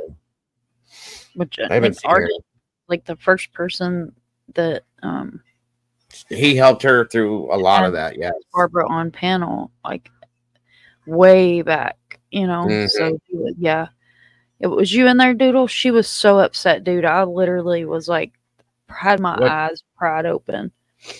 What time was it? Do you It remember? was late last night. I was probably on my own show then. I didn't even know they were. Where was it at? Dawn Southern Gal True Crime. Oh yeah. No, I didn't even know. Yeah, her story. That's why I did that big story with her, because it was just, it's heartbreaking. It really is. It is heartbreaking. And, you know, because I work with Arctic for so many years, you know, I remember when Miss Barbara first came over and just hearing his story, and, you know, I made him missing flyers and then turned around and had to do rest in peace flyers. And yes, it was a hell of a road, man. It's horrible. It She's really been bugs on a me. hell of a road. Like, no mother should have to protest in front of a courthouse. I don't care what the reason is. If it's missing, murdered, you know, wrongful conviction, I don't care. The justice system shouldn't fail the communities like they do in some of these communities. I do agree. I wish to God somebody would do something to give her something, or, you know, anything to help her. You know, I wish something would break in that, because there's definitely not the way that they're putting it out to be. That's fact. And she's pretty much been the investigator on his case, and it's just 100% infuriating, man. It's absolutely freaking infuriating. Yeah, she shouldn't have to be. That's the problem. At all. She should be able to grieve her sons, because for those of y'all that don't know the story, she lost both of her sons. Yes, within like a year. Yeah, and I'm not, you know, anybody that's lost a child, but she lost both of her sons, like within a very short period of time. Yep. That woman has been through so much, and she's still so very strong. I mean, I have nothing but love and the utmost respect for her. I really, really don't. Or do. She's Sorry. freaking amazing, dude. She's absolutely amazing. You know, they wouldn't search for him, and she begged and pleaded and begged and pleaded and begged and pleaded. And then, you know, the weather got bad and it flooded and every damn thing else. And, you know, it's just. And where they found him, the way they found him, that's when I got sideways about that, because he couldn't have been there that whole time. There's no way that nobody saw him. And I have a lot of questions about this whole thing. That really bother me, to be honest with you. The level of corruption, too, just blows your mind. Oh, my God, yeah. Timmy's case, because of Miss Barbara, it just breaks my heart. But there's so many other families. That whole area. Have dealt with that. Yeah, that's what I'm saying. Is like, it's not just one isolated case. It is multiple families. Yeah, that whole area. Well, I covered the other case. Durante. I covered Durante's case too. There's more I'm going to be getting into. Oh yeah. And then we did a big show with I'm sorry, I'm not catching these names right now, guys. It's been so much.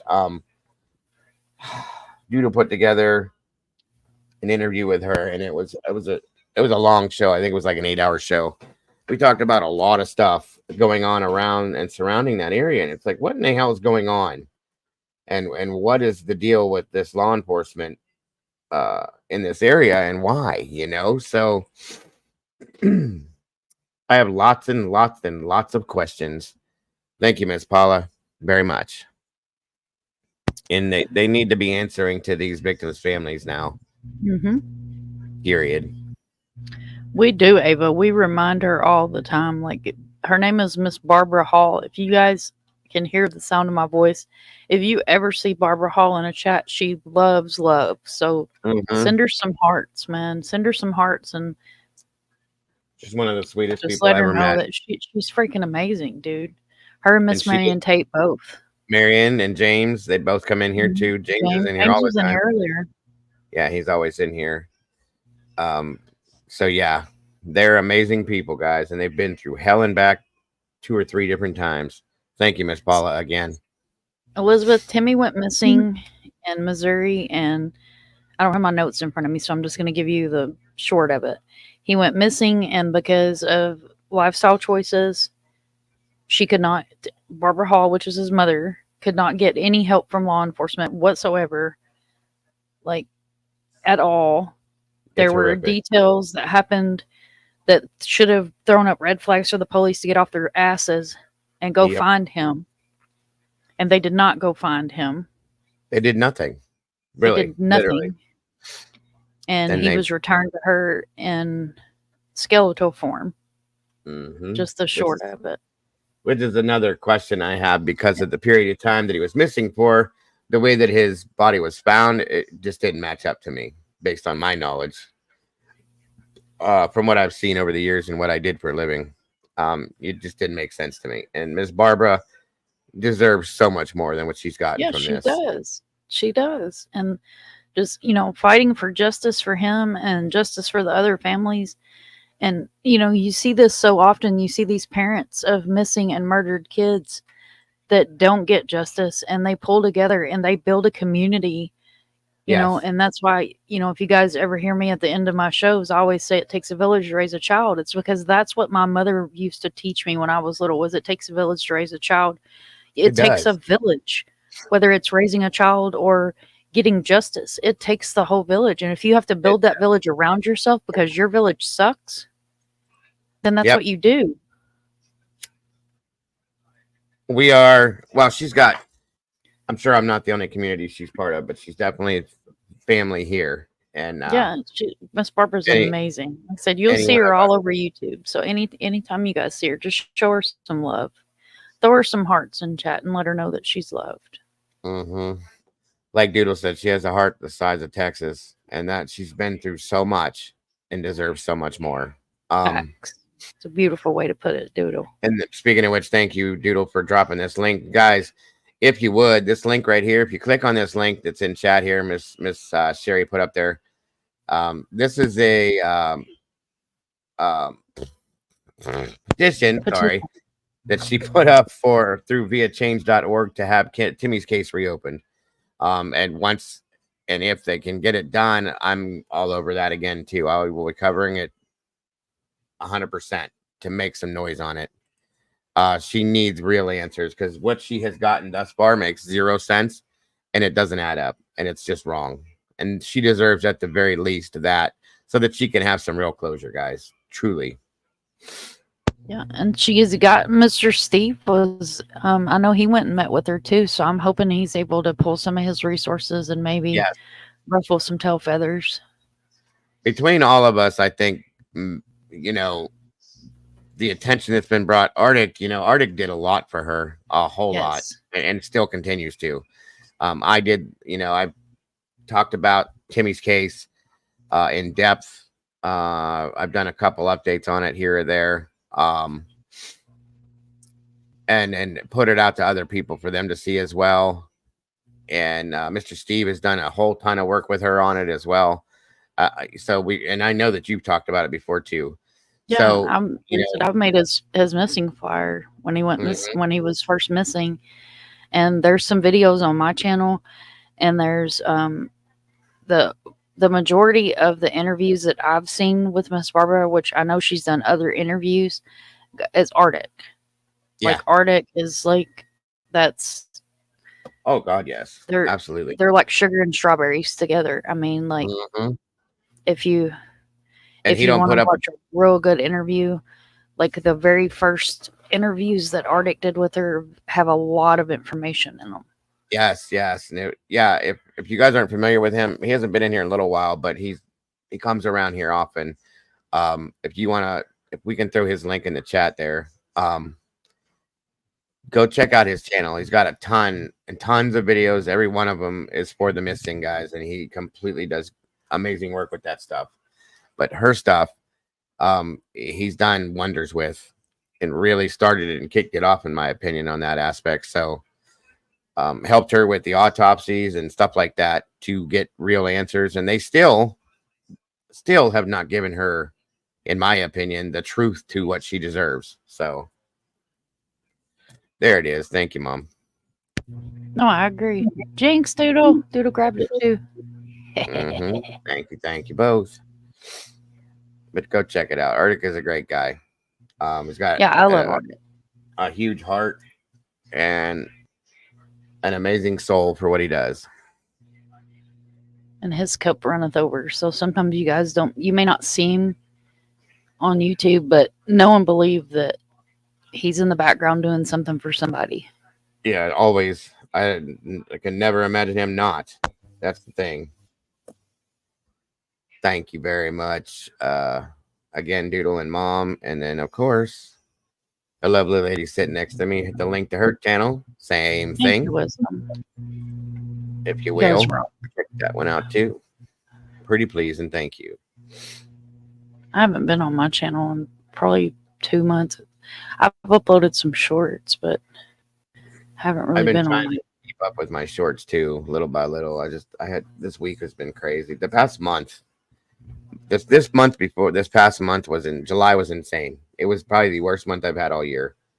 A lot of negativity and bad things going on around me, and it's just like, give me a break already, you know. But yeah, and that's why I had to take a breather. Just like, you know, I'm not even going to go down that negative rabbit hole, but all that negativity and all that bullshit and everything. And then I've got real life stuff going on too. And like, it was just too much. That's what I was talking about. All the real life stuff in my life it was just too much. And it was just too much. I couldn't balance it all. Like I really couldn't. Like I attempted to do so, but failed miserably. Like I couldn't balance it all. And when I went and stayed in Kentucky, it was like I didn't pick up my phone but twice the whole time when we were up there. Like I just had to breathe for a minute.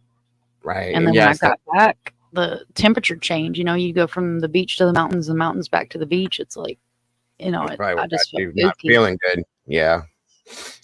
Very true. Doodle says that Wisdom does many missing people videos. Please go show some love for her hard work as well. And so does Doodlebug. If somebody would put Doodle's channel and Doodle, a lot of the creators that are in here, this is what they do. To help to try to find and do something about putting out all these videos for missing people to bring them home, guys. A lot of us are very passionate about doing that. Not to mention the other true crime stuff that we cover. Yeah, but most, like Mom sticks to mostly just missing. Doodle does nothing but the missing. I think that's pretty much what Miss Sherry does as well. Arctic does tons of that, and I'm pretty sure he does it. I think he's done some other things, but mostly that too. So, you know, with enough of us doing it, it's a huge hope that eventually one of these days it will make a difference, you know. Yeah, Barbara's been all over. She's been in a lot of different creators chats, truly. So, yep, she's an amazing person. There's Doodle's link right there. Thank you, Miss Sherry. We jinxed. And SRB did it too. We were dropping links like hotcakes over here. And of course, we have Miss Molly's link to her channel too. There she is. Molly does a look. Is she here? There she is. Yes, ma'am. We were just talking about you for the past 20 minutes. Hello, everyone. I'm sorry I was late. Never have to apologize, and you know that. Was working on a video for Timmy's petition, but it's good to see you all.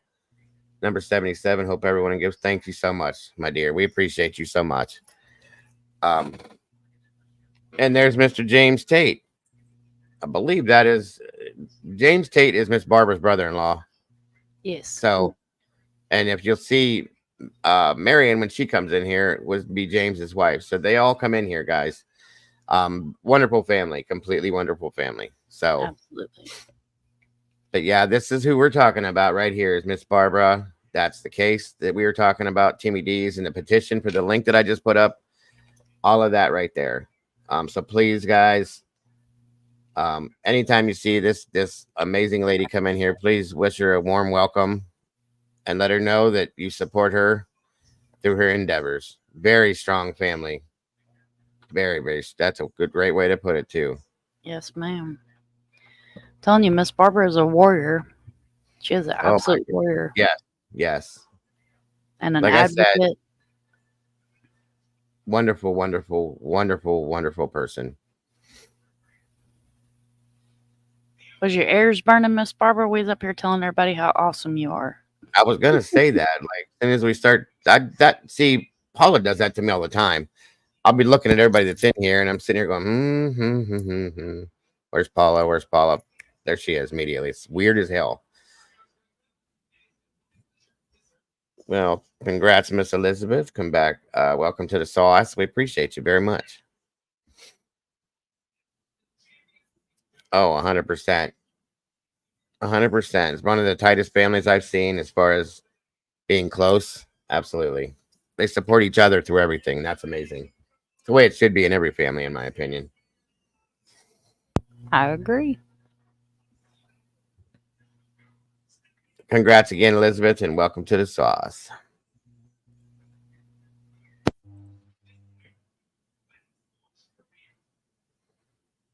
Let me see here. But never, ever, please, Miss Barbara, ever think that you have to apologize for coming in late. Nobody ever does. I don't believe in people being late. They just come in when they choose to. It has nothing to do with being late. There's no time constraint on it. Although I did just notice that we've been here 4 hours, a little over 4, so it's probably about that time to shut it down. But I will be back in here in just a couple hours for the paranormal Friday show. Oh, so you just renewed it then. I understand. No worries, Elizabeth. I thought you were green for a long time, but just making sure. You must be psychics or something, because as soon as I speak about you, poof, there you are.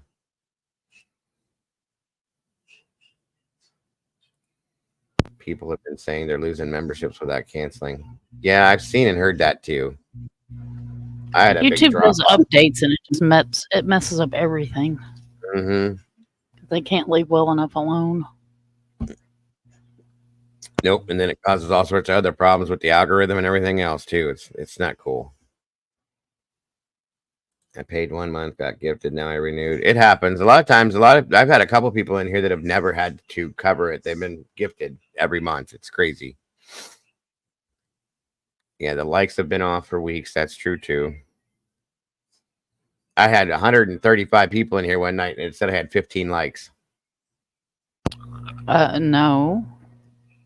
And then one night I think I had 32 or 35 people in here, and I had 100 likes. Were you going live? Left. Were you going live when you had like 100 people in your chat, and it was telling you had like 30,000 in StreamYard? Yes. I was all confused. It's a mess. These things just don't work half the time. YouTube's got a lot of bugs that needs to work out.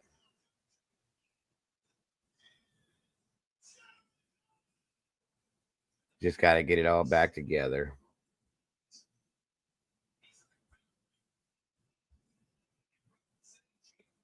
I'll be all right, Becky. Thank you, though. I am going to be having to shut it down here in a minute, but don't worry about that. I'll survive. I've been doing it this long.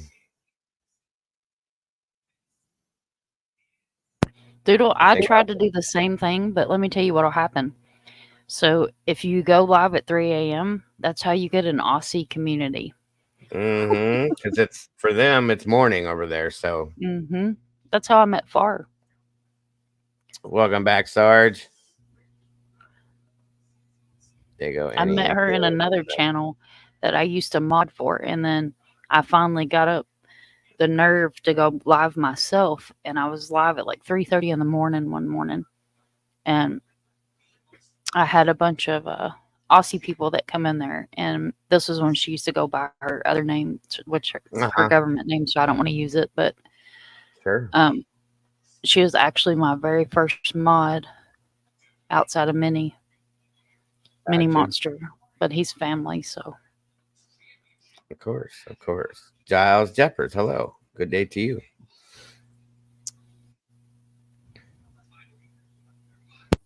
Nope, Doodle. I'm telling you, I'm gonna bring you up here with me and get you comfortable up here. And then I'm gonna come over there and we're gonna do a live on your channel, and I'll do it with you. And you'll be past all that. You need to just start doing your things. You'll be fine.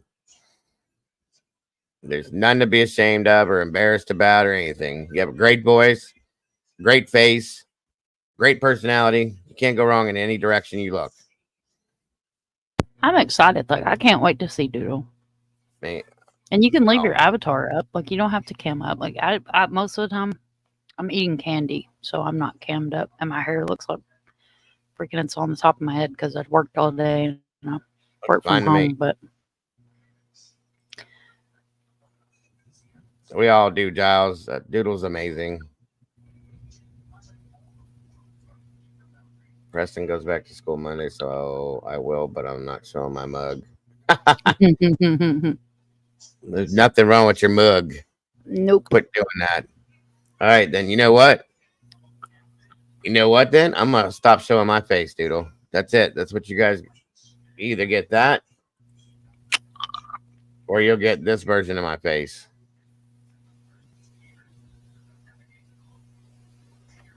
That's what I'm going to do from now on. Jared, no, I have not gotten anything back with Nadia yet. Mr. James, take care, brother. Thank you again for joining us. We appreciate you very much.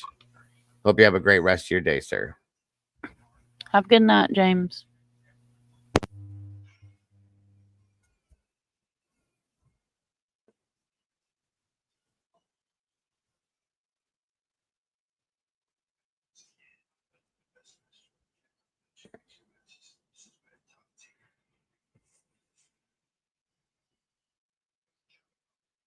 There's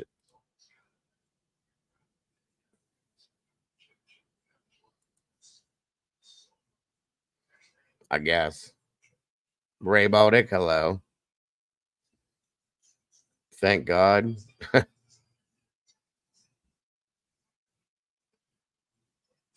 You don't like my clown mask, Andy? A super trucker. I got a better one. Hold on. Could always do this one. How about that one? I love that one.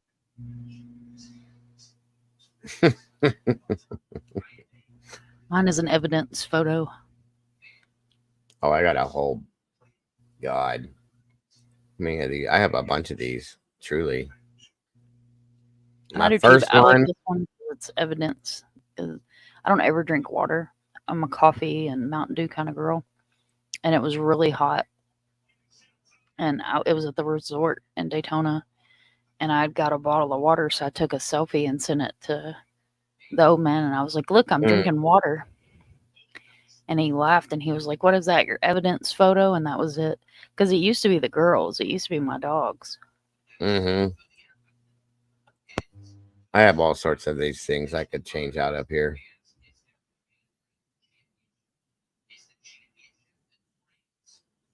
Yes. Wait. The criminal you keep covering, was he not? Not that one. The other one I covered, he was caught last night. About 2 a.m, I believe it was. Josh Zimmerman was not, but the other one was. Ramone Alston was caught. He's back in custody. No more worries. Thank the Lord. One was enough, but to have 2 of them out there was too much. Yes, Elizabeth.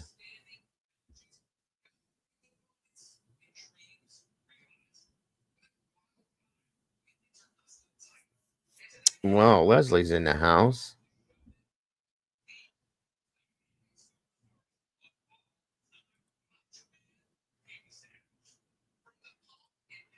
Dumplings are the thing. Yes, they are.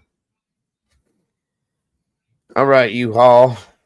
I think I'm gonna have to say this is it for right now and go do a few things, and I will be back here in just a couple hours, if that. 7 now. And we will be. Are you gonna be joining us for the paranormal scenario, Mom? Or are you busy? No, I should be in here. Cool. It's the weekend, so, and I'm feeling a gonna- lot better today, so I'm gonna try my best to stay awake past 9 o'clock. Good. Because I've been passing out and then like waking up, and I'm up for an hour or so, and then I'm back down. This sucks. Like, and I don't even freaking go around people, so I don't know how the hell I got it. I hate feeling like doo-doo. I do. I hate it. Well, we're gonna be looking into the paranormal side of the Antarctic, folks. There's some crazy stuff that goes on up there, and as to why they don't like people being up there, and there's some other things that go along with it, and maybe some other stuff paranormal wise we'll look at as well, depending on what. There's a lot of it they won't even let you look at it on YouTube. A lot of it's blocked in some senses. So we'll be looking into the secrets of the paranormal in Antarctica. So that's what I said, Molly. U-Haul. So that's what tonight's about, and like I said, maybe some other things that go along, but if you're interested, please jump in with us. I appreciate it very much. It should be a decent show. Miss Andy should be joining me, hopefully. And if not, then it'll just be me and this ugly mug again. That'll be about it. Antarctic is interesting. The Antarctic there's some weird things that have gone on up there. They don't allow people to be there. They don't allow you to just show up on vacation that way. You can't just like, I'm going to visit going up to Antarctica, and they're like, no, you're not. It don't work that way. So I forgot to tell you, I ran across the owners of the Conjuring house the other night in a YouTube channel. Oh yeah. Very cool. Very cool. I screenshotted their username. I need to try to see if I can't find them on some kind of social media. That would be cool. Very cool. I'd love to have the conversation with them, actually. Me too. Don't make up stories, Doodle, because I'll tell Preston. Let me talk to Preston. I bet he goes to sleep if I ask him to. Then you have no choice but to come up here. And you know I'm right. What is wrong with you, Doodlebug? She said her voice sounds like cornbread. I like cornbread. What does that even mean? He's in the pool. Well, tell him I want to talk to him. I bet you he comes running. Bet you he comes running. You tell him Dago wants to talk to you. And I'll bet he goes to bed. And then you have no choice but to be up here. Don't make no promises. She said country. We all sound country in some ways. I love cornbread too. So we all love your voice. What's your next excuse? Come on now.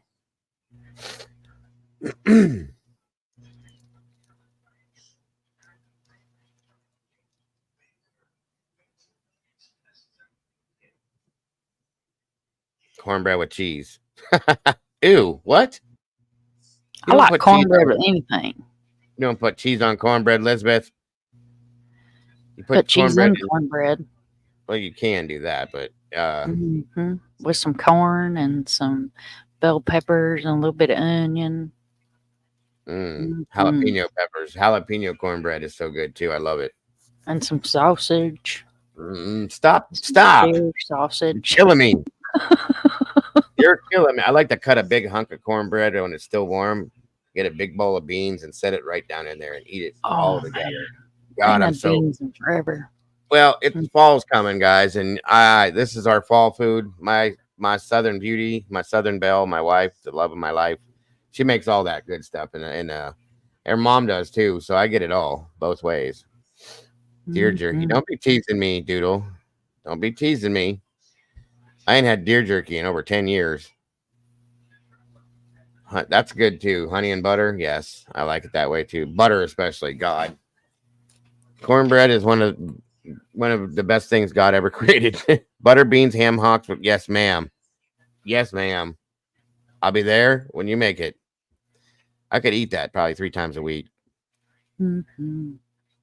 Well, I made another sausage and pepperoni pizza. It was bad. Fresh mozz or bust. Yes. It's the best way to do it, Walt. You ain't lying, bro.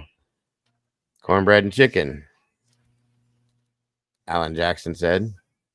Where I come from. Of course, fried taters too. That goes in it. My mother-in-law's so southern. When I first got with my wife, you guys will get a kick out of this. She made spaghetti.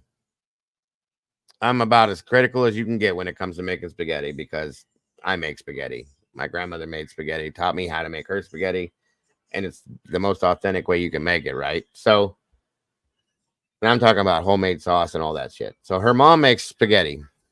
We go over there. We're having dinner. I almost stroked out, literally.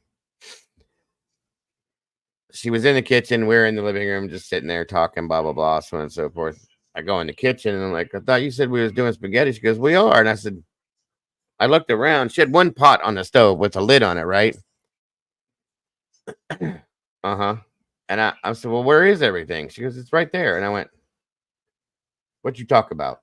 What do you mean right there? She said, take the lid off. Oh, my God. I lifted the lid up on this pot. It was a big pot. It was full of spaghetti noodles with the sauce mixed in.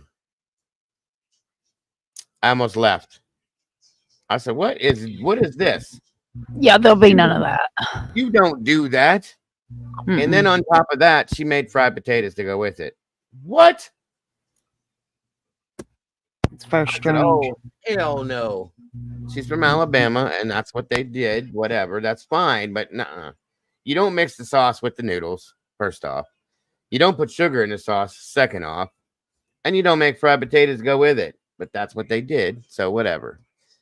I ate a little bit. I don't like her sauce because she puts like green pepper and she puts green pepper and everything. But bell pepper, I'm just not a fan of that. I do it a different way. It's all right, Miss Vicky. I appreciate you being here while you were. Thank you very much.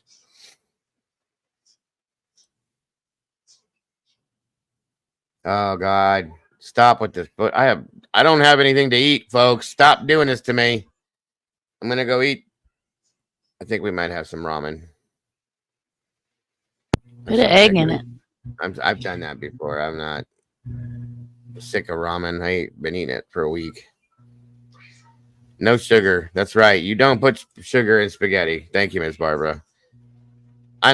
She said, and I get why she did it. She said because it takes the acidity out. There's another way to do it, not by putting sugar in it. It's not supposed to be sweet. I can't stand sweet sauce. The tomatoes, we don't have any green ones. We already handled that, Doodle. Otherwise, I would.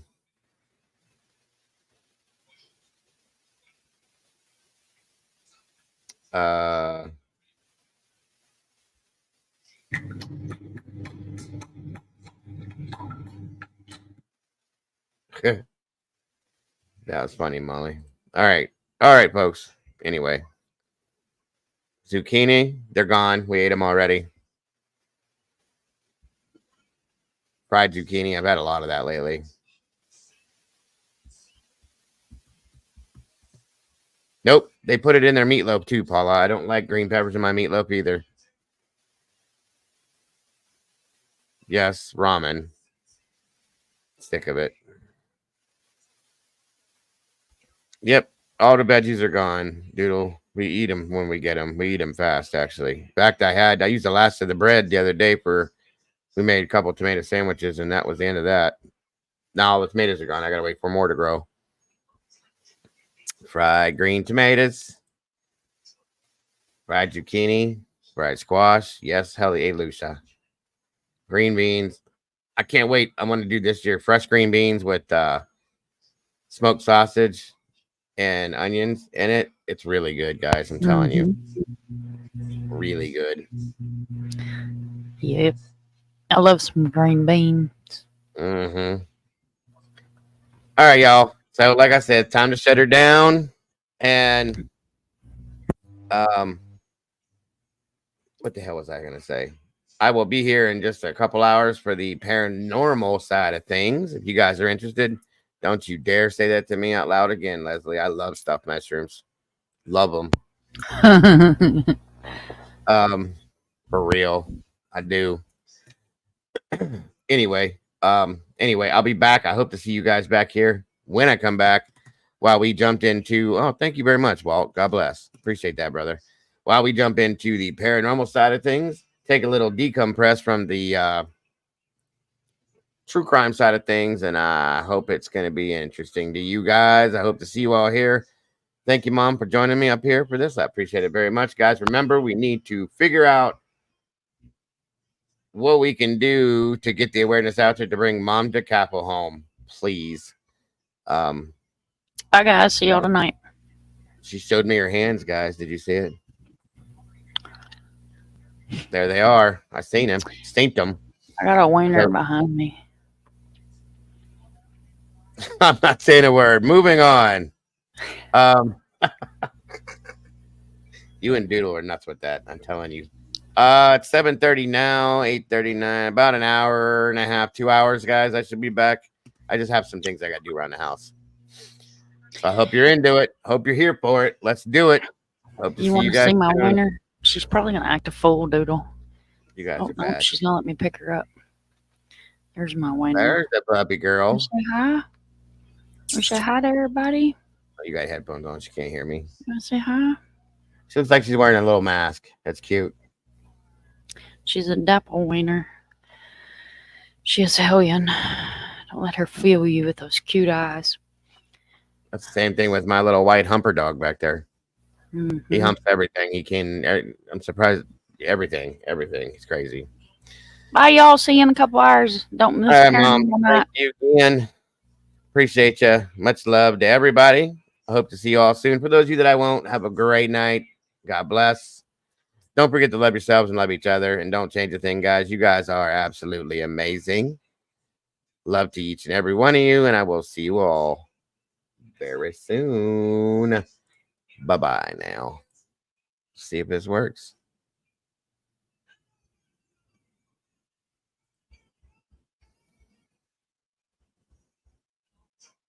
From the shadows you rise, streaming loud and clear. True crime revelation shining through the night. With every victim story, he pulls out the strings. A hero in the darkness, hear the truth he brings.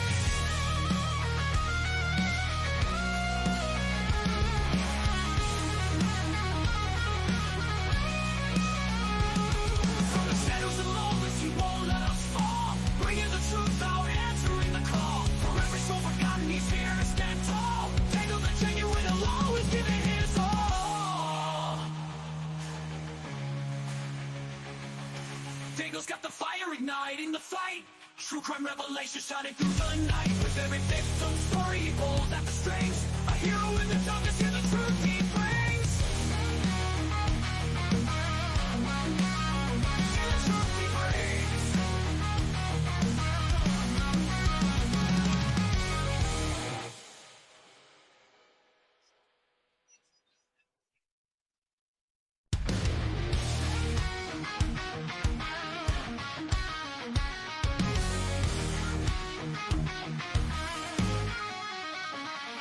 Fingers on the screen, typing at the speed of light. Hunting down the shadows, bringing wrongs to right. Digging deep in the data, facts sharp as a knife. With every single story, he's fighting for a life. A voice for the voiceless, he won't stay quiet. Diego's got the fire igniting the fight. True crime revelation shining through the night. With every victim story, he pulls at the strings. A hero in the darkness, hear the truth he brings. From the shadows you rise, the streaming loud and clear. Cracking cases, open hearts filled with fear. These channels are beacon in a world gone wrong. He guides us through the chaos, a soldier so strong. The clicks and the lights, they follow his lead. With every new case, he plants a new seed. Sharing their stories, giving hope where it fades. Diego's the warrior through the trials he waits. In a world of silence, he shouts out their names. Diego's got the fire igniting the fight. True crime revelation shining through the night. With every victim story, he pulls at the strings. A hero in the darkness, hear the truth he brings. From the shadows you rise, streaming loud and clear. True